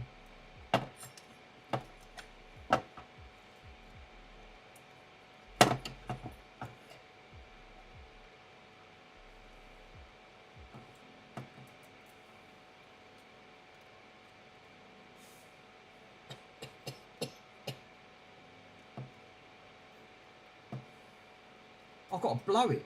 I mean, that's how good the fucking fume extractor is. I've got to blow it towards it. God, that's sulphur. It's like, it is, it's like sulphur. It's absolutely horrendous. Yeah, this is working a lot better. I should have just done this. The angled one is brilliant. Get the angle, put the angled one on, right, and then give it a good old flux, and then just use the angled one and put it right in to there, and it sucks it all the way up. Okay, I'm breathing that in. That stuff is fucking yank. It's nasty. You're fucking breathing that in. It's oh no. My thermal can was just over £135. They marked it.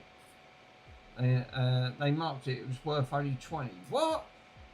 No. That's fucking daylight robbery. They can't do that. His words is saying, yeah, I've got to breathe a bit more in. What thermal cam did you get? Fucking hell, that's daylight robbery. They can't charge £135 and then it was only worth 20 quid. Custom fees. Wow, no custom fees in. Wow. Did you know what? That's disgusting. That is absolutely disgusting.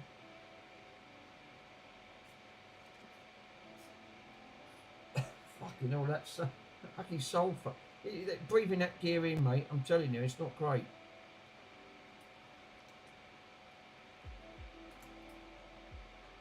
Has anyone done all their Christmas shopping? I ain't even done it yet. So, fucking, I'm terrible. Oh no, I'll be running around like an headless chicken trying to get everything in. No, they marked it as low value, so the custom fees don't have to. Right, that makes sense. But that goes to show now, innit? That's one thing I haven't got, and I really should do. Chris, I should actually get one. I should actually get myself like a thermal cam, because obviously in this line of business, especially when you're dealing with electrics, you want to see what's getting hot on the board. Regardless if it's retro or a PlayStation, it makes no difference.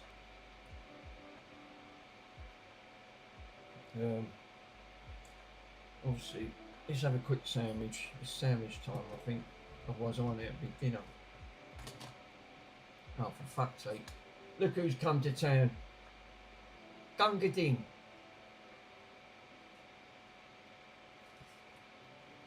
He don't show it. He just don't. He literally. Oh, you don't have one either. No, no, I've had one, so I haven't. That bloody Bronson, he's a nightmare.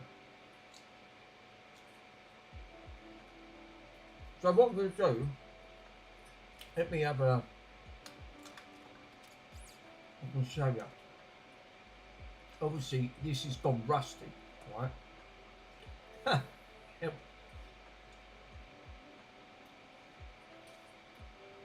Oh, Swedish Electronic Repairs. Thank you for joining, my friend. If you haven't subscribed, I'd much appreciate it if you do. Hit that like button and see what you reckon. Obviously, I deal with all retro stuff, so it won't be no modern stuff on here, my friend. If you like all the early stuff, I'm literally the person for it. So yeah, looking at that board, right? Look at this worms. Look at the state of it, right? Obviously, this is one that had the dead spider on. Obviously, you can see where I took the thing out. I'm going to clean it all anyway. But they use the hot glue. It's obviously where it's gone on, where they use hot glue on it. It's literally, I'm not joking, it's all disintegrated. But at the end, I think this is the issue. That looks like, I hate to think what all that is, but it's absolutely nasty. This is really, really nasty on that front. That ain't too bad up here. It seems like it's all round here for some reason. Obviously, this is the power amplifier side. So obviously, I'm going to have to give that a good damn clean before I think about putting that back in. Once I've desoldered that. No. Swedish fixtures are all sorts.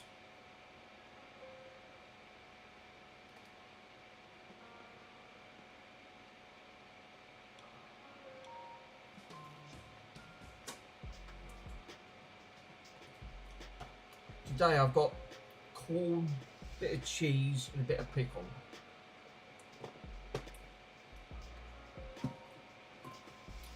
With a nice little bit of what's that? I'll tell you what, the French bread's lovely. I really missed the French bread when I was over in France. France has got one of the best.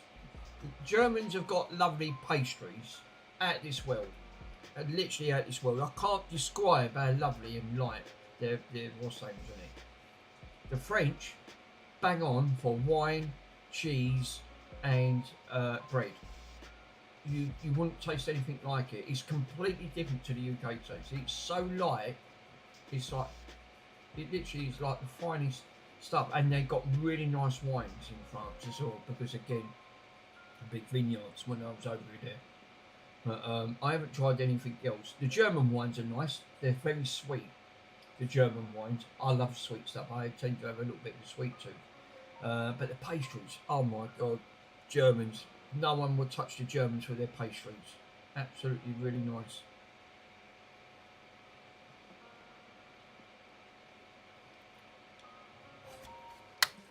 Turn that off for a minute.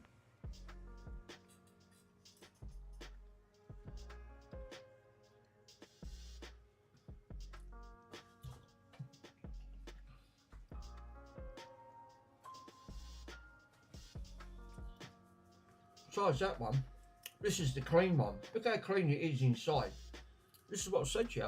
This has been well looked after. It's the cleanest yet.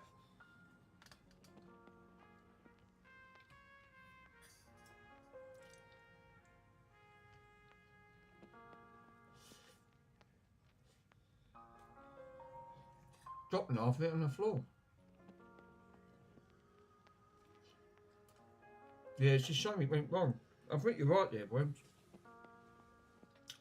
Do you know what you know for was? It was working. That was just it. What done it? I'll tell you what done it. The record player struggled to turn that platter, right? Which then put extra power that it needs. So what it was doing, well, I think Pico hit the nail on the head because I think he was saying something very similar, and I think, yeah, it made sense. It's got a massive transformer there, obviously delivering that power straight to this board. So I think the issue, what actually happened, the guessing that I had, right? You follow it in circuit. Obviously, this is the plug, goes directly to all these fuses. So obviously, if you put 110 onto the 240, you're going to take that transformer out. So you'll kill that transformer dead, right? So you'll have that issue straight away. Second, when all that power goes in, you've got two power caps here. Obviously, you've got the power arms further up, but all round here it's going to be hot where it directly goes in. So obviously, you're going to have 24 volt, which will be about right. Probably about 12 volt and 24 volt coming out of these, give or take, right? I've not even probed them, but I'll give or take, that probably sounds about right. So that's now going through all these timed fuses, because these are all going to be timed fuses. And I think what actually happened, the platter, the record player sits on top of this. Obviously, you've obviously got the connectors which go over to here, right?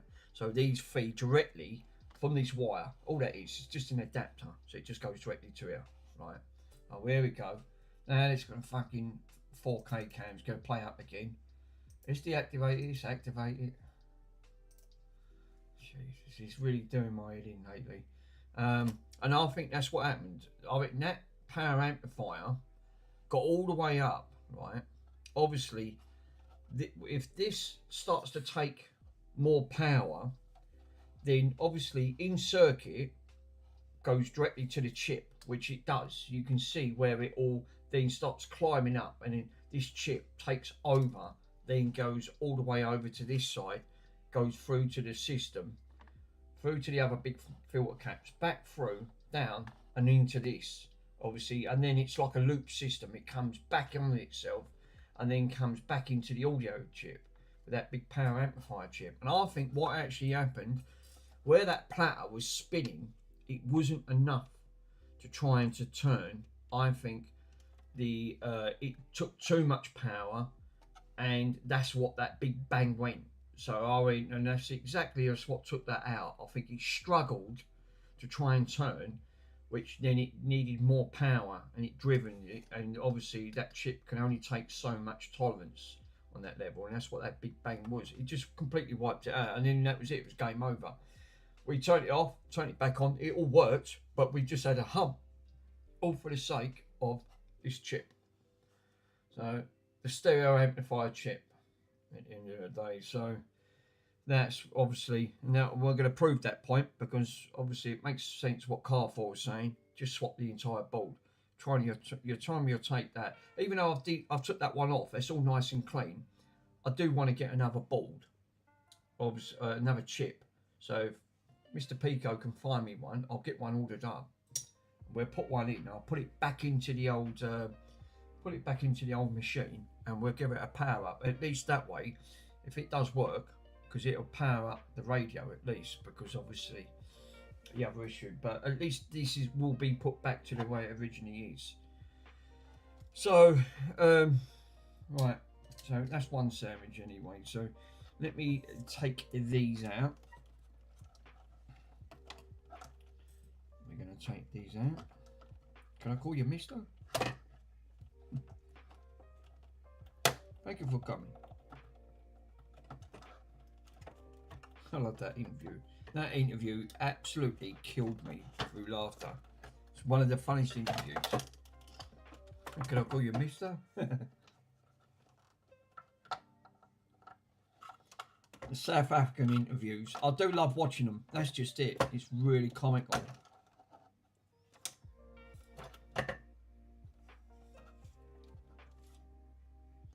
So I've got to do the same again. Now, it looks like I've got to take that one out.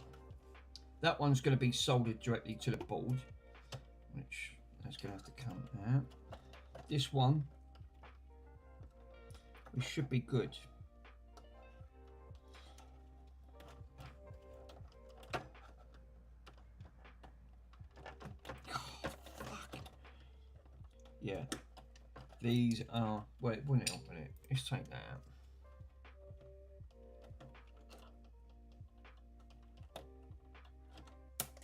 Oh, fucking ding. Cool, that got catapulted. I don't even know where that went. Right, that's better. Obviously, now I can gain access to these wires. That one there. And I need to cut that one up in the corner. There's another cable tie there. Right on that corner.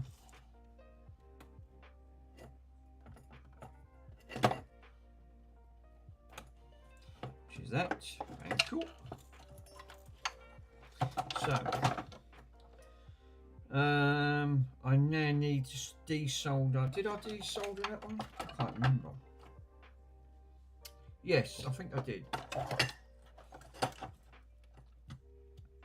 So I'm going to have to do the same thing again. If I get a little bit of hot air, and we can get a little bit of hot air.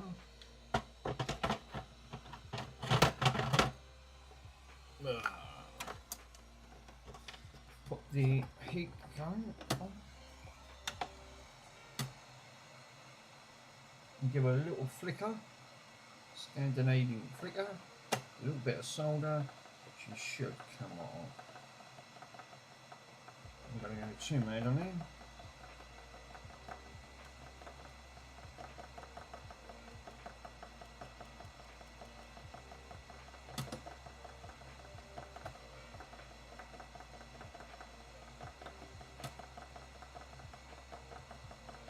These boards don't have too much tolerance levels, and that heat's really building up. And I can feel that on my hand, and that's when I stop.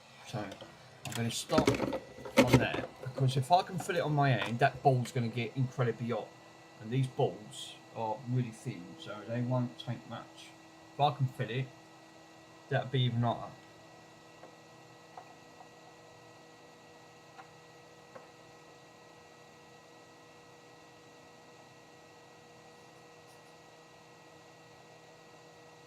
Again, it's all about timing, because again, you've got to do it while the ball's warm.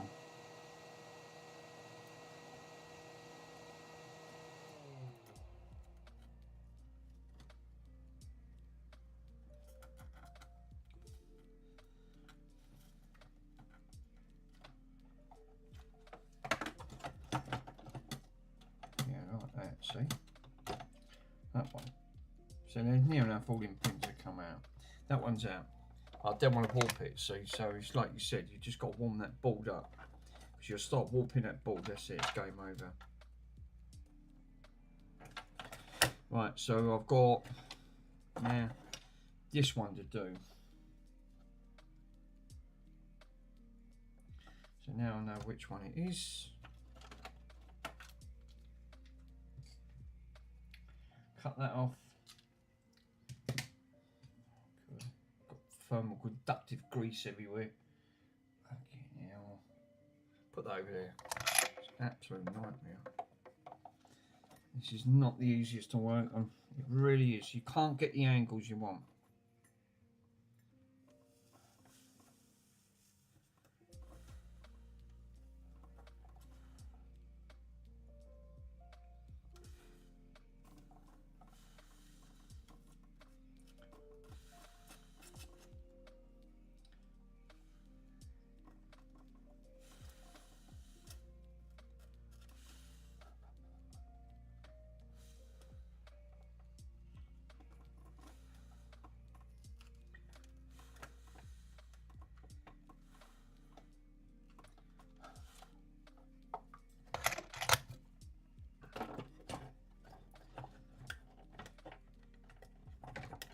Right.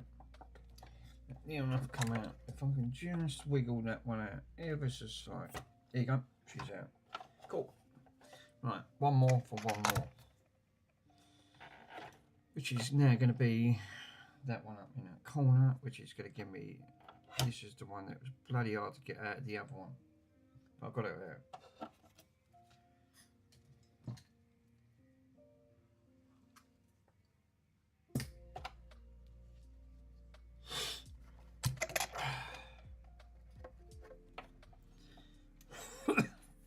Let's put that fucking stupid fume extractor on that blows towards me.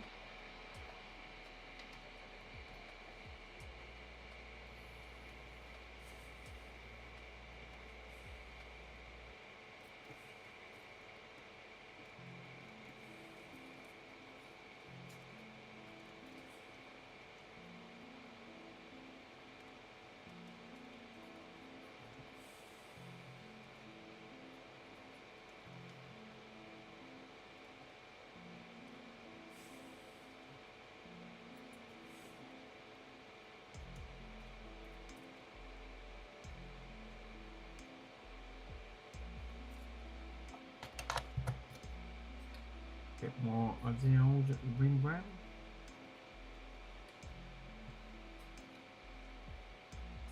Now that one that Joey was doing a test on, Joey does the tech, he was reviewing the new flux that he said it was smokeless and it was actually really good. God, I'll tell you what, that flux is super sticky. It is super sticky, that stuff. It's worse than glue. Ha! It's worse than glue.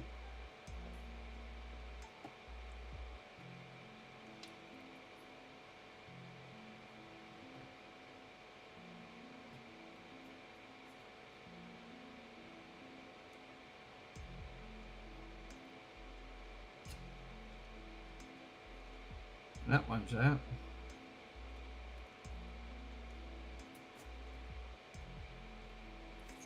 I should have done it. Like that. I'm going to have to get the soldering line and just give her a lightly wiggle. Let's see if we can. There you go. She's out. It's just held in by. God, that stuff is super sticky. That gear is nasty. Absolutely nasty. Anyway, this one is now. Ta-da! How long did that take? Just to try and get a bloody solder board out. Obviously. Right, let me wash my hands, guys. I've got half of that flux on my hands. That stuff is seriously sticky. We're nearly there. So all I've got to basically do is solder this one in. Paint it and solder it in.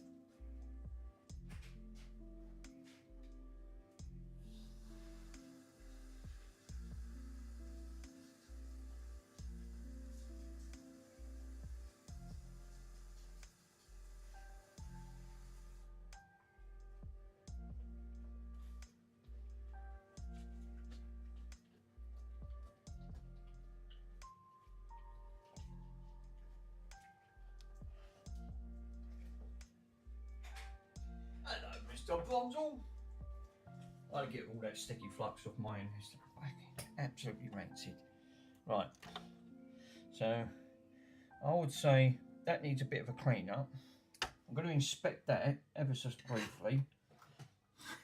Hot glue flux. It does. I think you're right there. I think you're right there, Worms. It does. Definitely 100%. This stuff is super, super sticky. Right, let's just do a visual inspection now. Don't want to break these pins because obviously this has got to go back on the board. Now we've got a couple of pins sticking out. God, which is not great, if you want my honest opinion, because they shouldn't be sticking up that bloody eye.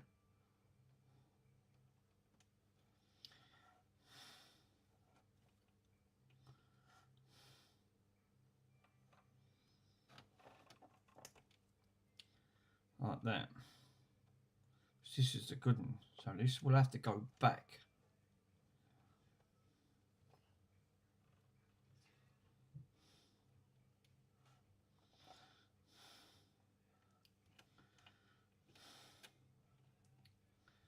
Which is, I don't really want to give her too much attention.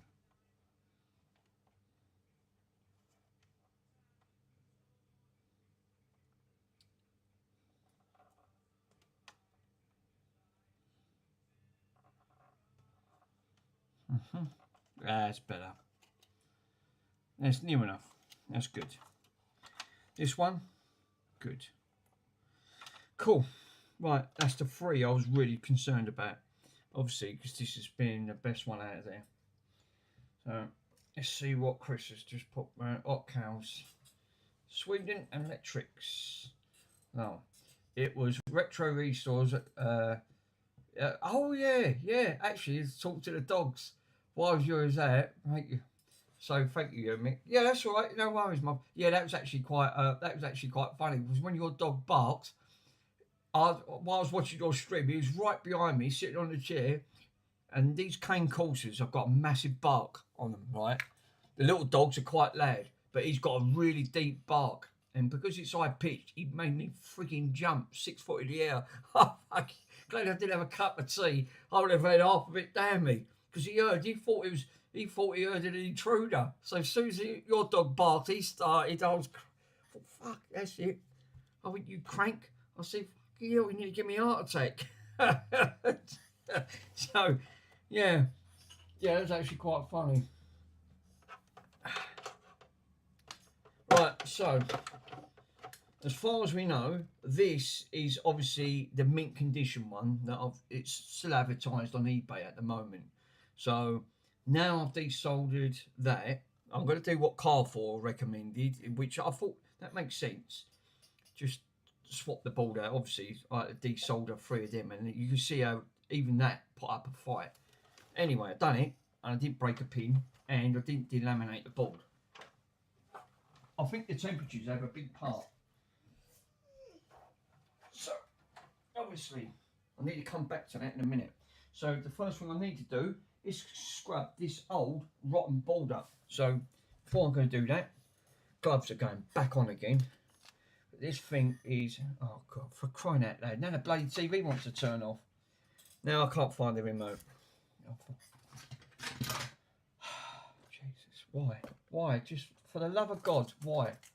Be right back. I'm being finished. Oh, okay, no worries, Worms. It's got fish in the oven. Here, cookies fish.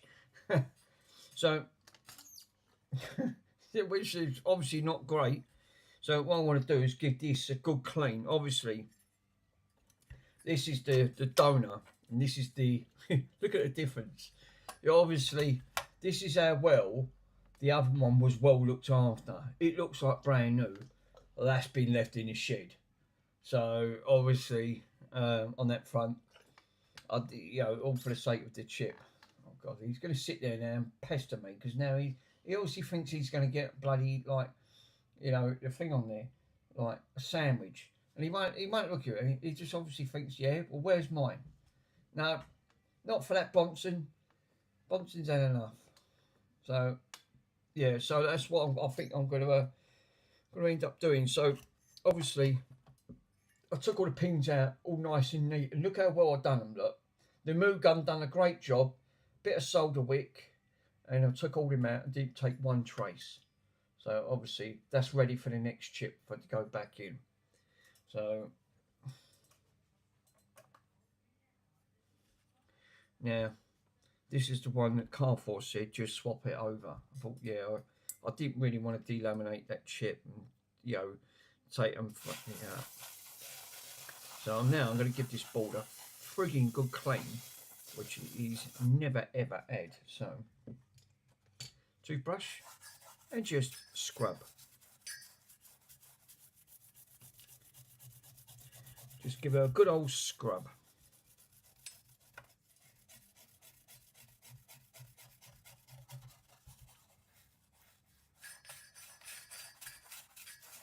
Clean that power chip up.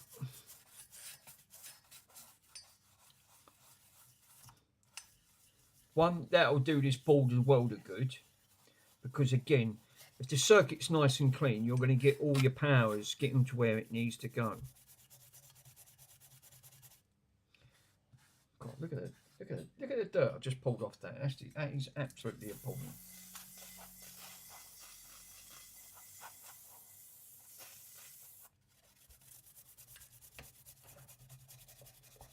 It's this bit. You know, I'm a little bit concerned. This where this power rail goes.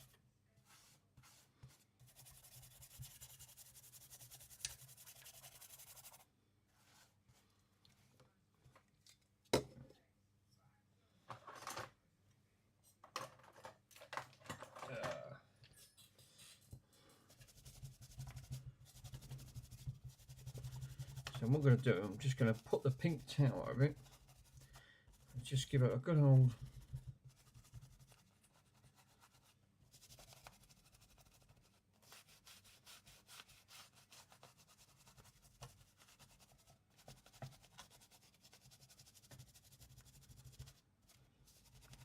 That then soaks into a microfiber and give it a good clean.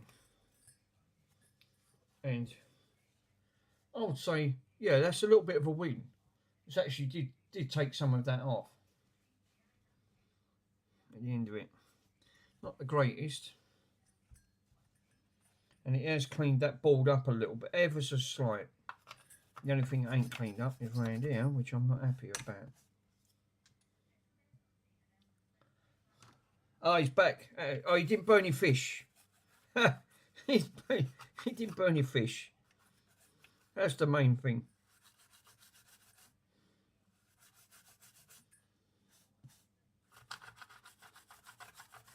So what I'm going to do now, I'm just on the verge, as like I just said, Worms, I'm just cleaning this board up. This is the one that was all rusty up here. Obviously, that's cleaned all that up there, which is just what that needed. I'm actually amazed this powered up at all.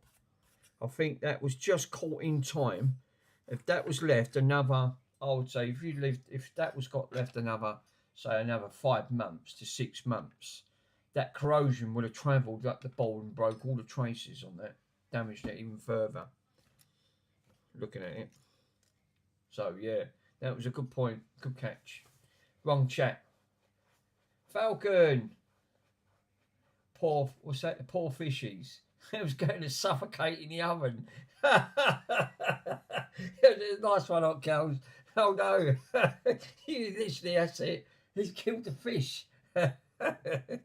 It's bad enough that him trying to put, it's like Carrefour's trying to do, say, oh, that's all right, just inject 60 volts. 60 volts will do it all right. We'll start with the 60 volts. Any luck with that third printer? Oh yeah, I meant to ask you about that.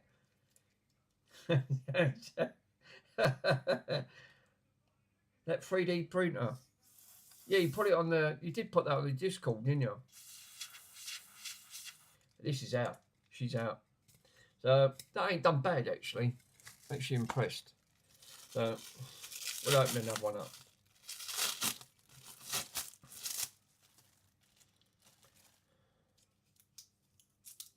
Oh, I'll leave all this straw in there. I'll just take this one off. Can't be arsed. Take all that off. No. Right. Put it on the table with all the other mess. Just put it on the table. I'll bang it on the table, it'll be alright. Right, let me get rid of the cans. on that front. So obviously, always keep the tops just in case they break. And this can go in the recycling section. Nice. Sorry, I've just got to put this in a recycling bin.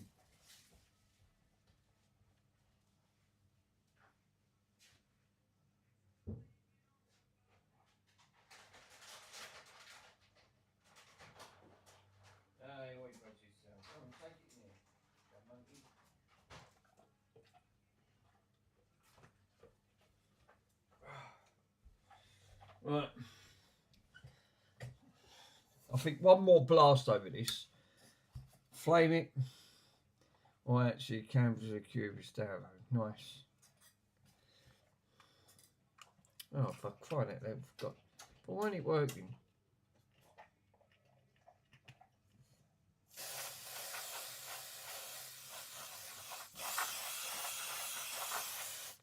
Oh, yeah, that's got some power. God, that stuff stink. This is going to be the last time I'm going to clean this, so it's cleaned it up really nice now. A little drop of IPA has really brought this back.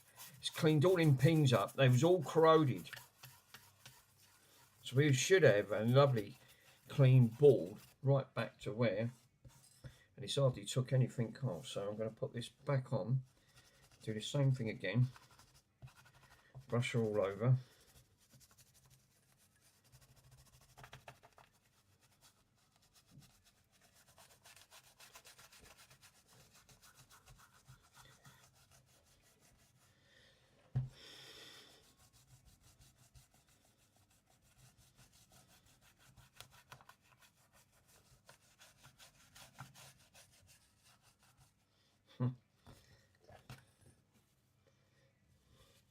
I wonder if Mr. Pico's got his Furby yet. Oh no! I thought, oh no.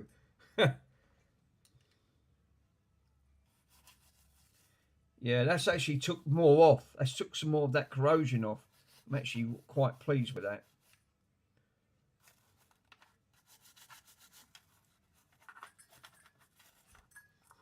He's driving him up the wall with that Pico. I'll tell you what, when we go to work, his son will be driving him up the wall with it. Literally, with that Furby kit going on. That one goes on about ping pongs and pizzas. It's actually quite funny. Poor Pico. I feel sorry for him. I'll put mine back in the cupboard. They're sitting back in there. They can sit in there for another year. At least that corrosion's off that other board.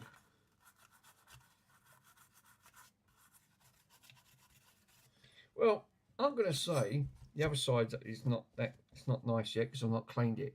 I'm going to say that's a win-win. If I can compare it and put a side-by-side comparison, obviously good side versus bad side, right? So obviously, I know you can see the difference because you could just tell this is the good and this is the bad at the end of the day. But do you know what? That ain't bad going. Bit of IPA and a bit of scrubbing. It's done well. It's brought it right back to on it. But yeah, this is done. You can see the colour difference straight away. So yeah, it does sort of make sense. I need to take these off actually. I still keep putting my bloody hands in that grease-proof face. What counts? Oh, Mr. Pico, you're back. I was looking. I was while you was doing. Well, right, okay. We was just saying. I said you'll be receiving your lovely gift soon, for your son with the with the Furby. So make sure you get plenty of batteries in. You're gonna need them. You're definitely gonna need them.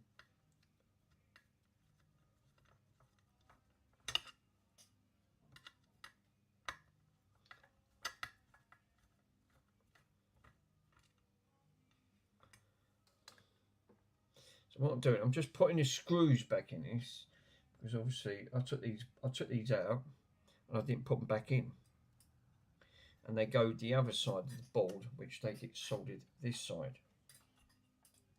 So I obviously put them back in front. I'm lurking here. If you need me, give me a shout. No worries, my friend. No worries. Mr. Pico, as always, he's always probably got about 20 jobs on all at once.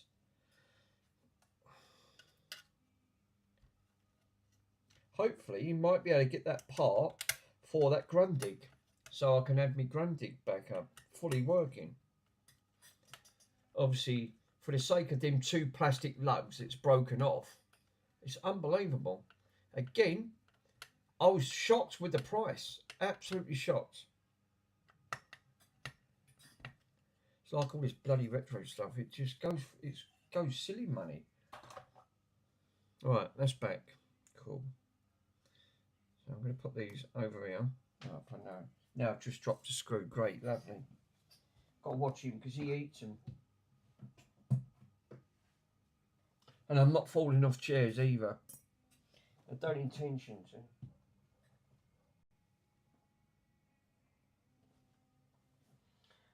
Fell off the chair. I can't believe I fell off the chair. What a banana. Oh, no. Sorry, Bronson.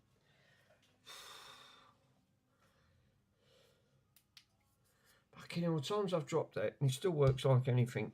Right, anyway. Let's clean this side up now. What are you fixing anyway? Right, well, this is obviously, I've done what Carfor was recommended. Obviously, this is the one at the good machine. We took the chip out, which is sitting just over there. That's the chip for it, right? This is what I was going to ask you actually. When you get a bit of time, I was going to ask you to find me one of these so I can get one ordered to put one back in. And what I was going to do is solder it back in with the new chip, and then put this back into the old machine to see if we can get power back into that again to a certain degree. Obviously, so what Carfile recommended, he said, you try and desolder that, which I did. I ain't done bad, I've done really good. But he said, you're better off just swapping the board out and cleaning it. That's exactly it. And then that way I don't have any issues at the end of it. So that's exactly what I've done. Desoldered. I had to desolder 3 lots of pins on that. But now, obviously, this one being a lot more grubbier, I'm just going to give her a clean and then solder her back in.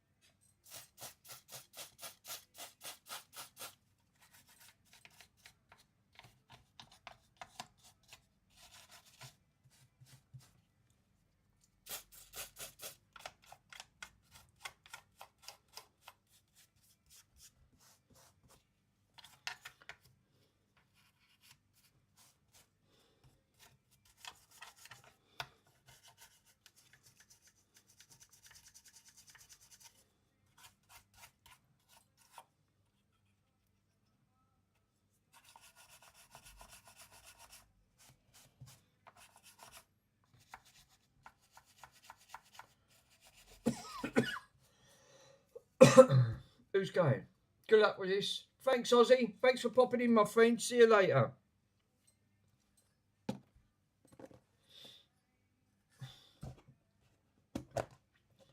Sandwich time.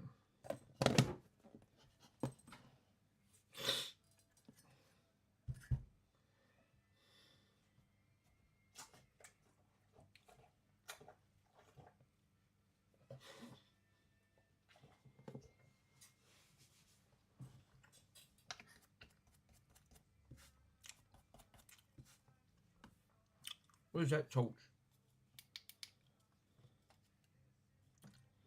Oh yeah, I've got to put that back on.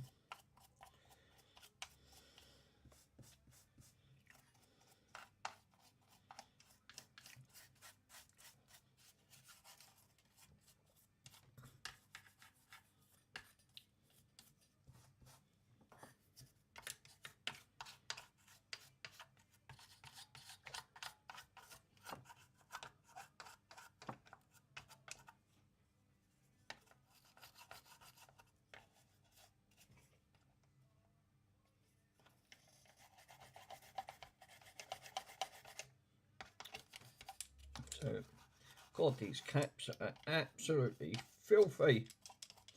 They're disgusting. Just even a gentle light brush.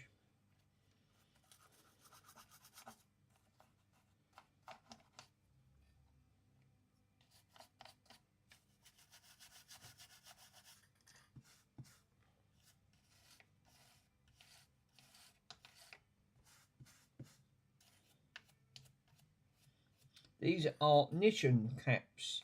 So they've actually put Nichon on these. Yeah, Nichons are the better capacitors on that front. So yeah, I'm actually surprised they've actually did use Nichon caps on these. So obviously they're more designed for audio.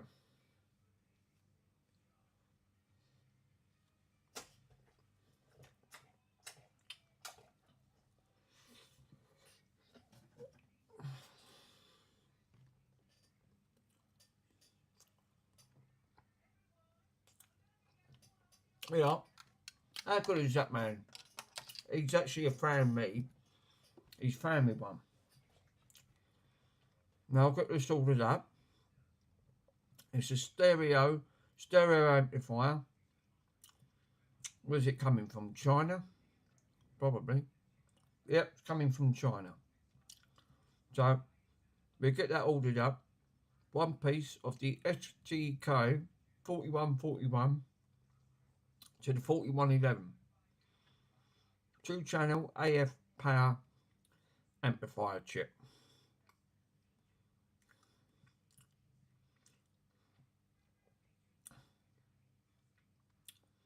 So it's you know, it says a 15% voucher code.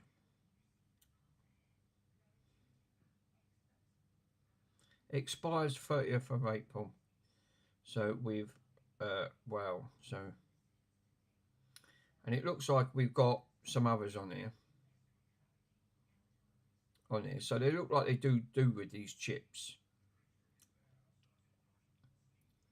These must be common for going, because we got the one for the 461. So yeah, it does sort of make sense.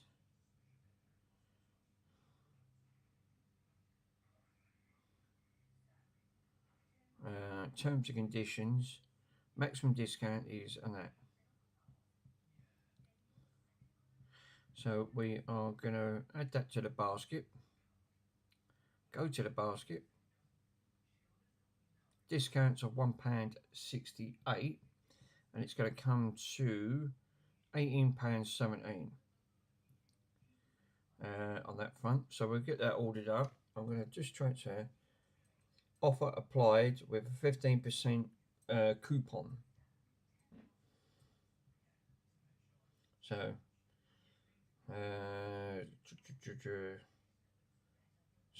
£13 for the item, and postage is going to be £6.75. So yes, thank you, my friend. Give me a minute. I'm going to get that ordered up. I'm just going to transfer some over. Yes, I think it is. I've got it here. So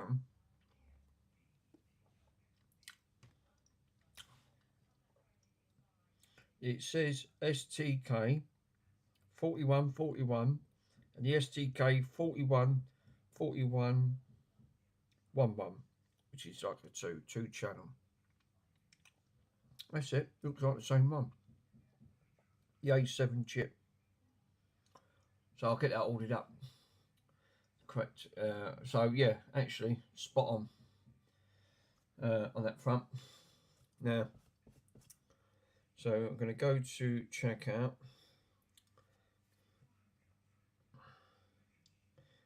Post that to me.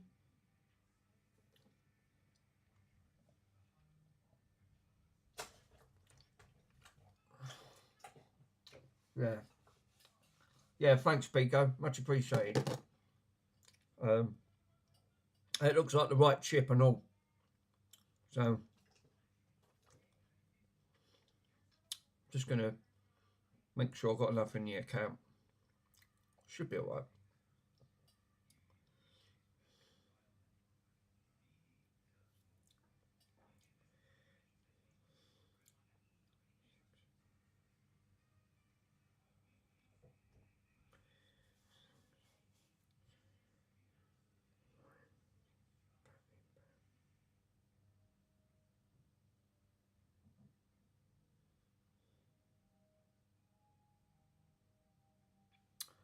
and then hopefully we can get that done.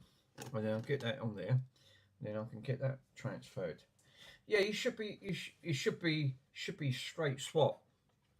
Yeah, I mean, to be honest, I mean, it's easier to do it this way. I mean, obviously, this is going to be an easier option than trying to desolder them chips. That I'd want that to come out because obviously it went bad. But I don't want to piss this one off just in case that one trace breaks on this or snap one leg, it's game over. So Carfor was right. Just literally be easier just to swap this section. That's exactly what I've done. I thought, no, it does make sense. At least I can then get this back up and running, and then I'll take it off eBay because at the moment she is on there. Right, there's enough in there now. So comes to £18.17 with a £1 something discount, 168 discount. It's got to come from China. No surprise.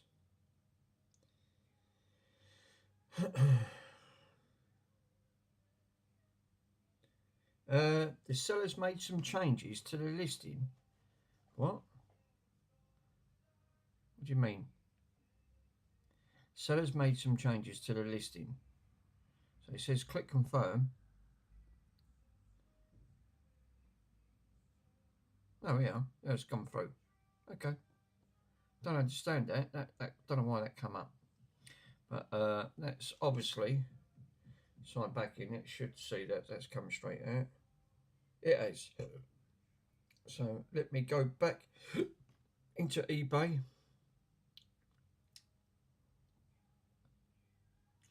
Go back into that. Yeah, that's all gone through. Yep, fine. So we've got I've ordered one of them up. So that is now obviously now gone through. So it should be a straight swap, like you said. Should be able to put that directly into this. Obviously, I've cleaned all these holes up. I can see all the holes on there. So that should go straight through on that side. And then all I've got to do is just solder the pins up. That's it. Done. And I can see the old difference. Some of the molds do need just a little bit of an help. That one does. That one does. Yeah, there's two holes on there. It just need a little bit more of an attention. But at least I can then get that soldered. See what I mean with these legs now? Look, that's even being careful. And look, straight away, you snap these legs. This is why I didn't really want to take the other one out. I mean, I was trying to be really, really careful here. Because these legs are notorious of snap it from the chip, it's game over. But at least this way, if I can put it back onto there, I've got a spare. Yeah, you're right. You've got a spare board. Exactly. That makes perfect sense. So I'd rather keep a spare board doing it this way, because then I could just put the other one up and just sell that for spare parts, because I'm not going to need it. Obviously, the issue are these power chips. Obviously, this power amplifier. And to have an original one, it's bloody hard to actually have an original one there. So, yeah, it does make sense. I think that's going to... I think I'm going to leave it... I'm going to leave it there of cleaning, because I think she's had a good clean now. Got most all that dust off. So now I'm going to clean... I'm going to literally put all this back in. And we're going to give her a power up. They are using Nichen caps. So they've used Nichen capacitors in here. Obviously a much better capacitor. None of them's leaked. I mean, this is off the old board.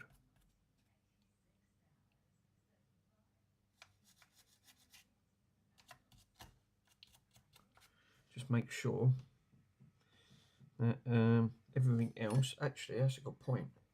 The mold's okay. Yeah, they are. So we've done... I've got 3 lots of holes that I've got to plug up. That one, and that one up here. We're absolutely fine. I didn't take not one trace of that off, and I was being really careful. So yeah, I think I've done well. Again, I was trying to do my best to try. That's what I've done on the Atari. done so well on that Atari. Just hoping Worms can actually try and do his magic. But I did warn him there was a pin. There was about 2 pins still stuck on that board. Where did you find that spare board? Right, where did you find that spare board? No, that come off the other one. That's what I said. You missed the unboxing. I bought another record. Look, I'll show you. Yeah, that's what I was saying. I bought another machine, but it was slightly a little bit different. So I mean, look, but this is what I wanted to do last night, and obviously, JFix done his magic. And so now, obviously, I've got it on my tablet, on my phone. Tablet, bloody phone, on that front. So if I go back into the thing and go back out, yeah, I managed to get it a little bit cheaper. This is the one that I bought. Actually, how much did I pay for it? I paid in grand total £48.51. I got it for 35, £10.81 for shipping, and £2.50 buyer's protection fee.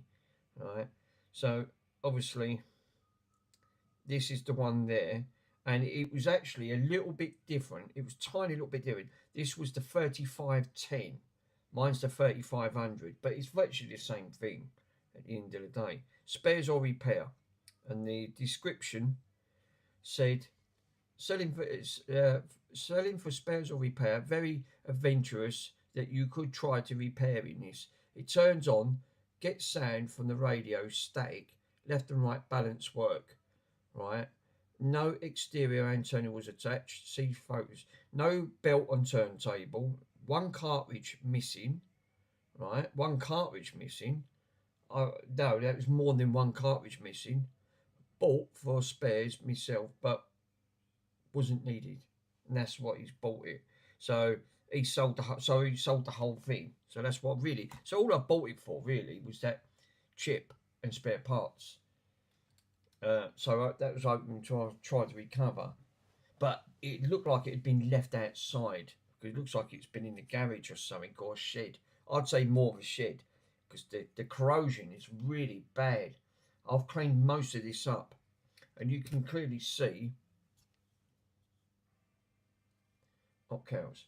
You can clearly see that the issue that had right on that board.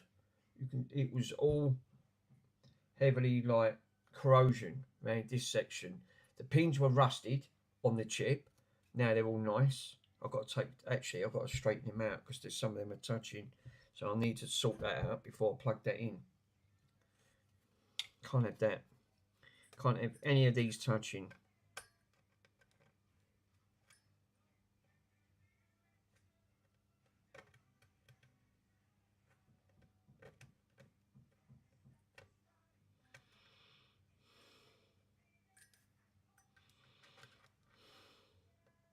It was actually nice to see Charles do a bit of streaming.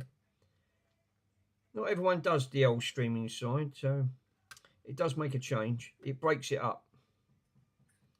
But I really didn't expect JFix to actually do that. He's really good. It was like going back to school, learning again.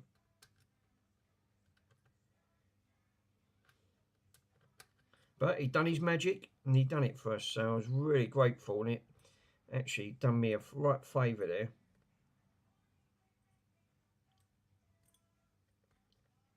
I've got to straighten these pins up, they're all bent. I do not want any of these pins touching, because this is obviously a powered amplifier.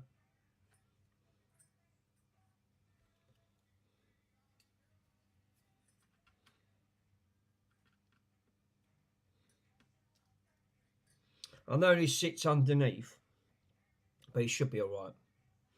Obviously the glue's dried up on that front. Obviously I've got to re-solder all that in. Some of that solder mask now is in poor condition, where that's been corroded.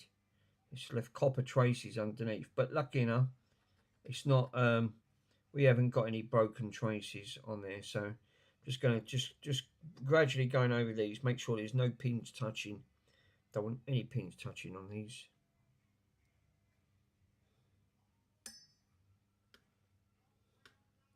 think we're good.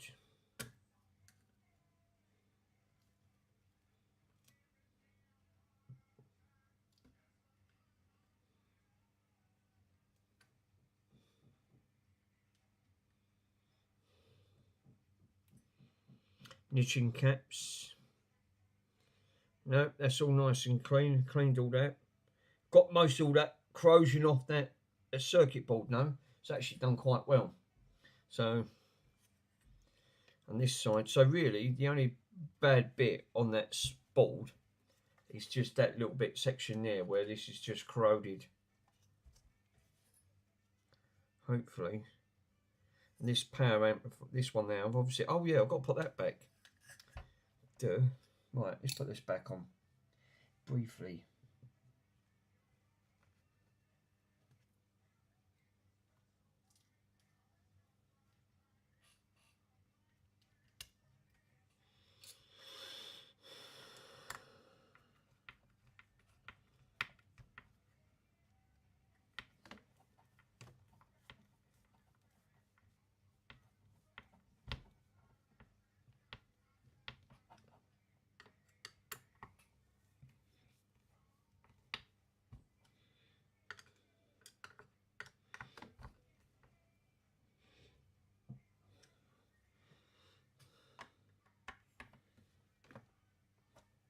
Cool. Nothing else is touching. Make sure I straighten some of these caps up. We've got a little bit of crud over here. We can brush that off. Yeah, there you go. So that's all right. We've got to put that one back on. Cap straight. That's straight. I don't want that shortening out on there. No, I think we're good. I think we're near enough there. Right, so that's good enough for me. The pins are not bent. I don't know what's happened there. That one ain't like it, is it? Oh, I've done it again. Keep bloody doing it. Keep putting my bloody hand on that stuff. It's absolutely... Right, where's that capacitor? Oh, where's that resistor? That resistor. Why is that resistor sticking up like that? It's a fucking... There's a resistor on here. Show you. Sticking up. Right, I keep putting my hand. All this bloody thermal grease. There's that thermal stuff on there. It's absolutely a nightmare. It's fucking... There's epoxy resistor. It's sticking halfway up in the air. Obviously, whoever's put that on, I think he's soldered on. Yeah.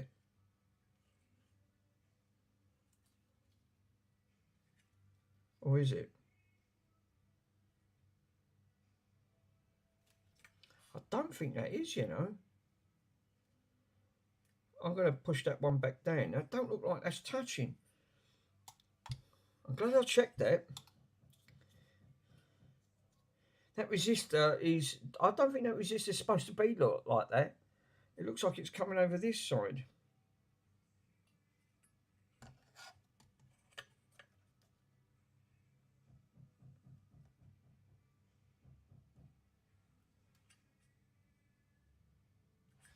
I'm going to check the other one. I'm glad I checked that.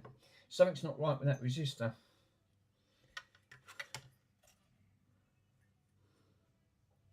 Unless it's designed like it.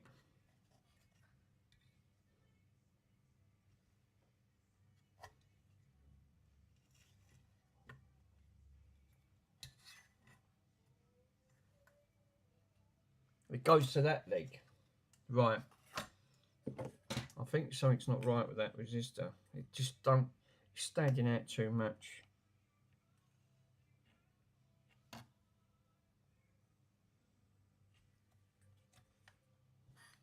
think it is connected now.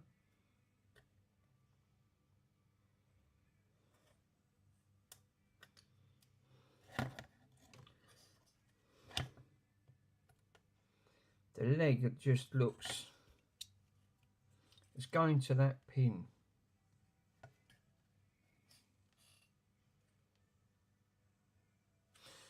I'm just going to clean that up with a little bit of I'm just going to put a little bit of flux on that, and just check that out, because something's not right with it. It just looks a bit jank. Oh no, it's all leaking. Fucking hell. I wonder this stuff was getting all over my hands. Right, okay.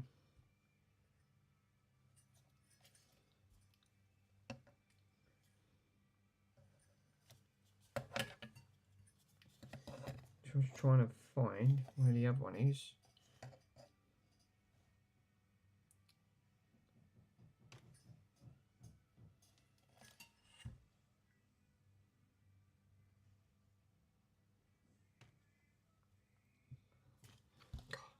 Alright guys, I've got more of that fucking flux in here, so let me just wash it off again. It's that flux, it's really super sticky. It's gone everywhere.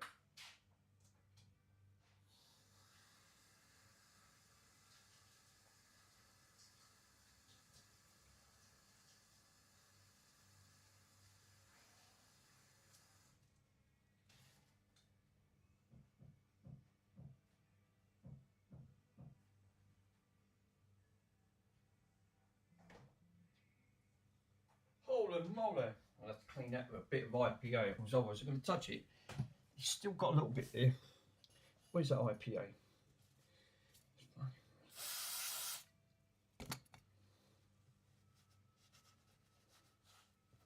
God, that stuff will stick like, it sticks like bloody fly paper. I need to sort that out. That leg it don't look right. So whoever's put that on.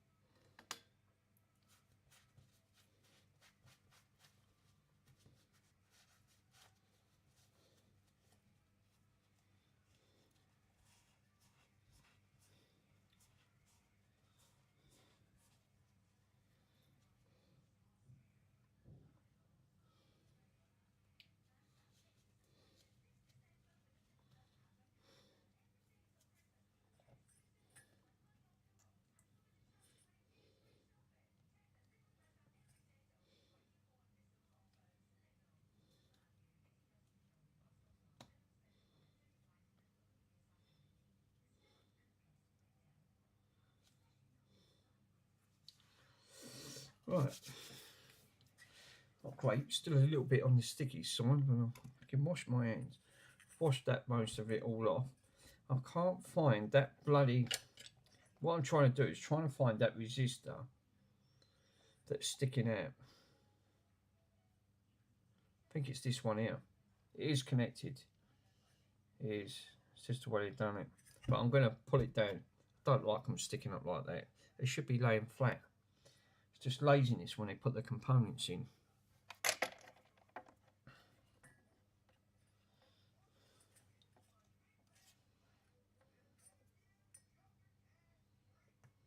Yeah, it was that one. That's better.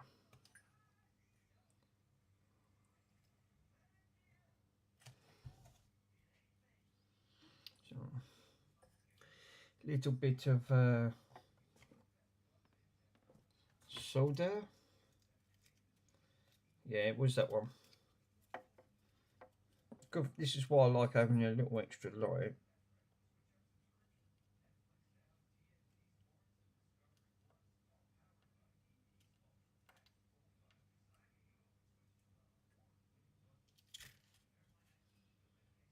Perfect. We can clean her up. Just trim the leg up a little bit.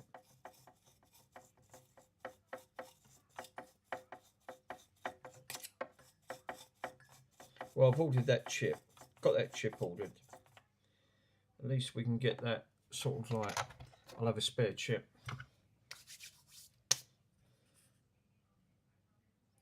And where was that one I just put down? Which was right there. No, it's fine. It's a lot better now. Yeah, I was happy with that. Just laziness how they put on these bloody components in on the board. I mean, obviously this is a power board, so you really don't want any of these components touching or shorting over to something else that it's not, because otherwise it's just going to take it out. Right. I'm more worried about that IC chip. Not the IC chip, but I was more worried about that that chip that was right. That that power amplifier chip. Some of them, all them pins were near enough all bloody touching each other. I thought, no, you can't have that. You'll have problems on your hands.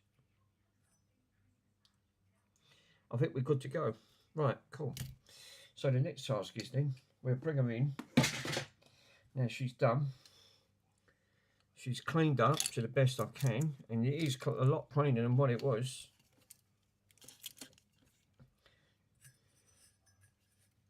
Now we can put this back.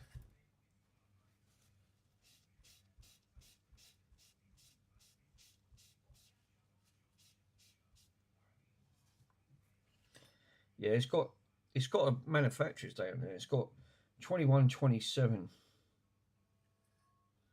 And you can see it says STK 4141. It's identical chip. And that one that I just took off, what was that model number? It says 2G15. But you can obviously see that the pin layout is identical. So obviously must be just a manufacturer's default thing on here, like a code or something. Let's just move these pins over.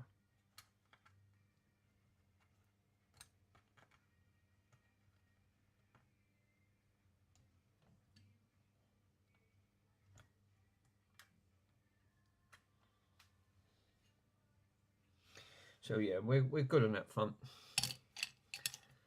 No Bronson. I'm not having it yet. Right, let's put that over there. Let's get the record player back over. We can get her soldered back in. So, back to the good one.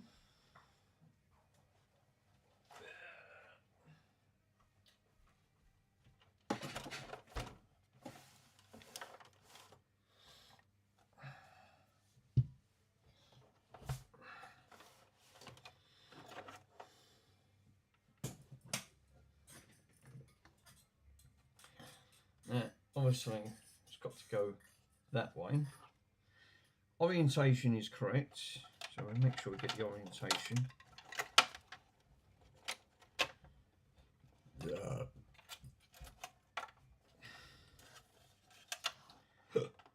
Oh fuck, what that. Right, yeah.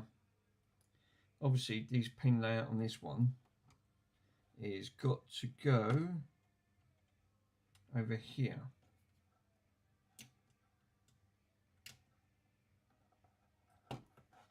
It is on that one. We've got the pin layout exactly where we need it. So, I'm going to put the solder on there.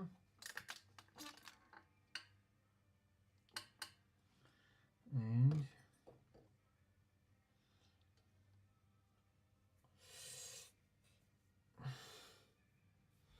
where is the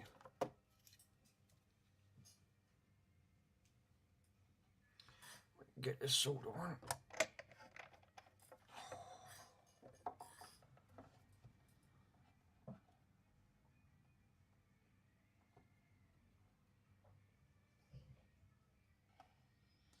Right.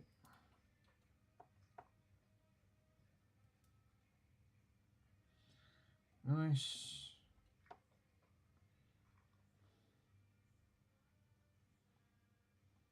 Nice.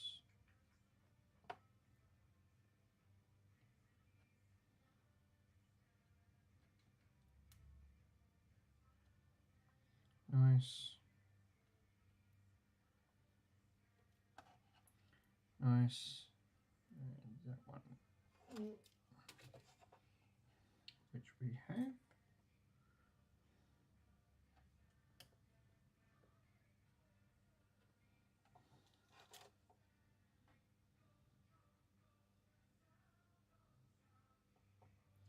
Nice. All legs are soldered. Oh, for crying out loud.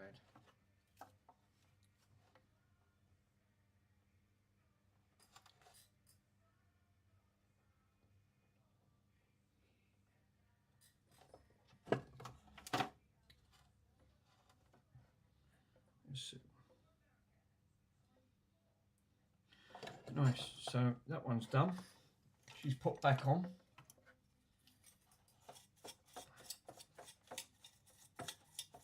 And that board's all lovely and clean.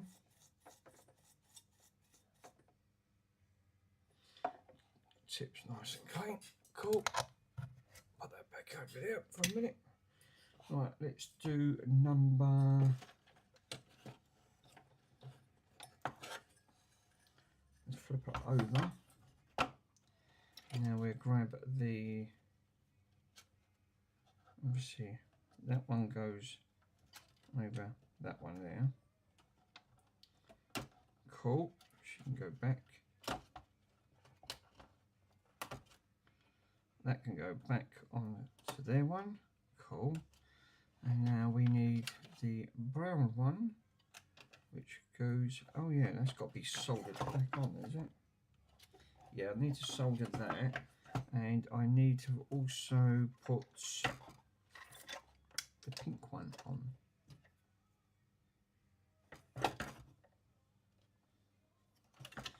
If I remember correctly, the pink one will have a cutout, which it has, which is the notch. So it's the pink at the back, right there,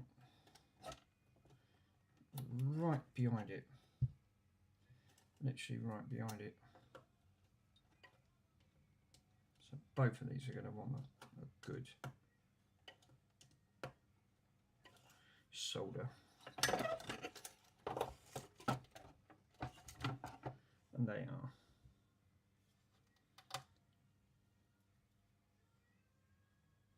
Well, that one's not great. It's going to have to be pushed back through. I wish we're off of my bloody stuffies. Obviously, I can't find.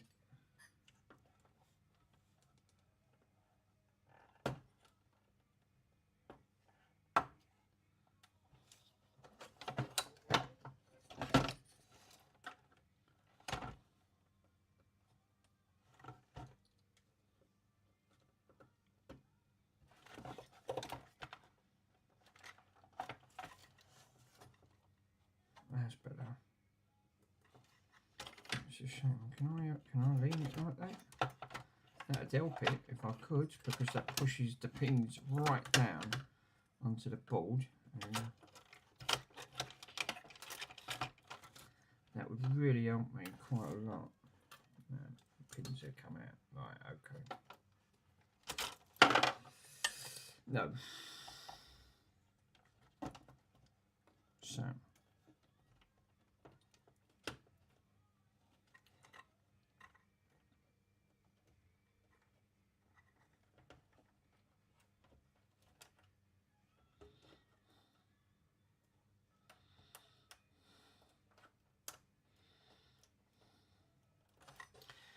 You know what it is? It's so fiddly behind. You've got millimeters.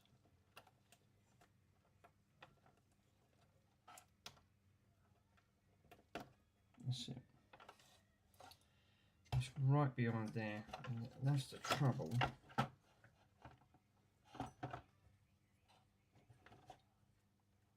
Then pins are not poking all the way through, because obviously like that, see, straight away. And lighting is having a really massive part in here, because I can't bloody see for one.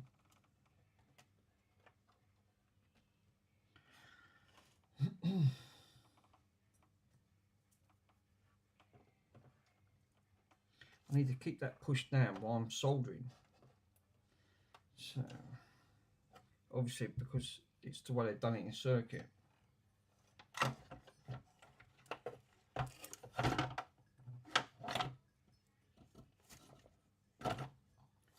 That looks alright. If I can lay through. Not great.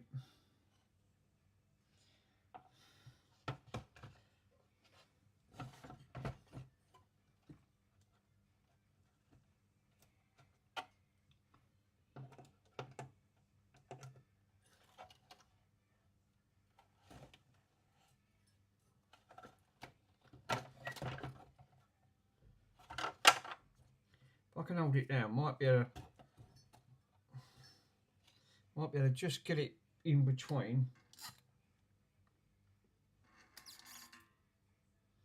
Look at the angle I've got to work at. So I've got to get right in there with the soldering iron. I'm pushing against the ball. Get solder so I can push against the and get one anchored down.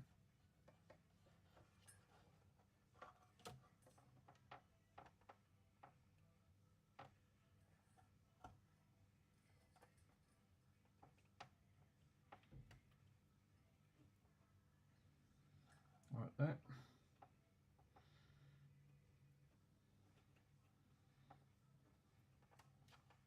Cool. I think that'll do. Might be able to get 3 for 3. Sure can.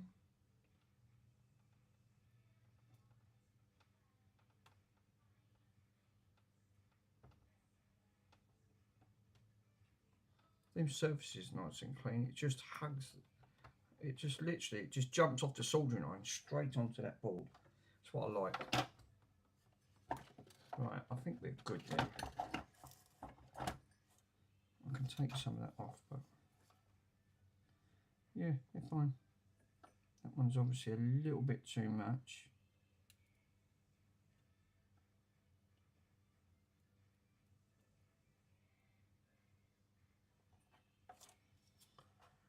Oh God, that solder stinks. Smells like rotten fish. Ha ha! It does. It smells like rotten fish. Oh, flipping hell.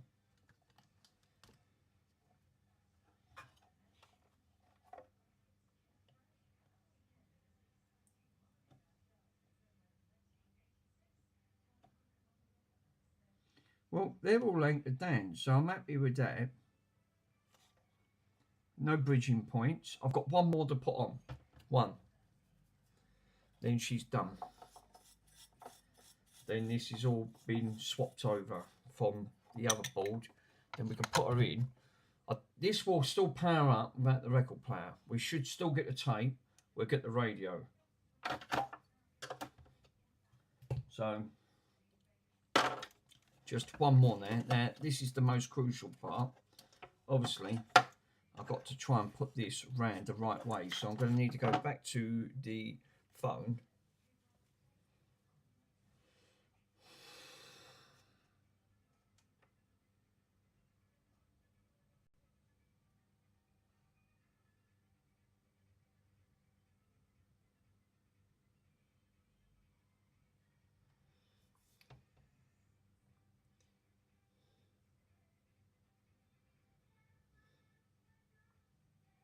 Gallery. Where was that other one that I just took off? That's it, that one there. So the grey and the blue go the furthest aside. So obviously I took a picture of knowing, looking at that cap.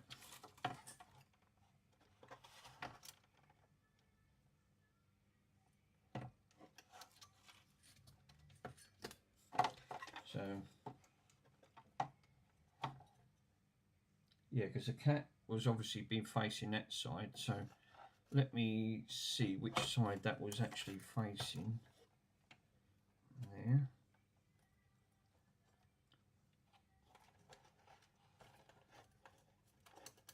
Then I can do it from the top, and then I know exactly. White, fucking white, oh Jesus.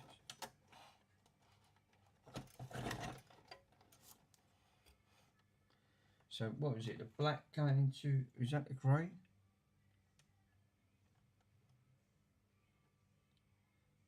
Yeah, the other one says grey, but this one's black.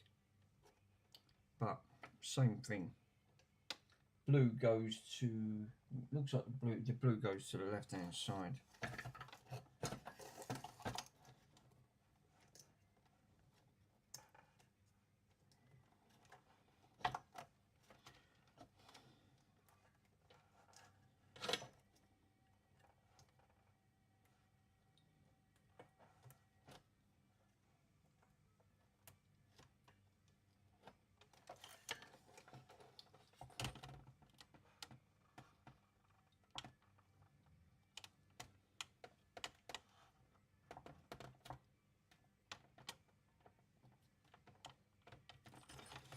Now I can leave that there. It's exactly where I needed to be. And bung some solder. Lovely. That should be 3 for 3.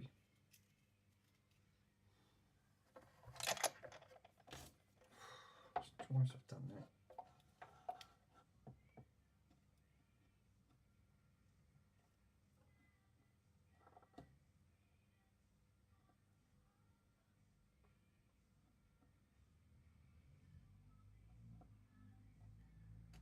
Nice. Looks just like it's just left from the factory. So yeah, as I said, my soldering skills ain't too bad. Actually, show you what you guys have done, right? So obviously, just as it is left off. I know it's not great, but look. Not too much, not too little. So now, if I turn that back over, that now should be exactly the same on that other board, which should be blue, green, and the other one was grey. So yeah, that is exact of where that was. Right, cool. Well, that's it. That's all back. That is now officially swapped over. So what I can do now, and I didn't have to take any of that off up front. I'll leave that off for a minute. I could tie this up after, but the main issue is I want to power this up. Get this powered up now. Now this is done.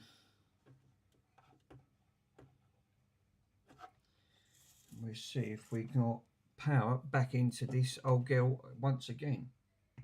Now obviously due to that chip being gone bang, I can't see why not, because it was definitely on that rail, and obviously this is needed a bit of a clean, but we got there. I can't see why this shouldn't, because all the other bits are for the record player, so all that's for the record player and all the other bits of the functions, because all the rest is down here. This side is all to do with balancing and everything else, and this one's in really good condition, so yeah, I can't see why this shouldn't not power up now until it goes bang again, but we'll find out, because that's going to be the next task, putting some power in. So I think first things first, let's put some screws in to hold all this board in.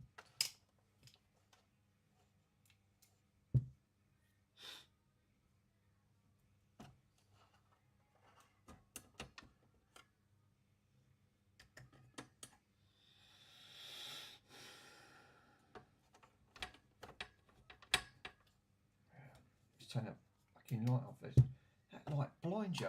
It's absolutely, it's so powerful, that thing. Fucking dazzles your eyeballs. Right, let's put all this down here, because I can't move for toffee with all this gear, which is not great. Right, got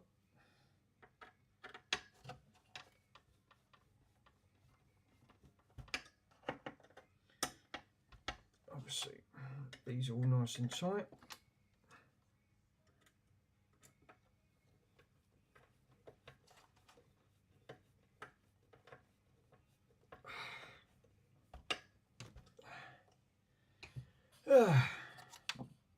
So I know it's took a bit of a while, but worms, power it up. We're near enough, almost there. Just got to put some. I've just got to put some screws. Make sure this all holds into the board. I'm not going to put the record player in.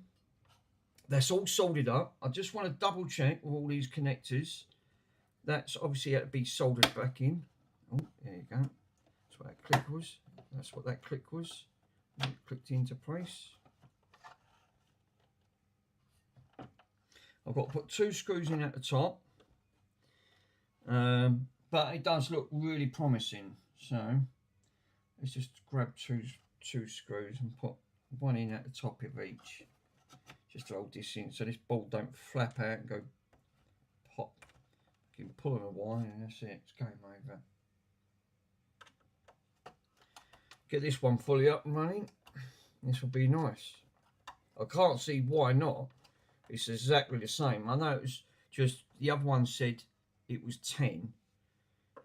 This being the 3500, but it's not going to be an, you know, it's near enough. Exact same power chip. Board looks identical, so there must have been a feature. That's all I can put it down to. Must have been down to a feature. Right, that board's anchored in. The only one I ain't put back in, which I'm going to put right now before I forget. One right in that corner because that's right where the power supply needs to go.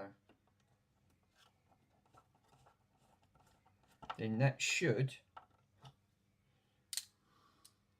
Oh, there's 2 more that goes from that side. Let's put them in while I'm here. Let's just put them in.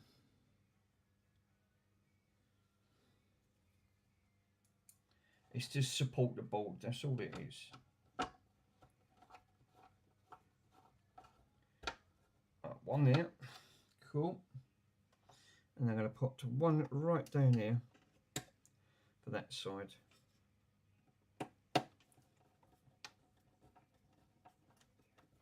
Right, and just going around tightening all these screws up on the chip, because again these give off tremendously.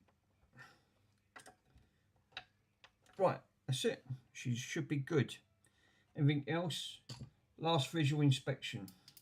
Make sure everything else is now in place. It's all straightened up, which it is. No pins bent.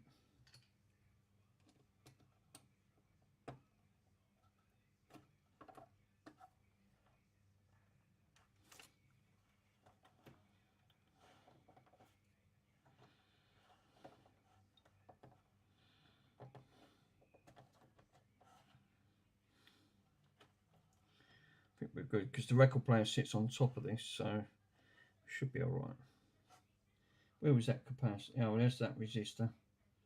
Resistor's down here. No, cool. Plug that in because we won't get no power otherwise. Cool. Right. I think we're going to be now ready for a test. So, fingers crossed. Oh, no, hold up.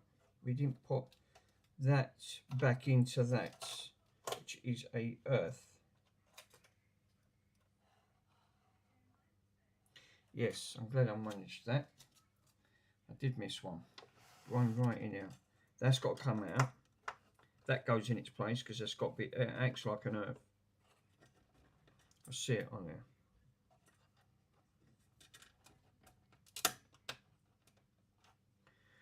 Cool.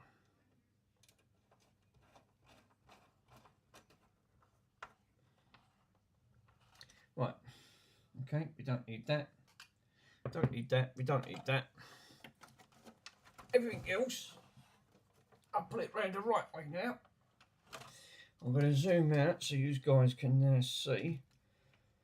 Do we get bang or do we get something else?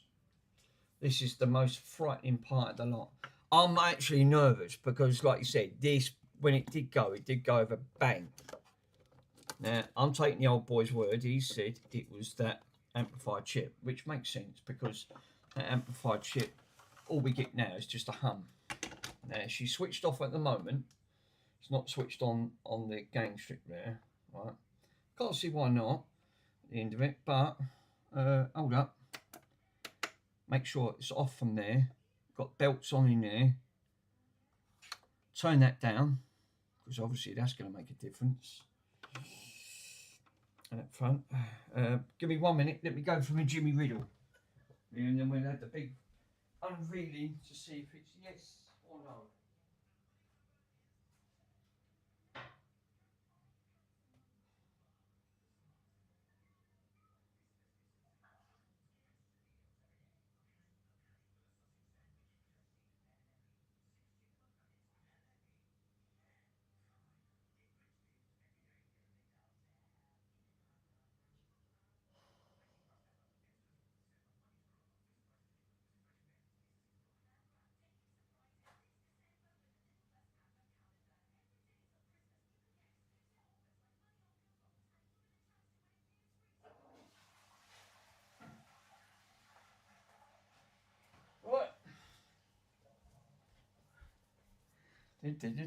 Right, make sure that's off. I'm going to switch her on.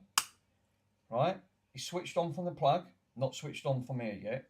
So this is the big unrevealing. Let's now switch her on. What happens? Yay! Well, we didn't get a bang. We didn't get a bang. So, turn it back off. So far, so good, right? So, tape's all working. And now, obviously, I'm going to have to be careful because she's all live at the moment. But turn it off from underneath there. So far, no bang. Literally no bang at the moment. But the biggest truth is sound, because all we got was a hum. Remember, when that went bang, it still worked because it took out the power amplifier chip. So, I've got one speaker. Right, I'm going to have to stand up because this thing's a bit of a monster. Which I'm going to stand her to one side. Now, obviously, I'm going to do the right hand side. And then what we do, I'm going to lay her back down because obviously, chip's under. So really, that chip's live, right? Let's grab a tape. I've got a box full of tapes right here. Cassettes.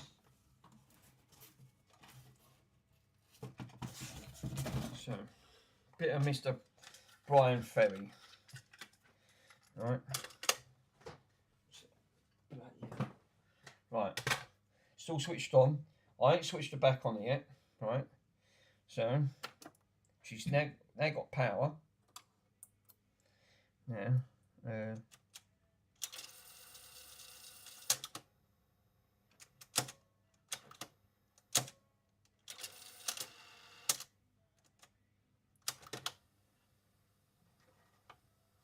well, we ain't got a hum, but one of these is a pot. Hold up.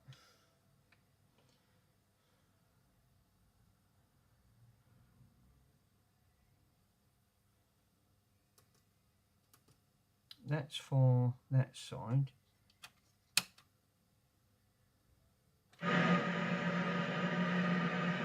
Well, we got power, guys.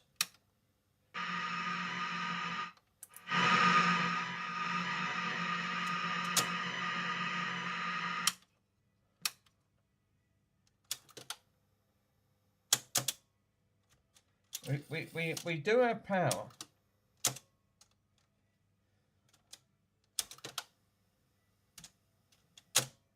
Right, let's turn it. I think the tape's at the fucking.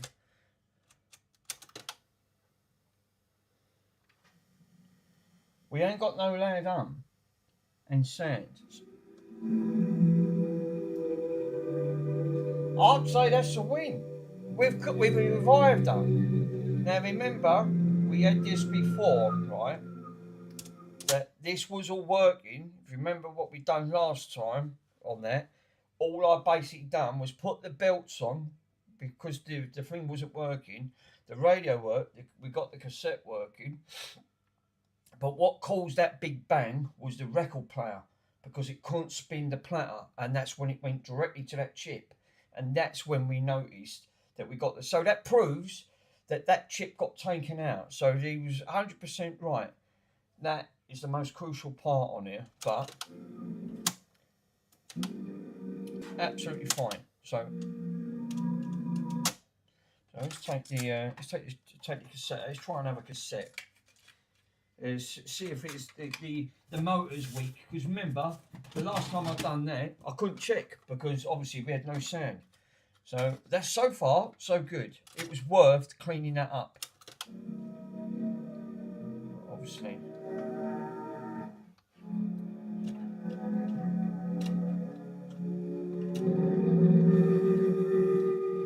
I wouldn't say the cassettes know the great, but then mind you, you've only got to look at the cassettes on the way they've been recorded. I mean, what they've been doing to that, fucking state of that. So let's put it back on the radio. And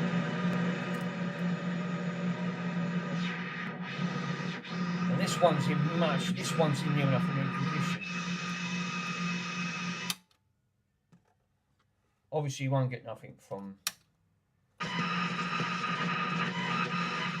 Right.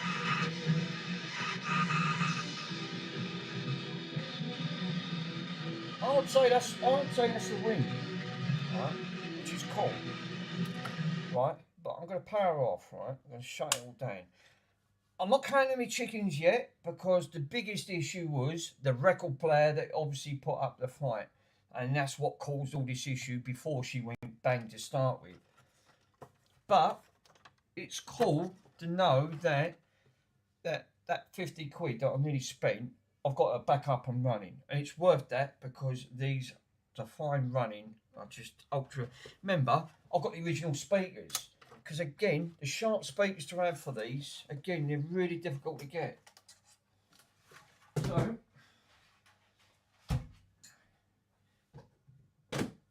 I'm pleased on that front, which I am. I'm really pleased that didn't.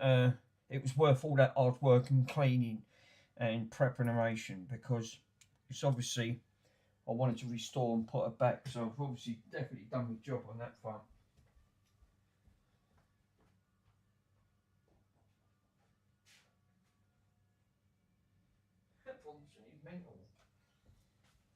Now, obviously, the other one is going to need a little bit of work on, but if I can get that other chip, I'll do the same again. Obviously, this was the original board, so really, all I've basically got to do really is just put that chip on this board, plonk it back in. I don't think I'll be able to solve all the issues with that though, because it has got multiple issues. Where this is not got no multiple issues, it was just that chip that ended up causing the problem. So I think what we need to do now is cable tie some of these back where I've cut the cable ties off, because look, I've cut the cable ties off in there. But I'm pleased that she's back up and running. That's one aspect. Because again, it weren't looking good. And at the moment, it's still on eBay for sale, so I'll have to take that off on that front. Because obviously, I got to the point where, well, I can't get parts for it, so, which is not great.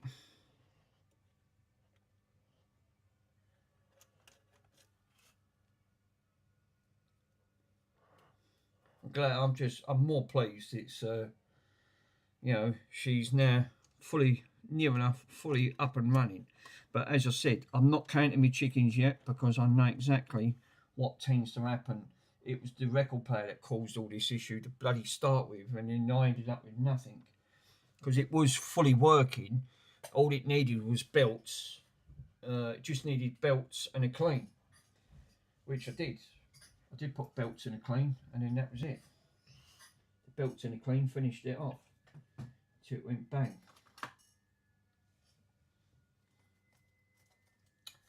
Oh, for crying out loud. So another, I would say that's near enough, another win. Until she's fully all put back together, I'm not going to class this as a win yet. Because the ultimate is to leave it running, obviously.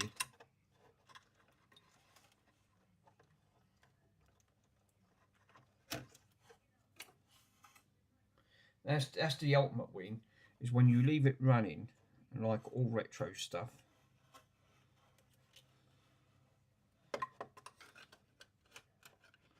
Really, I should have just done this out there. I bet Peak I'll be pleased because, like you said, it's he's really helped us out quite a lot, which is great. I mean, he'll help anyone out. He's a really lovely person, so you know, I'll really give it a thumbs up and much appreciate if any of you guys can go and support his channel, because everyone needs support on their channels. Obviously, it makes good content. You're seeing. I mean, all right, like you said, it depends what type of content you're putting out. And my type of content is obviously it's content for retro gear, which you're never ever going to probably get to see much more of this stuff, which is such a shame, because now all it's going to end up is in museums.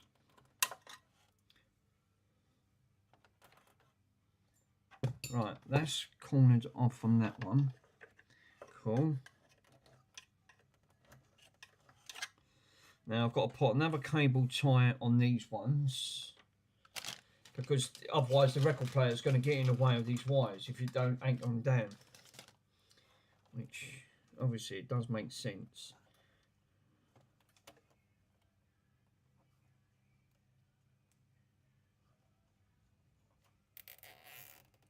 It's cool now that that was just the case, but I just wanted to confirm it. The old boy where I take all my retro stuff to, if I can't do it, he just charges me 20 quid just to give me a quick diagnostic. But he's old school. I mean, he's getting on. He's got to be getting on for about 76, 77, and he's still doing repairs. He's been doing it since the early 60s. So obviously he's got years and years of knowledge on that front. So you know, for the sake of £20, I'd rather take his word for it. Obviously, I'm not an expert. I'm still learning. I'm a bit late in learning, but at least I've started, you know, like some others. So yeah. Right, that is now all sorted. So what I'm going to do now is put the record player back on.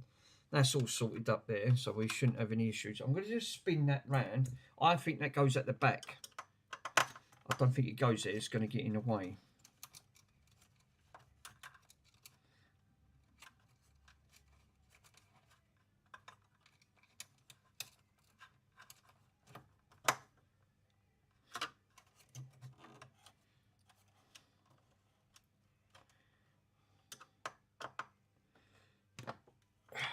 But that is good news. At least that is definitely 100% good news.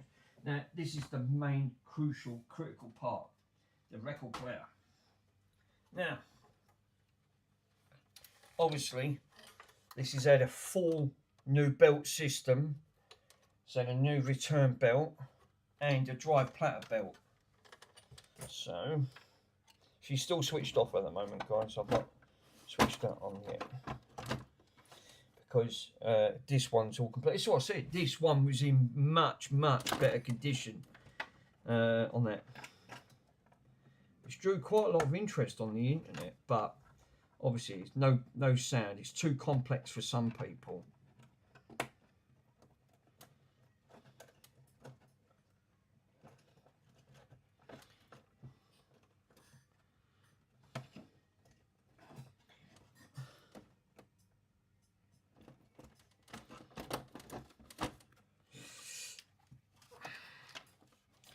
Right. God, this bloody thing weighs something, you know. Really strong in weighing wise. Right, well that's sort of, I'm pretty sure I don't want to pinch any wires. That's one thing I don't. This is why I strongly recommend torches. Obviously, I ain't gonna help if I keep bloody dropping it. Well,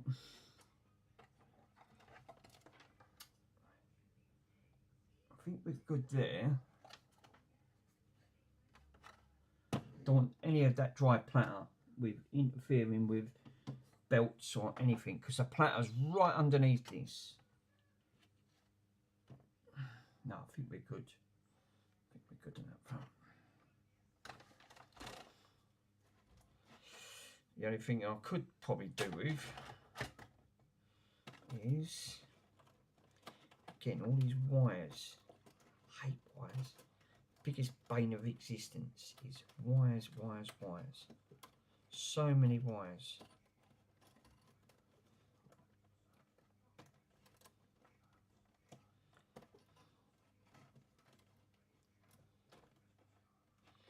I think that's why they've done it. So it's like that. That's better. That's better. Yeah, that's much better. I didn't like the idea of all in wires just bunched, just floating loose. Yeah, that's a lot better than there. So no, we're good. Just going to see if I can try and spin that platter with my finger.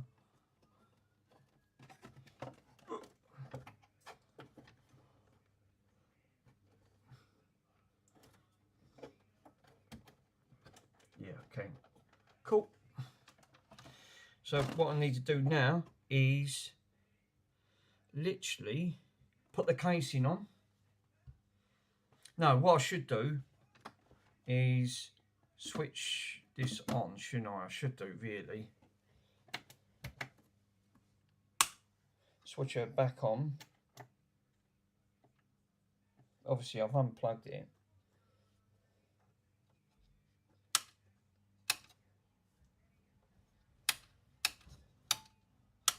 Well, we've got green lights. Cassette's working. Can't see why not.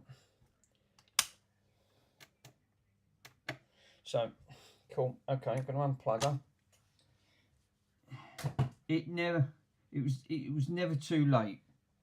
No, I mean, to be honest, Worms, it was 50-50. It was touch and go. To be totally honest, it rather worked or it didn't work. You know, that's the trouble with this vintage stuff.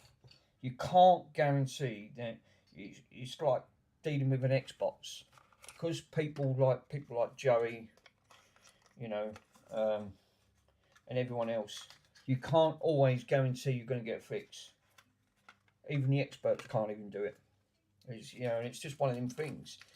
I would say the risk factor with retro gear is even more of a higher risk than a PlayStation 5.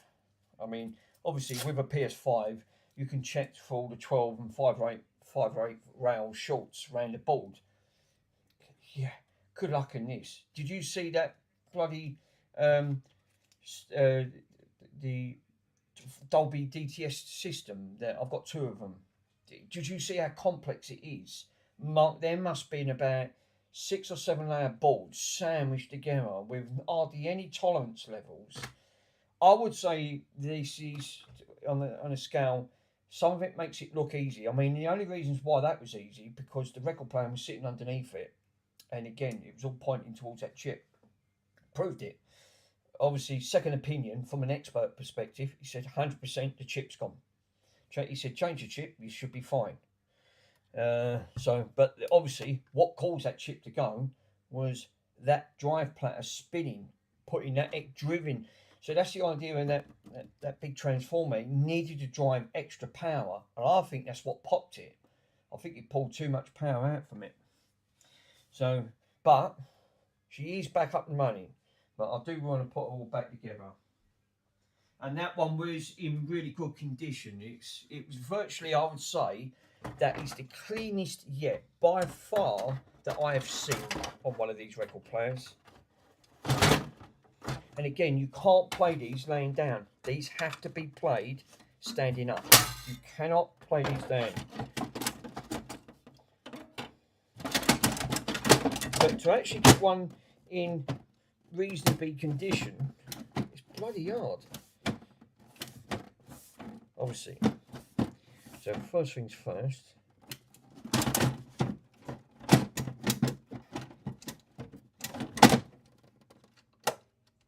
So it's things like this that you've got to make sure that they're all sitting in play. Buttons. That buttons are all clicking. Obviously they all touch.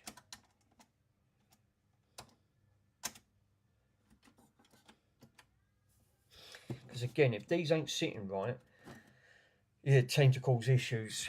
Right, anyway, the main thing is, I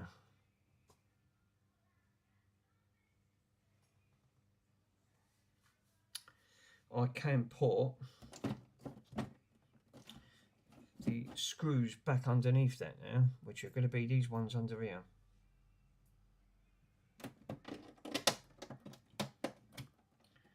And then we'll give her a full test. But I'll need to sort that out.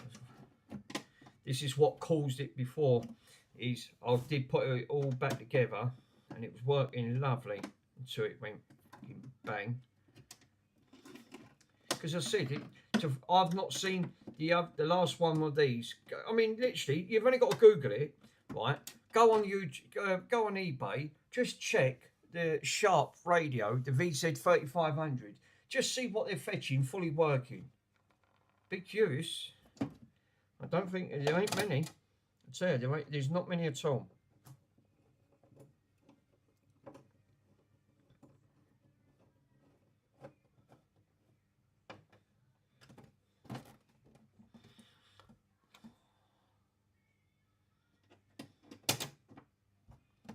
It was bad enough with the record player. Again, I think I just got lucky with that. For the sake of just a stylus, to get that one fully working.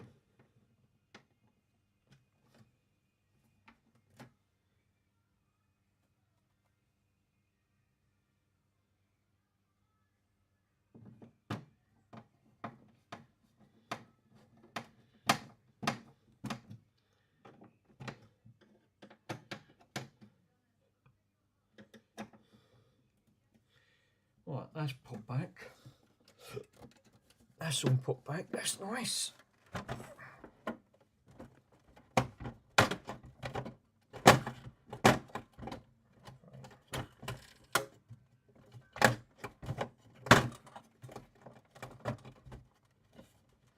Hold up a minute. Oh right, yeah, of course, because this is, we haven't got any of these put back in, which I've got to put back in.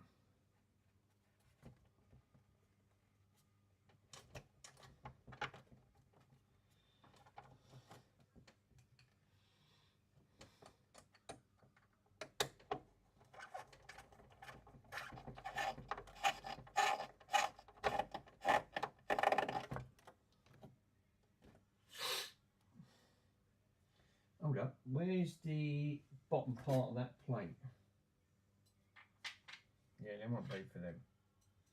Yeah, that's right. I mean, bring you guys along because I'd like to show you of the process of what I'm actually trying to do. Because otherwise, what's the point bloody streaming if you're not going to show someone what you're streaming?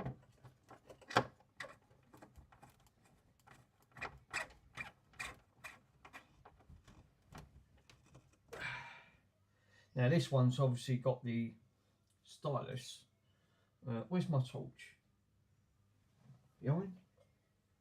In front? Behind.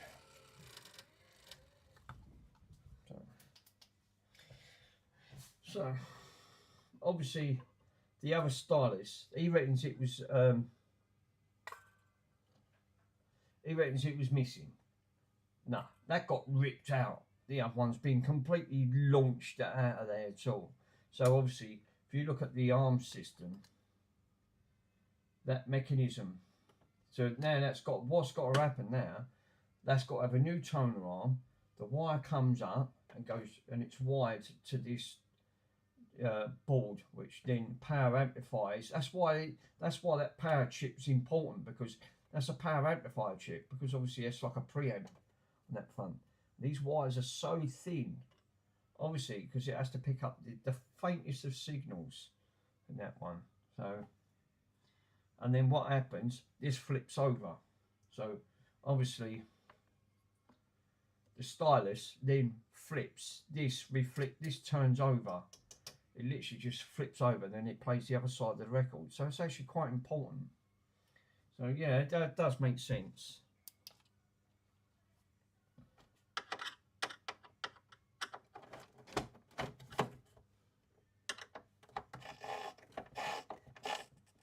Cool. So now what I want to do,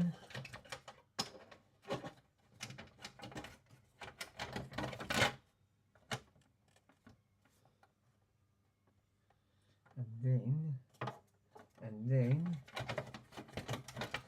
now that should, yes.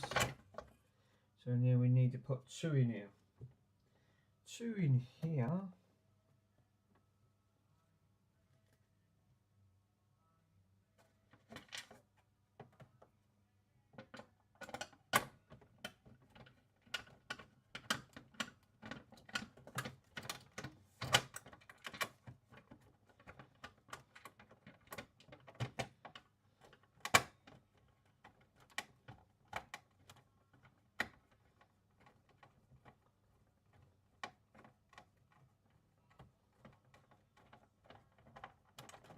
Nice. That's now clicked in. It's bloody hard to try and screw holes.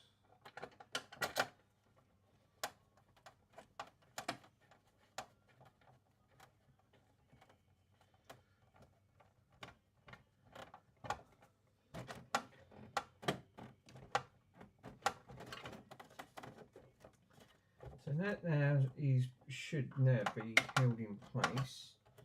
They're all nice and tight. That now closes. And now we've got full operation. Nice. Now we just need to tighten her up. Put the screws in the back. She should be nearly done. Fucking, I can't even get it out of shot.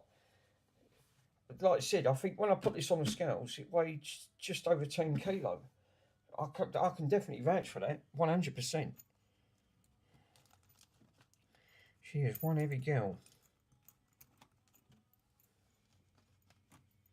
Now we're going to put all the nice shiny screws back in. Where's my electric screwdriver? That should be alright. Cool.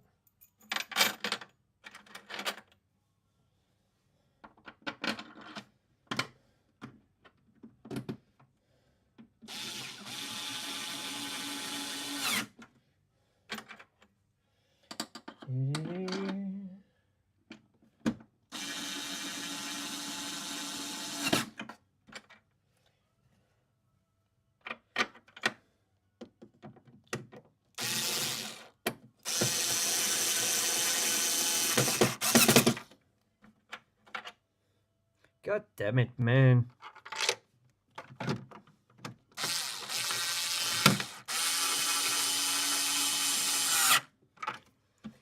We've got one more, which is probably going to be right in the centre. No, it's going to be at the top. Of course it is. There, she's all in. Right. The moment of truth. Properly now. She fully opens. Cool.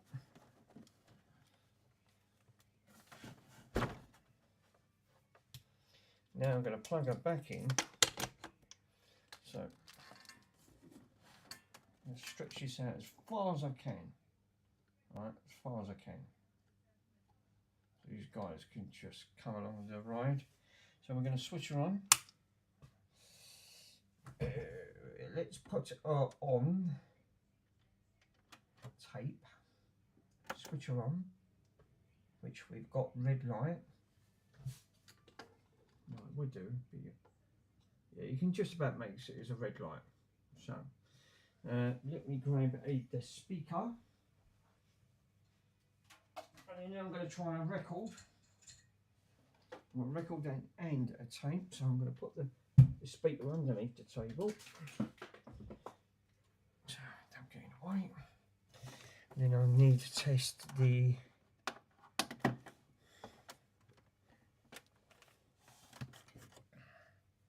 which she is.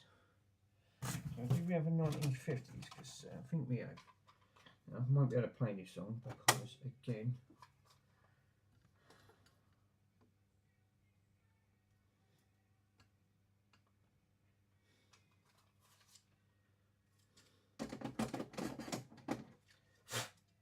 Blow the dust. Blow the dust off it. That's it. Bloody dust is going to finish it off. Now it's on. We're on tape. Obviously, sure we've got.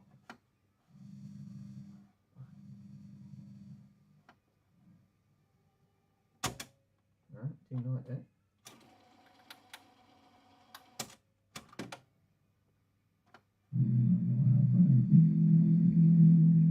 I wouldn't say that's the greatest to say.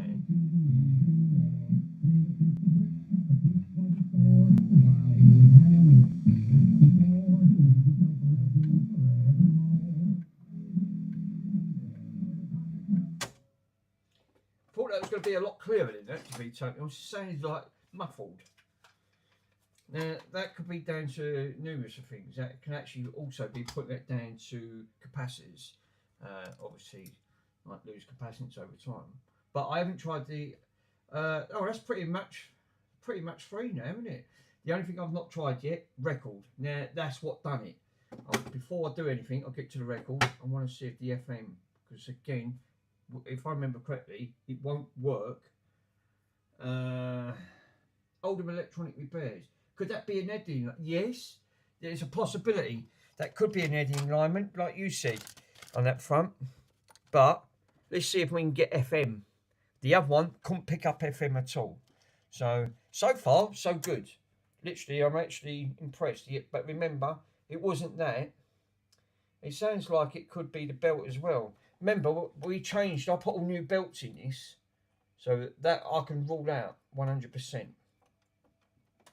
Now, if I remember, the FM wouldn't work until you put an aerial in. But that's one good aspect. There we go.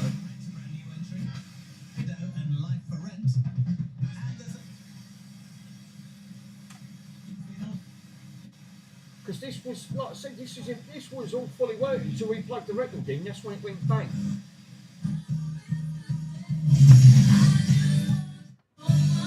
It's not, I wouldn't say.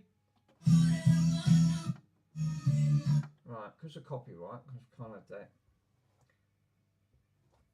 I'm still getting flux off me head. Right. Seb Soames is here for a relaxing evening on Classic FM. Right, we can't even have classic because again it'd be due to copyright.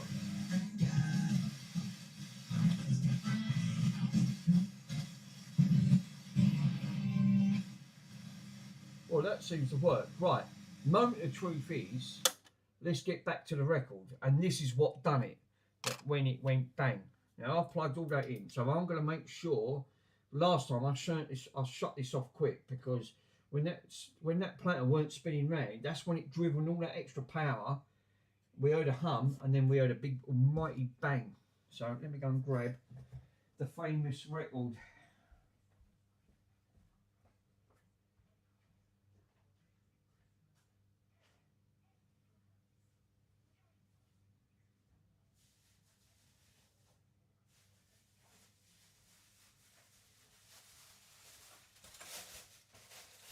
And I did have, this was the last time, obviously, I've got this is me Madness record, right?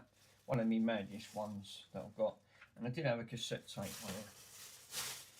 That was when I last tested this, so it goes to show how long it's been sitting out there for. So, let's just do the cassette, see if, because I recorded it on this, if I remember. So if I go back to the tape and then try the cassette again.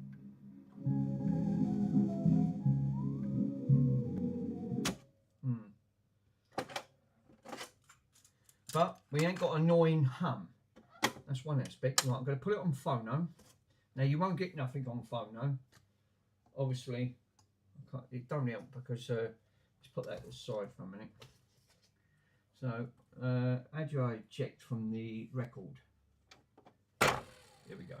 And the green light did pop up. Now obviously my you always tell me, man, this record's scratched beyond belief. It looks like someone's been doing ice skating on it. It literally looks like they have. Now I did see a blue laser. I just did see a laser there. Yeah, there's a laser pickup. So we've got, so obviously we're getting the power side to that. So, well, I know that that is working because we've got it on, selected on auto. That wasn't the issue. But she's spinning. Wow.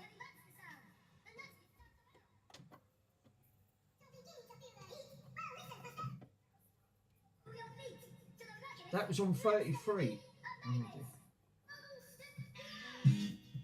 It's going too quick. It's the Smurfs, but she's working, obviously.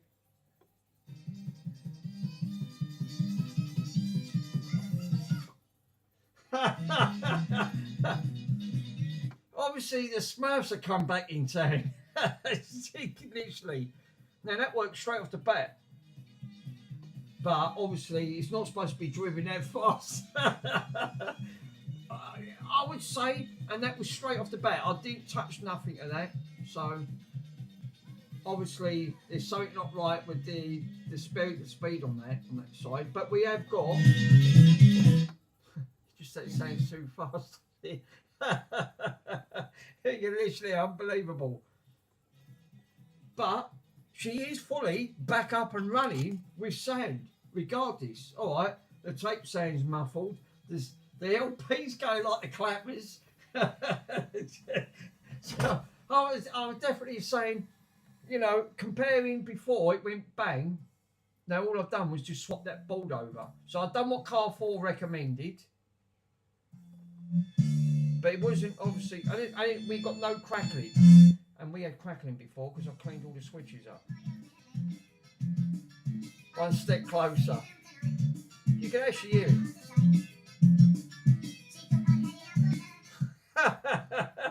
It's the Smurfs come back. It's come back to haunt us. So what the heck is that? Because before. It was not supposed to run that quick, is it? Obviously, the 33 and the 45. The 45's working, but it sped it up and made it even quicker. 200 RPM. Seriously, so now I'm baffled. Put it on 30. That was on 33. Seriously. See if it's better. Actually, let me grab. Let's take that out. Oh, no. So basically, the record player works, but now it's put it into 74 mode for some reason, and it won't slow it down. It's actually sped up and gone quicker. Seriously, that was comical, but. It didn't go bang. That's the main thing. If she's put back together, she's partly, I would say, 70% all fully working. 70 to 80% fully working. Obviously, I don't know. Would that be because of the other board? Would this? Do you reckon what I should do is wait till the other chip comes, right? I reckon what I should do is wait till the other chip comes, put it back on that other board. Sold all that board up because that was the original board for this, and then desold all that board again, and then put it all back to the way it originally was. Or do you reckon I should just leave it? I mean, you know, it is working, but obviously I can't listen to records like that. It sounds like the Smurfs are back. The radio works. Tape sort of sounds a bit muffled on that front. Actually, come to think about it, let's put all the things back on while I'm here. Yeah, that was actually quite a bit funny. That. Smurfs are back in town. Smurfs are back in town. Oh dear.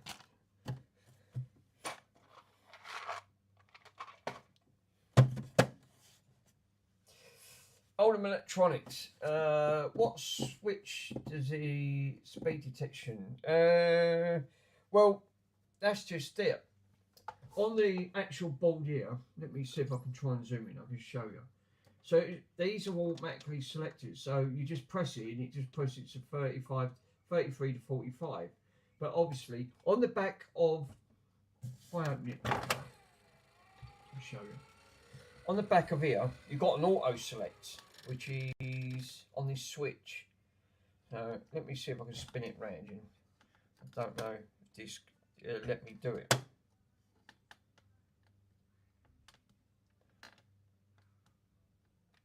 Yeah, it's obviously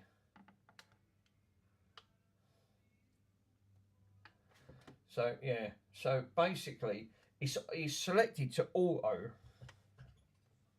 So you've got EP or LP, but it's got auto play. So if I put it to LP, right, I'll put it to LP because EP is extended play. So I'll put it on LP. We'll try it again. Right. That was brilliant. The Smurfs are back in. The Smurfs sound out they're back in town. I don't think it's going to make any difference because to me that sounds like.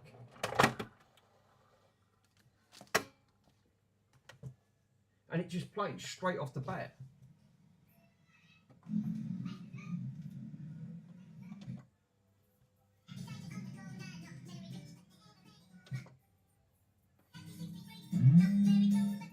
No, still ain't made no difference.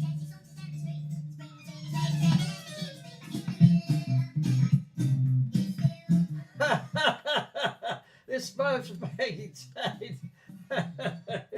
It literally is. These Smurfs can come back in. But it works straight off the bat, which it didn't do before. It's literally.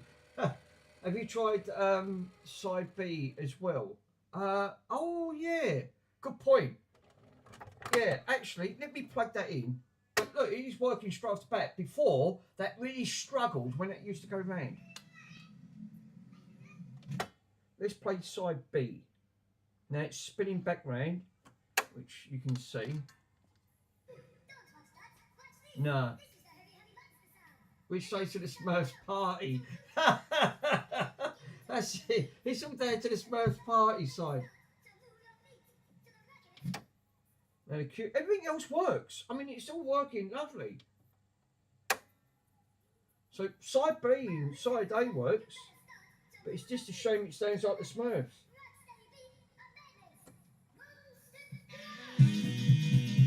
That's the slowest speed I've got. If I press 45, it just goes in.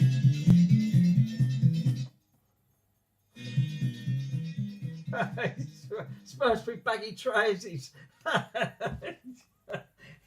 So, yeah, obviously not ideal on that front. So, what can cause that to run at that speed?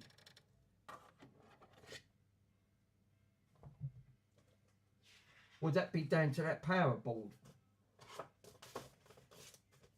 I mean, it did run correct at the right pedal. When we, if you remember, obviously in if the previous video on that one, that might be a speed controller. Yeah, that's what I was thinking. I mean, literally before it didn't work off the bat like that. It wouldn't work at all. So obviously we didn't get nothing. But fucking hell, that's hilarious, absolutely hilarious on that front. And then it turns itself off. But it ain't gone bang. That's the main thing. It didn't go bang. So having that original power chip, the chip that we swapped over on it was absolutely fine. And looking at the heads on that, the heads look fantastic. It looks like brand new inside. It looks like it's never been used. So I don't think it's even dirty heads. To be totally honest, I can get a Q-tip. Let's give it a quick clean with a little drop of IPA. What type of motor does it drive? Oh, You're asking me there, my friend. I haven't got the foggiest. I wouldn't. I couldn't tell you. It was a bugger to put the belts on though. All I say is, absolutely wasn't the easiest. I mean, that petrol looks like brand new. Looks like it ain't been used.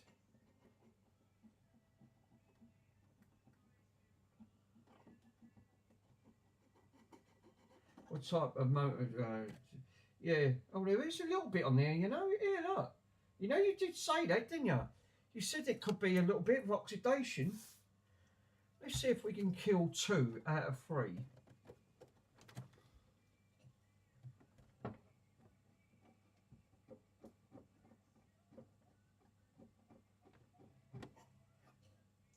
Still taking it off. It's like orange oxidation. Wow. Well, that's took it all off. I mean, that was hilarious. Absolutely hilarious to put on there. Let's put a little bit of Mr. McCartney, obviously. Let's see if the sorry.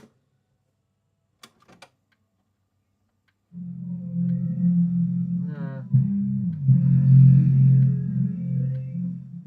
The belt might be way too tight or too fast or too loose or slow. It was the brand new belt that I ordered for it. Obviously this all sounds muffled, so that's not great. Up front. Let's put these bloody things back on. Swap these on for a minute, then I could see which way. That was funny. That seriously was funny.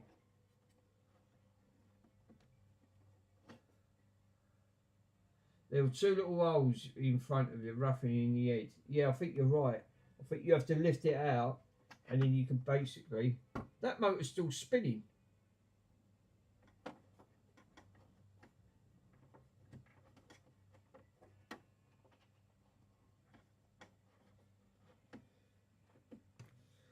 Right, balance. Let's get the balance right.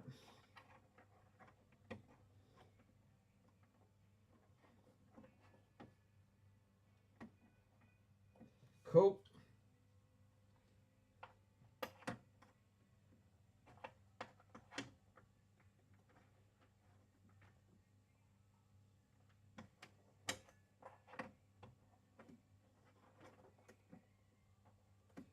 Right, so we've got everything else on here.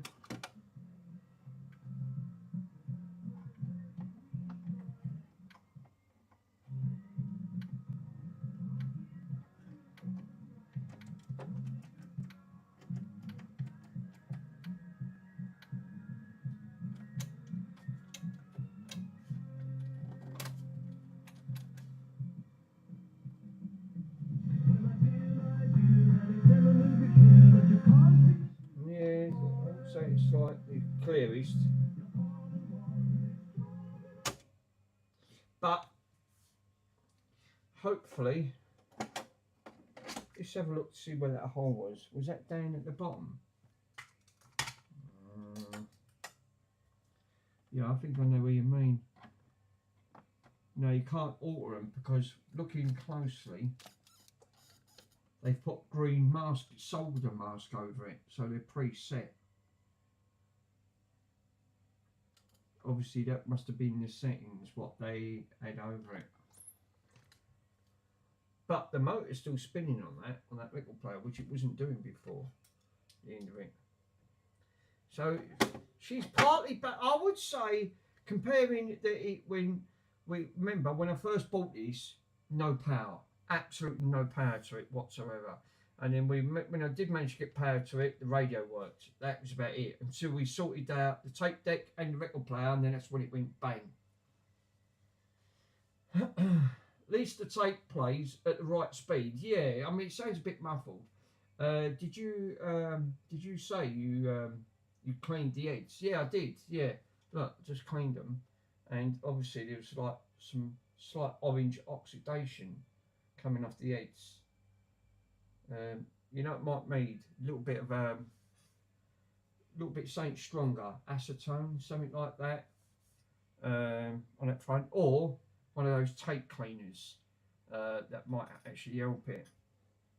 But that's still spinning. They're still going round. You can actually still see it. Look. So, which that wasn't doing before. But she is fully working. She's 100% fully working. And we got all the full volume there. So I don't know what else that could actually be, to be totally honest. But we've gone from not working to, when it went bang, to a hum. And now we have got sound again. So what do? Do I literally, obviously, it still needs some things on there that it needs addressing. I mean, obviously, capacitor change.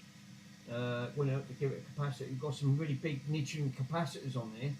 And looking at the state, remember I took it off that non-working one, well, that partly working one, and it was in terrible condition. So,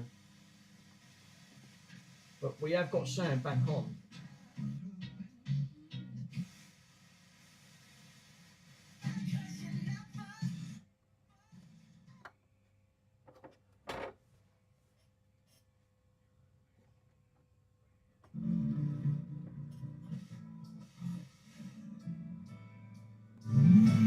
We have definitely got sound, so you can actually hear it. So it's not the issue with the sound side. And I eliminated all that crackling. I'll give that a damn good blast with that contact cleaner in there, electrical contact cleaner, and it cleared all that up.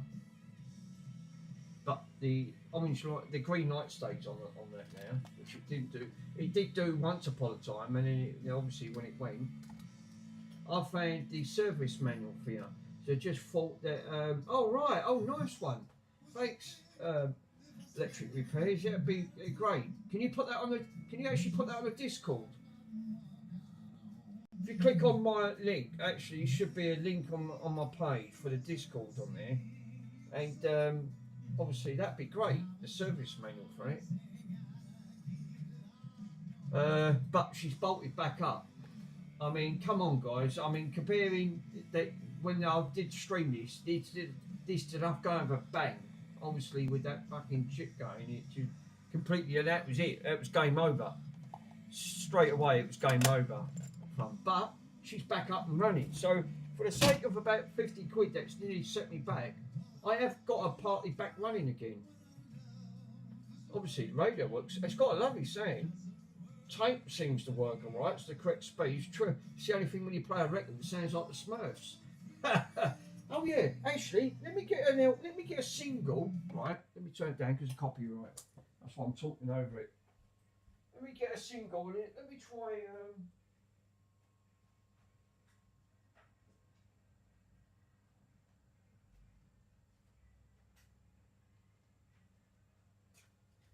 Right, obviously.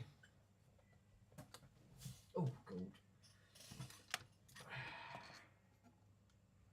So what we're going to do, we're going to open them up. The V501, the speed adjustment is for the 33, it's 1 1/3.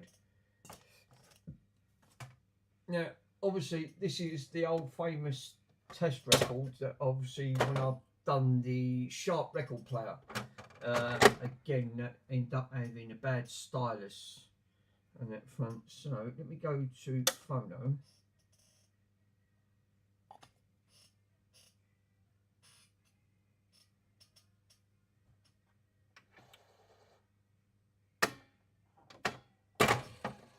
Yeah, obviously.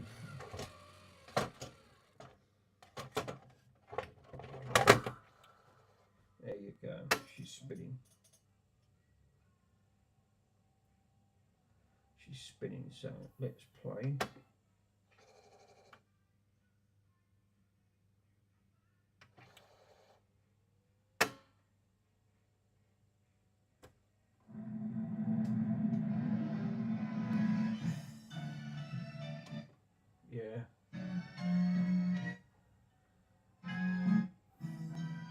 Obviously, it's just playing too quick. Okay, alright, we'll take her out.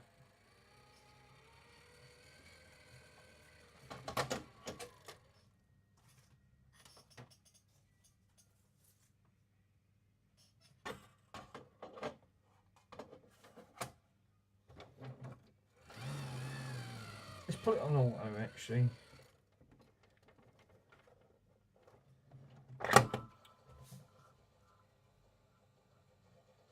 Now it's obviously the needle's creeping over.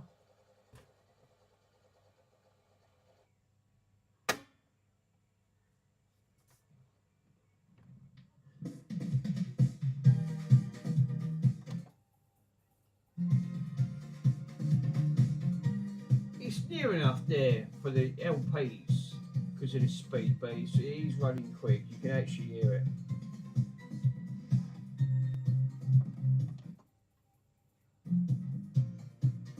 .33 and 45 really don't make no difference on that. But he's actually he's playing, so. But yeah.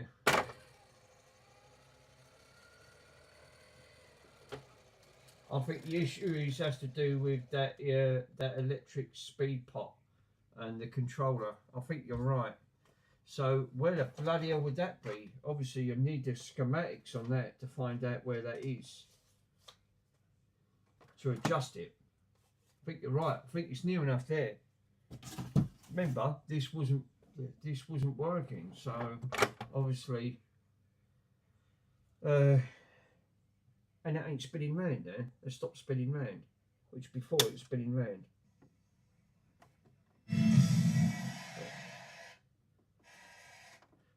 Tape needs to be cleaned. So it's nearly there. I mean, I would say that's 99% there.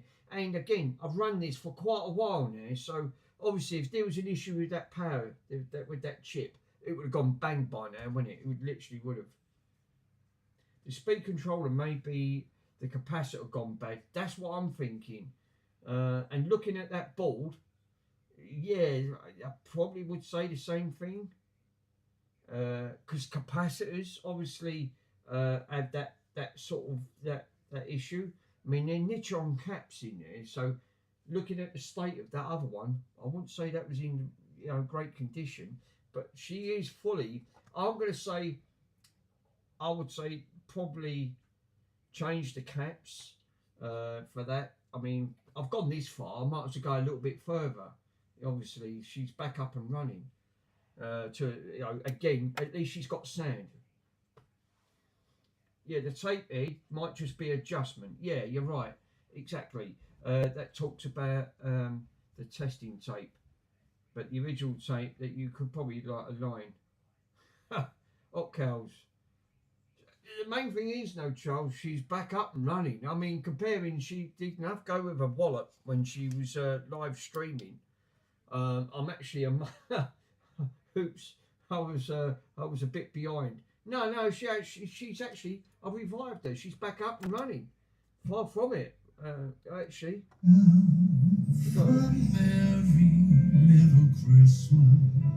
She's got a lovely sound on her. That's one thing I love about these old things, isn't it? How do I find you on Discord? Retro Restores. Give me 1 minute. Let me. Obviously, the red light's staying on. I mean, no other issues. Let me find you, my friend. I might be able to hold you in.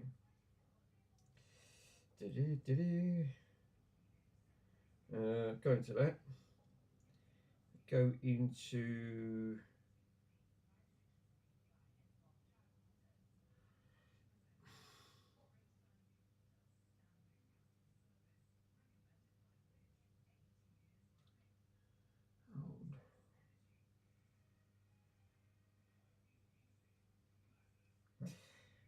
Yeah, obviously it's not coming up on this. How do you, I was just literally members channels.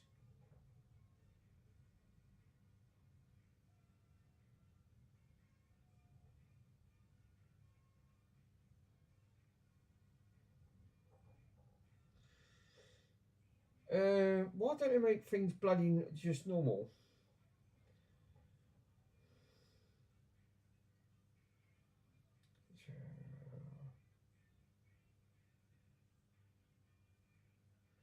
Now that's just creating.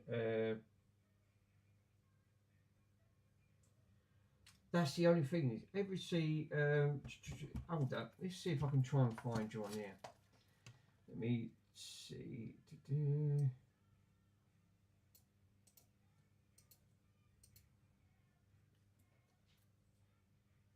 Community activity. Add as a moderator. Put you in timeout. Pin. Go to channel. Right. So let's boot her back up. I can't believe she's. You know, I'm more pleased that she's up and running. You know, because it's been a little while since she's now obviously. I had no signs of hope of ever getting that back up and running again since that went. So that's a right bonus for me to actually have her back up and running.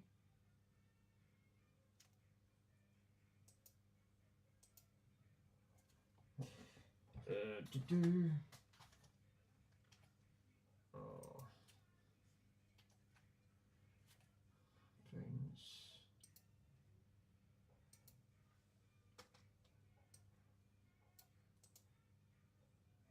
Copy.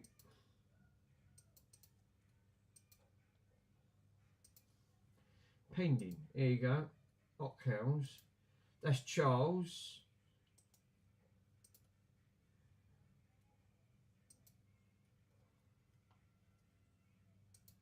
No. Friends, shops, quoted. Pico. Bloody hell. Why can't I just make. Yeah, look. Oh. There you go. You see that? No. Online.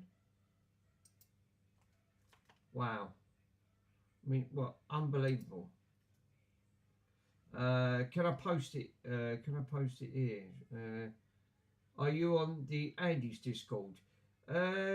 Yeah, go on Andy's Discord. Because I am on Andy's Discord. Actually, then I can add you in there. Yeah, that's actually a good point. Let me go to Andy's Discord page. Yeah, SER.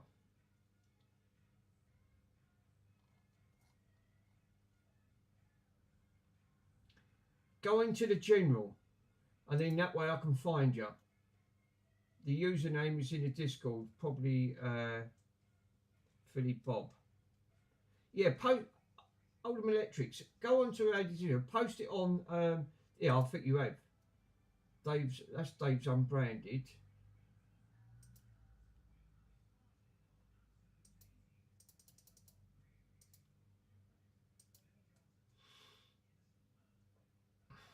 Yeah, because I forgot actually on that front. Have a look.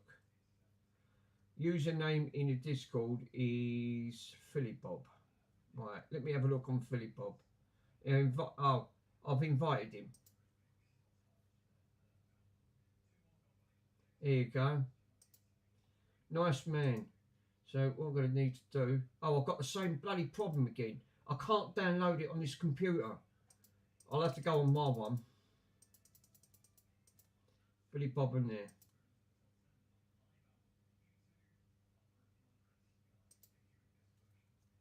And it's a friend. That's it. I've added you as a friend now. So if you accepted that into that point, and then you'll be able to go to this. So I've added you as a friend in it. Just accept it in your top part, and then hopefully that way you won't miss future content. Yeah, there you go.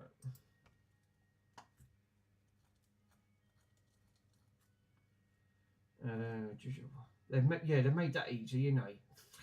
It's just like everything else. Absolutely joke. Can't get anything. It's nice to have that now because it's the WAS name on it. But I think you're right. I think the best thing is, I would say, because I've swapped the boards over now. Yeah, all sent. Thanks, buddy. I think all what's actually happened on there, because I swapped the boards over. The original board obviously looks much more brand new condition because it matches with everything else. I reckon now obviously I've put that sent an invite to mine as well. Lovely. Yeah, thanks Pico. So basically I think the old board on there obviously was partly working, I think, but where mine is was in better condition. So obviously, I would say get the old board. Once I got that chip, I was being very tempted to swap her, put her back to the way she originally was with the original board. But she is, remember, I won't get that original chip, and them original chips are bloody hard to get on these. So the chances are I'm probably just going to leave it because it is now working, and I know what happens with these type of record players. It's true. Pete goes just and he said that you start mucking about with them too much, then something else goes wrong with them. They are so finicky to work with; they really don't like it. But I'll definitely say 100% that is a win. So, and she ain't spinning no more, so which she was earlier. But at least I've got the radio and the tape back. All right, it sounds like the Smurfs when I'm playing records, but I think that could easily, I'm sure that could easily be tried to be sorted out if I can find, like you said, like a pot or something. Yeah, brilliant. That's just come up on the Discord on there, so yeah, that's absolutely fantastic. So yeah, I'll definitely say one thing, guys. That at the end of the day, that yeah, I would say that bit there. Obviously, once I take that out, so obviously 100%. Obviously, all for the sake of this chip that took it out, basically. But I'm glad Carfor recommended that because that actually did make sense. Obviously, try to take that out very carefully. Look, and I still bloody bent some of the chip legs up.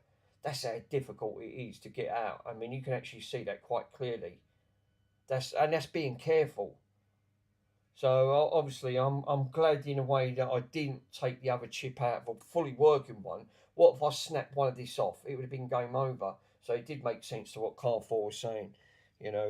So literally just swap it over, desolder the rest. Yeah, at least you know that both your stylus is in good too. Yeah, I mean that's one good aspect. I mean you can see the condition this is in. It's in immaculate condition. There's hardly any scratches on this, on that front. Name is Phil. Thanks, Phil. We always go by our handle names, so we don't go by our real names on here because we keep our identity like we do. We respect each other and it's helping the community. But remember, my channel's all about retro stuff. It's not modern gear, I'm afraid to say. It's all wonderful equipment like this, which you'll never get to see again. But I'm glad she's back up and running. I will now take her back off eBay because obviously I was selling it for spares and repair because obviously I couldn't get the part. That come along just at the right moment. So now, obviously, I know the record is partly working. Obviously, it plays like the Smurfs, but the tape works and the radio works. So, and to have one of these fully up and running is virtually the word zero. It's just not heard of. They've always got multiple issues. And being the size of it, this thing weighs literally over 10 kilo. I'm just glad she's back up and running. Like I said, that was there's a little bit of a mark there. Might be able to get that off with a little bit of IPA. Yep. Absolutely, it's it's a bit dusty. But I'm really pleased with that because to now, obviously, thanks to Mr. Pico over on his channel, he's obviously a highly recommended person. He knows his stuff.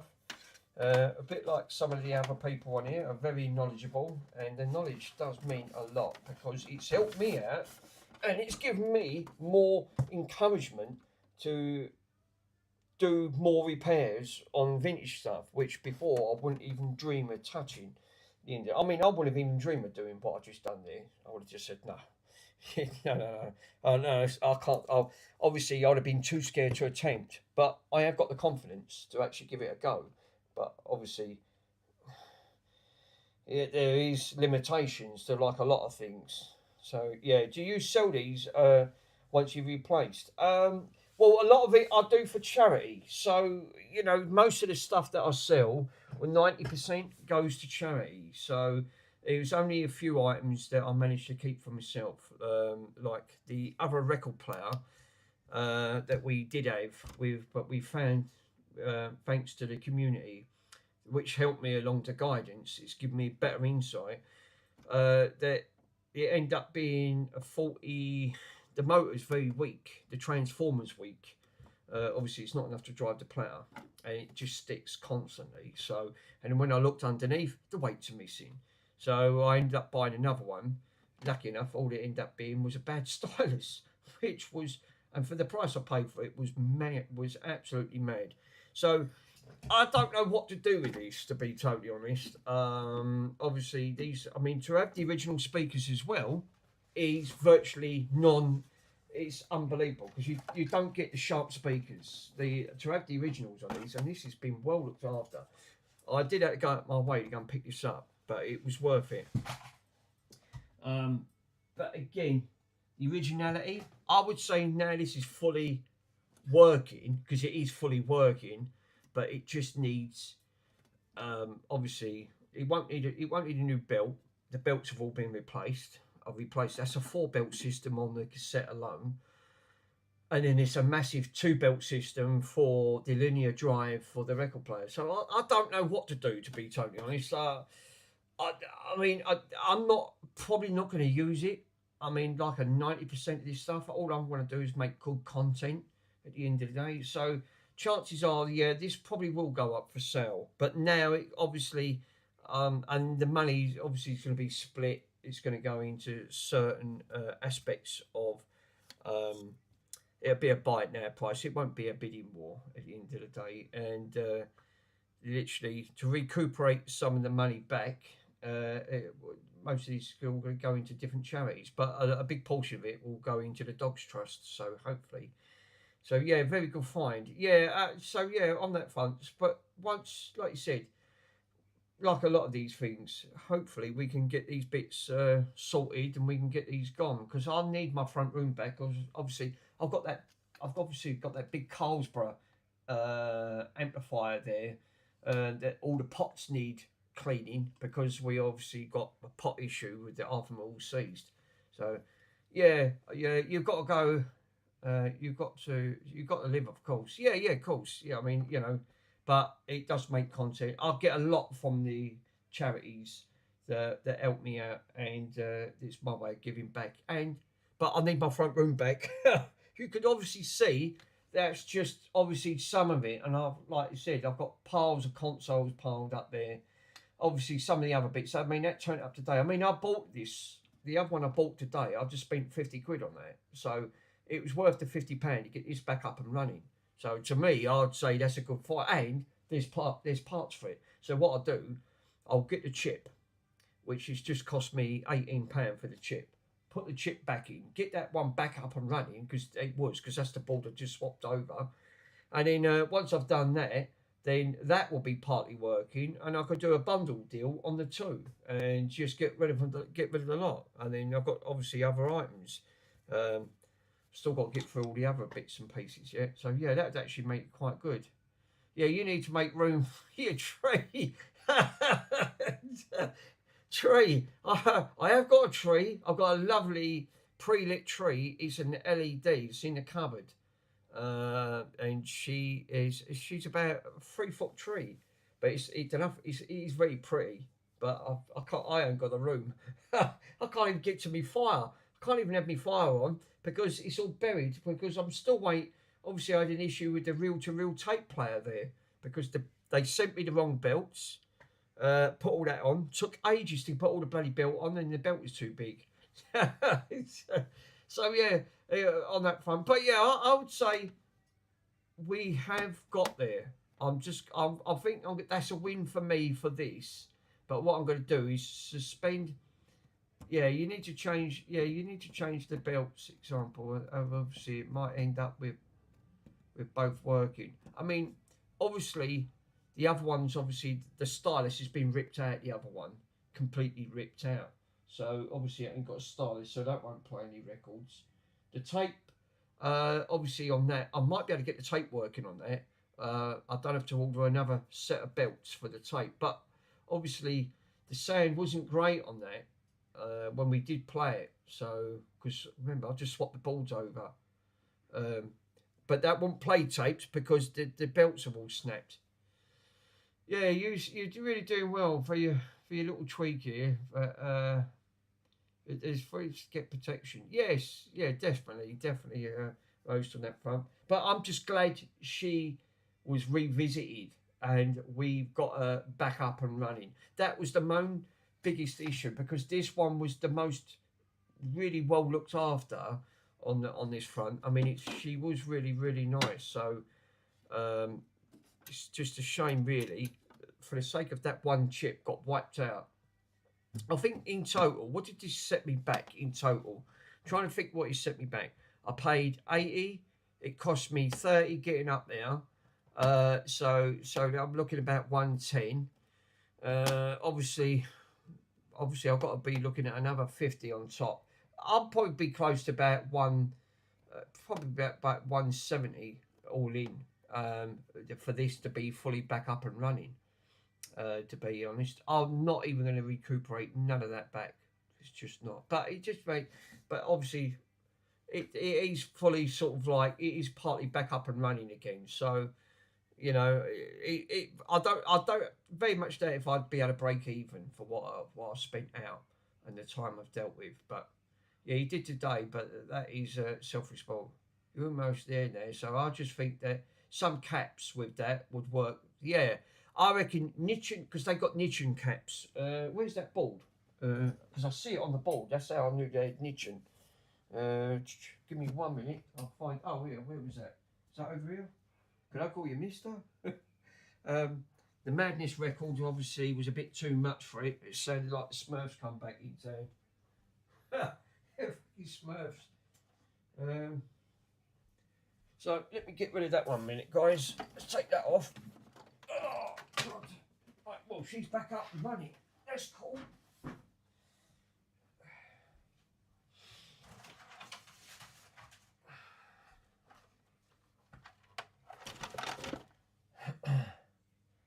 You're fully invested now. You have to get that fully working, 100%. I mean, you know, you're right. I'm thinking that's the point.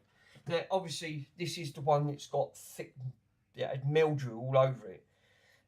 This was the original board, the one that the power chip obviously went bang in the process. So you can actually see the difference. But if you look at the caps were niching. Let me get me torch. You can guys see. They're actually better caps. No, these ones were Marion caps. Marion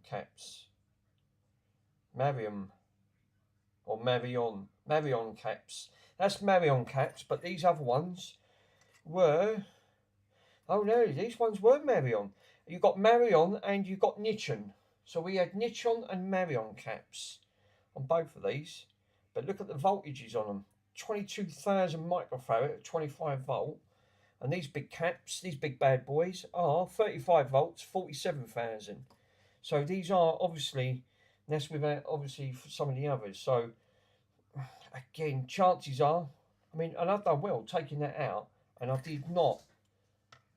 literally did not break didn't cause any issues of desoldering that board. You can actually see it on there.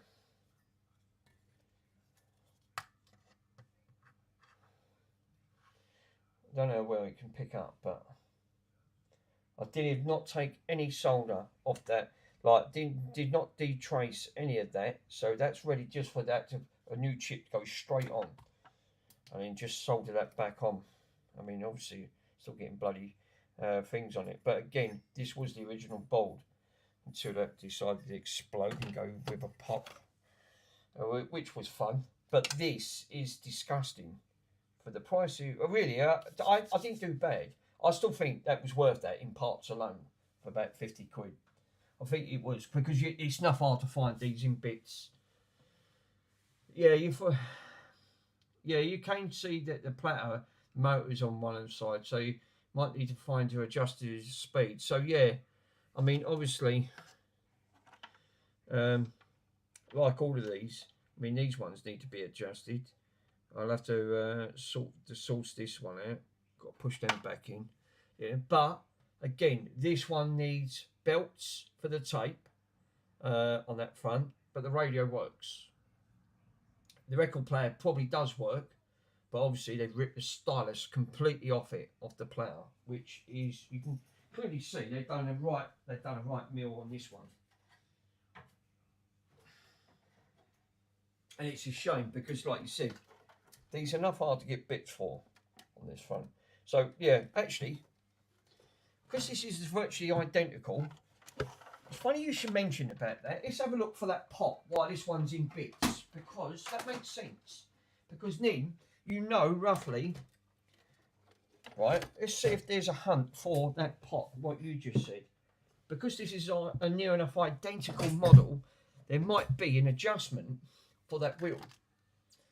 Now, the only adjustment I can see is here. Now, that's an adjustment straight away, because it looks like I can poke something in there and adjust it. And it is. It's an adjustment. So I wonder if it's that. Yeah. See that motor on there? So that's what you need to... So I need to adjust this to adjust that, to put that to the right speed. So she's going to have to come back apart again on that front to adjust it. So... Oh, no. Right. Okay. I thought that might have been that, to adjust the speed of it, because that's what runs that big wheel round down there. But it's got to be something on here that, like you said, to rather adjust. Oh yeah, there's some pots. I've just seen. You've got 2 pots. So would it be the pots then I need to adjust? Because I can actually see it. Yeah, dead middle. Yeah. So it's these bad boys. So I need to adjust these. This obviously to get the right speed.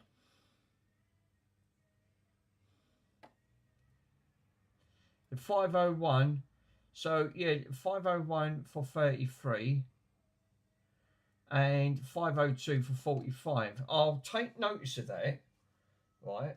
And what I'll do, I'll take a picture, and then what I'll do, and then that way, then I can adjust it. Is there a way of testing that with a multimeter by putting your legs on and see if it adjusts?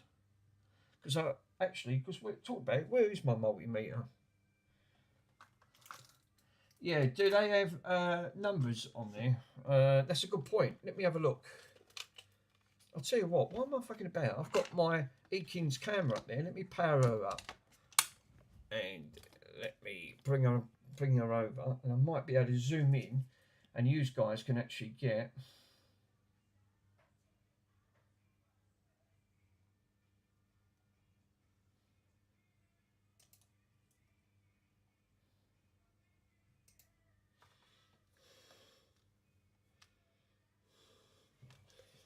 Right, well, straight away we got no...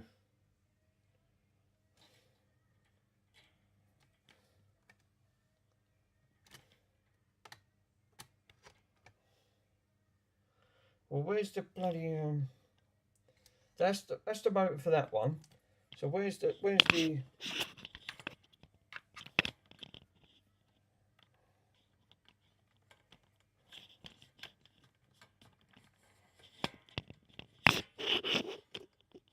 Yeah, it is on that one. Well, it's supposed to be on. Oh, here we go. So, obviously, let me sort that out, and I can see if we can get the camera, overhead camera working. Oh, God. Here we go. So if I move this one out of the way, you guys can obviously see a lot better.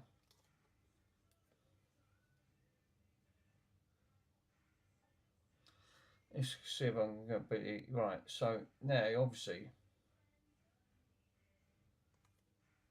let's move that bloody capacitor out of the way because you can't see anything. So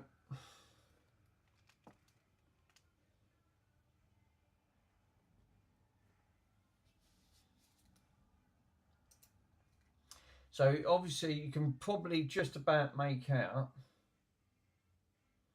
of the So you can actually see the numbers. It says 202 written on these. Yeah, do they have numbers on there? Yeah, they do. 202.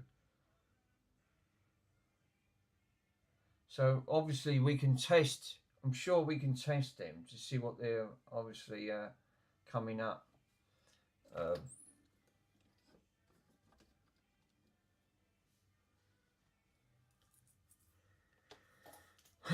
Because that would be interesting. Because if that's the case, then I know roughly what to adjust.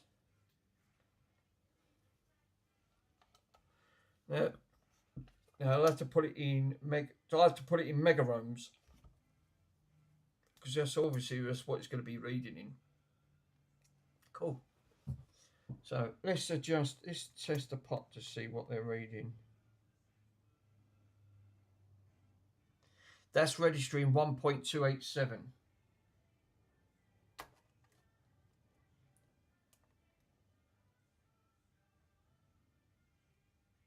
And that's registering 1.351.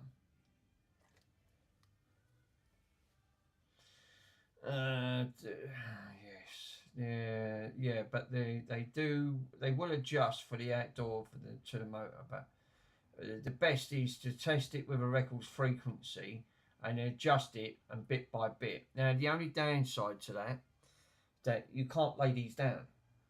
These do not like being laid down when you're playing them.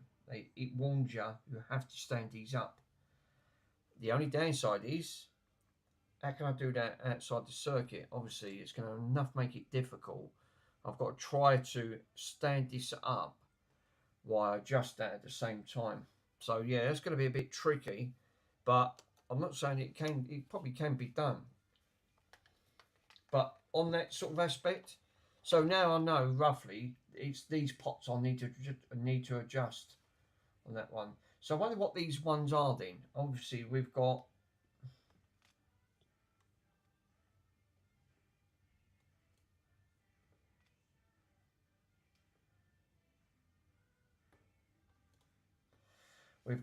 what we got in here. So we've got VR502 and we've got VR501s. So that is exactly what you just said. The 502 and the 501. So one side will be side A and the other side will be side B, won't it? On that.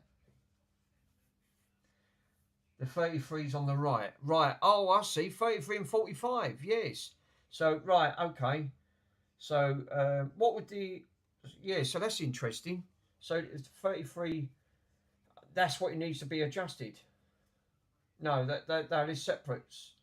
They are presets for 33 and 45. Right. Okay. So, that's what needs to be adjusted then. Just ever so slight. These might be slightly too high for the adjustment for the motor, so obviously that's what affects its pitch. Yeah, so yeah, it does make sense. So obviously, and then it goes into all your, you've got all your circuitry here. Oh, camera's cut off. That's it, I've killed the camera. Right, let's bring the other camera back into play. 4K. So, but yeah, you are 100% right.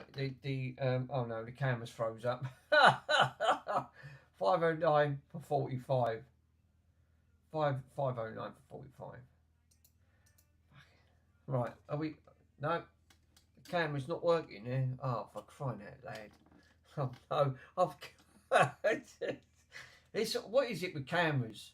What is it? Can't I have anything that just works?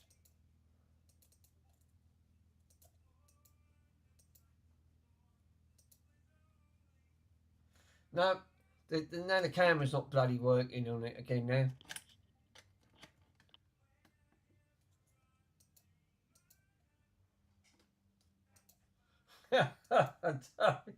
I don't frigging believe it. Seriously. Creative. Activate. Here we go. We're back up and running. So yeah, basically, yeah, you're right. No, 502 for 45. Right, okay. I need to write. Peter, can you do me a favour? Can you write that down and put that in my Discord so I can take notes? Because I'll need to address this and come back and need to address. Because once I've sorted that, that's the most hardest part, is to get this record player fully up and running. Obviously. Yeah, if that board was correct in the correct position, these pots would probably lined with the correct. Yeah, you're right, exactly. So obviously, I don't know its history. Obviously, with this, this is obviously the spare one that I've obviously got. So I would say a big portion of that is, like you said, you don't know if someone's been mucking about with it at the end of the day. You know, obviously, it didn't leave the factory like it. Obviously, that is now fully working to a certain degree, which I'm really surprised, because it's bloody hard to find one of them with the tape, the radio, and the record player working. All right, the speed sounds like the Smurfs, but you can see the plates covered up by the board. So yeah, so that's what I'm saying. You can't access to this is going to be an absolute headache. But I have took these apart numerous of times now, so it does give me a little bit more better insight, and I understand how some of this circuitry now works and what's causing it, which is great, because that's my intention of understanding of, you know, like you said, how do you adjust it? Obviously, you know, capacitors are just like 90% of these. I'm actually amazed these caps still bloody work, to be honest. I really am surprised. But now I know on that, I'll put that. Yeah, that's the back case on it. So obviously this is obviously this one they've butchered, which is such a shame, because they really have butchered this one. If I open this one up, where's the top part of the case? Here we go. Oh, you don't have to. You can actually see it.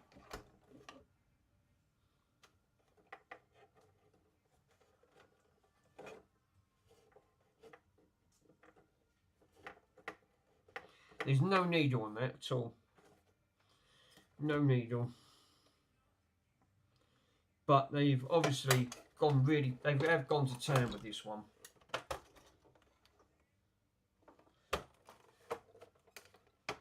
Chris, sorry I missed it for about an hour. So did it work? Yes, my friend. The only downside is we've got her fully up and running. Well, actually, while I'm on the stream, go back about 40 minutes. You'll actually see it. If you go back near enough around about half hour to 40 minutes, you'll see me fully working. It actually did make me laugh. It sounds like the Smurfs. Yeah, it's the Smurf party. even Worms thought it was hilarious. It did. It did sound like this. But we now know, thanks to Mr. Oldham Electrics there, he's actually helped me to guide, and Pico as usual. Oh, crikey. Let's turn that off. I'm not the thing. And I thought, what's that? Yeah, but does it? But it plays. That's right. It does play. But we know it's these pots we need to adjust. So I need to get these altered on that one, and then come back. But it's not a second loss, because I think once I've got the chip, I'm going to put the chip back in this. Get this one partly back up and running.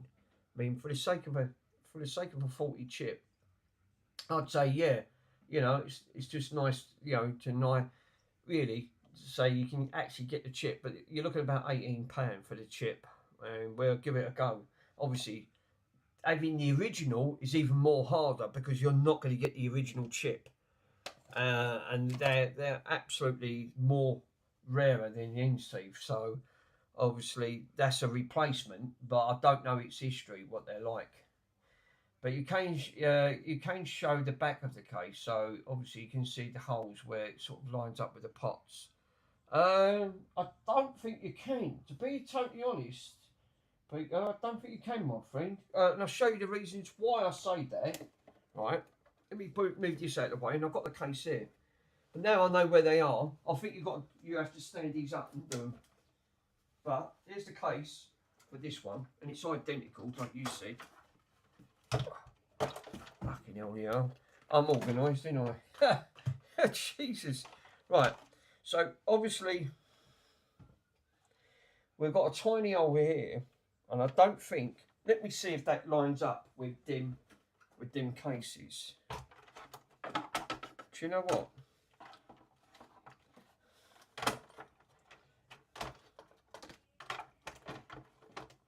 Right, so we got the pots there. You can see the back of the case with it. You can see, but do you reckon it could be them that will be in line with them pots? Because if that's the case, I could do that there and then. Well, I won't really know. Well, I'll tell you what, there is a way of knowing, right?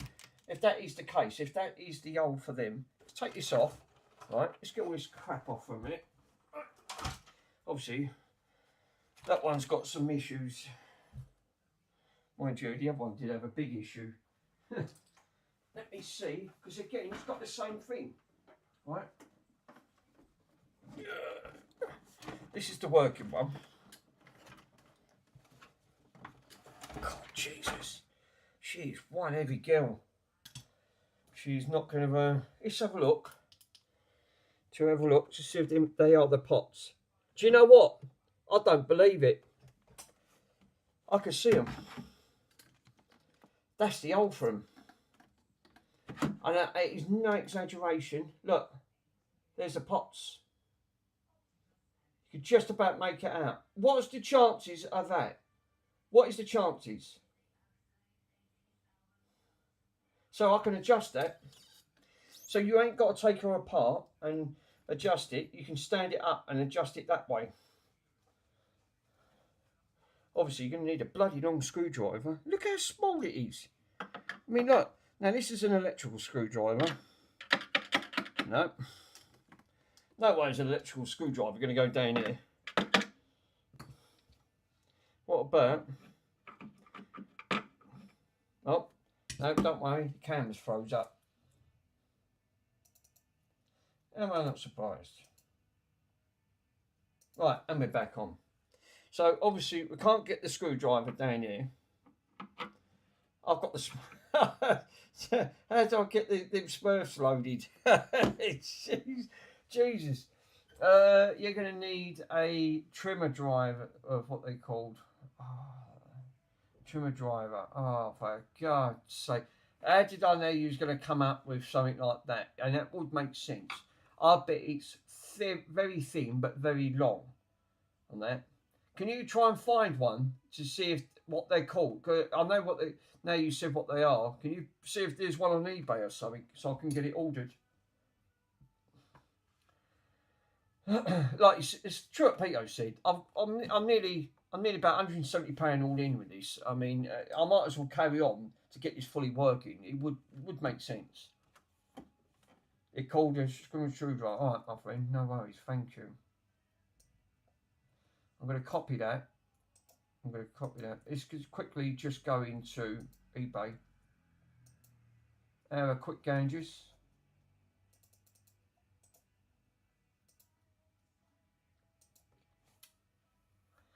Yeah, right. I see what you mean there. They're £4.99. Right. Okay. Brilliant. Trimmer pot adjustment screwdriver.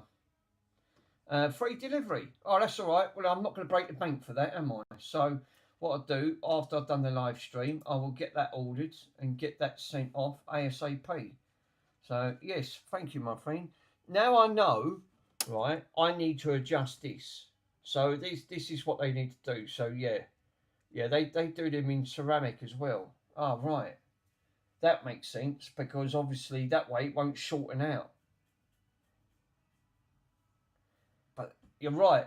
It had to be that old, didn't it? Literally, it was right in parallel with that. So, obviously, I'm going to have to think, well, it won't matter because if whatever one I adjust, if it doesn't do it, stop, then go to the next one. And then, obviously, then I'll be able to get the right pot adjustment to slow that down a bit to get that for the 33. I thought that sounded like the Smurfs. So, no, she won't need a capping in, really. All that needed was just that adjusting. Then that's it. All I have to get that sorted is that cassette deck. Yeah, you have the other board so you can see which one. That's true. Yeah. Yeah. And the main thing is, now I know that's what I've got to do. I don't have to retake. I don't have to take this apart. I can now adjust it from the back. It just looked familiar, and I went, "Oh, I bet I won't have a screwdriver to fit that." But Jesus, yeah. So I think what I do with the other one, I won't put her back yet because obviously, I'm not going to be able to get bits for this. So which would be a shame because, like you said, this is going to need a belt.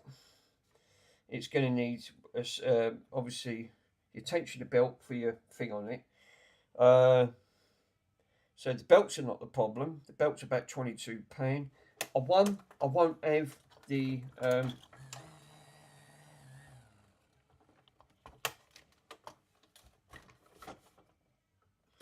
issue that this one's got, which is such a shame. They've ripped the head out of this completely ripped it because look, all the wires are ripped off it.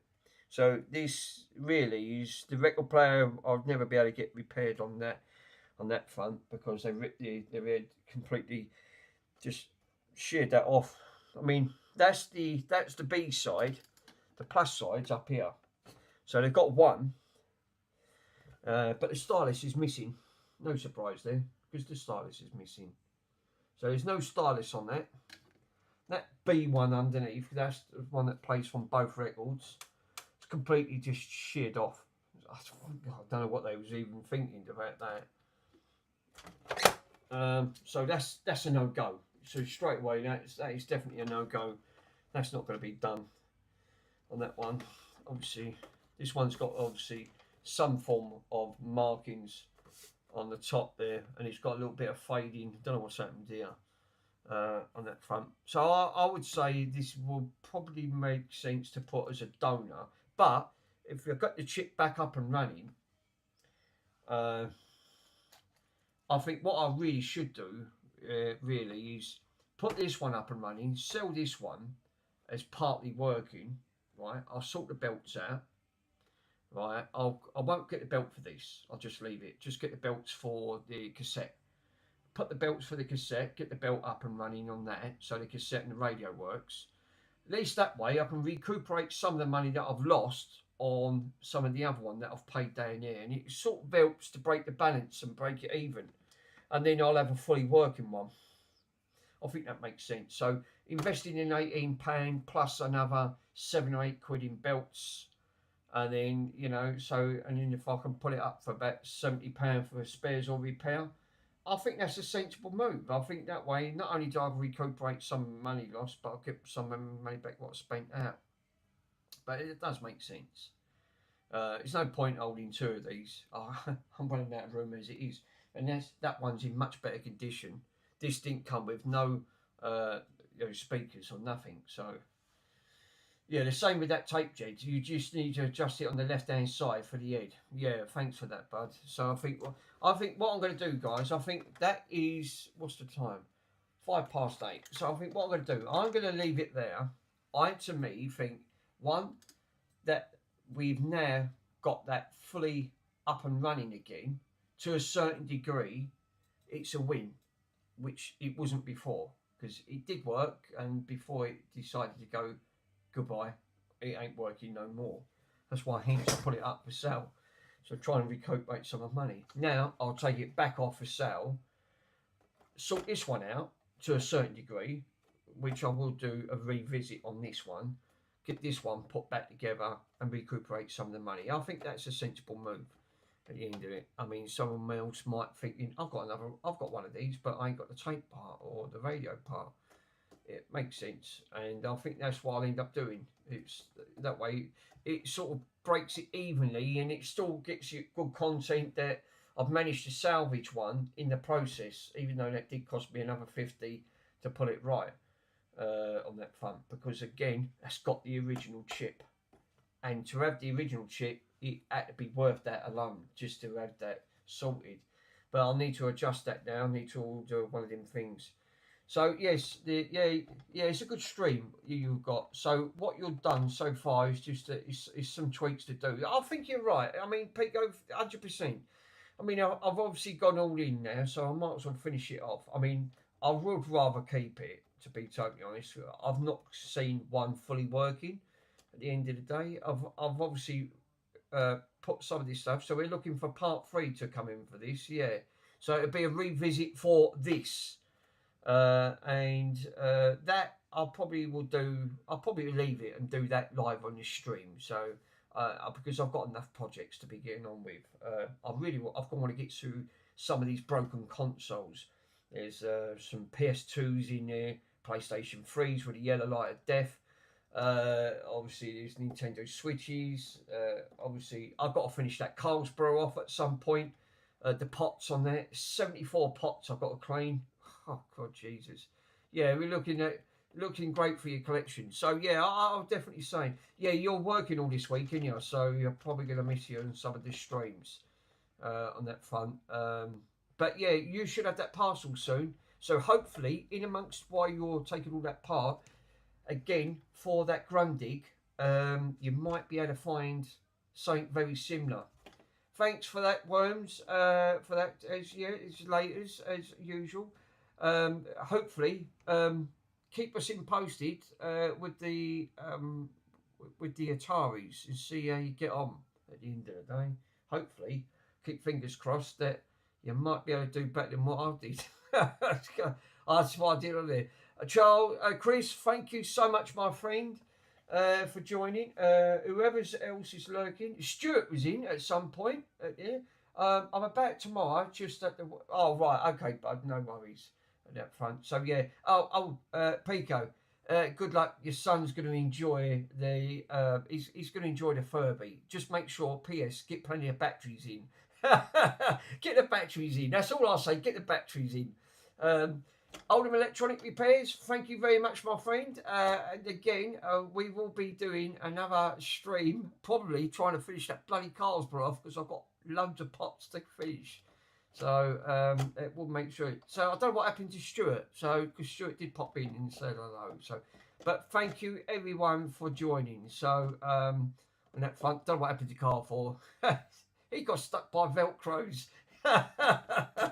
So he got Velcros attacked on that front. So hopefully I'll catch you guys again very, very soon. Have a great evening. Enjoy yourselves. Thank you.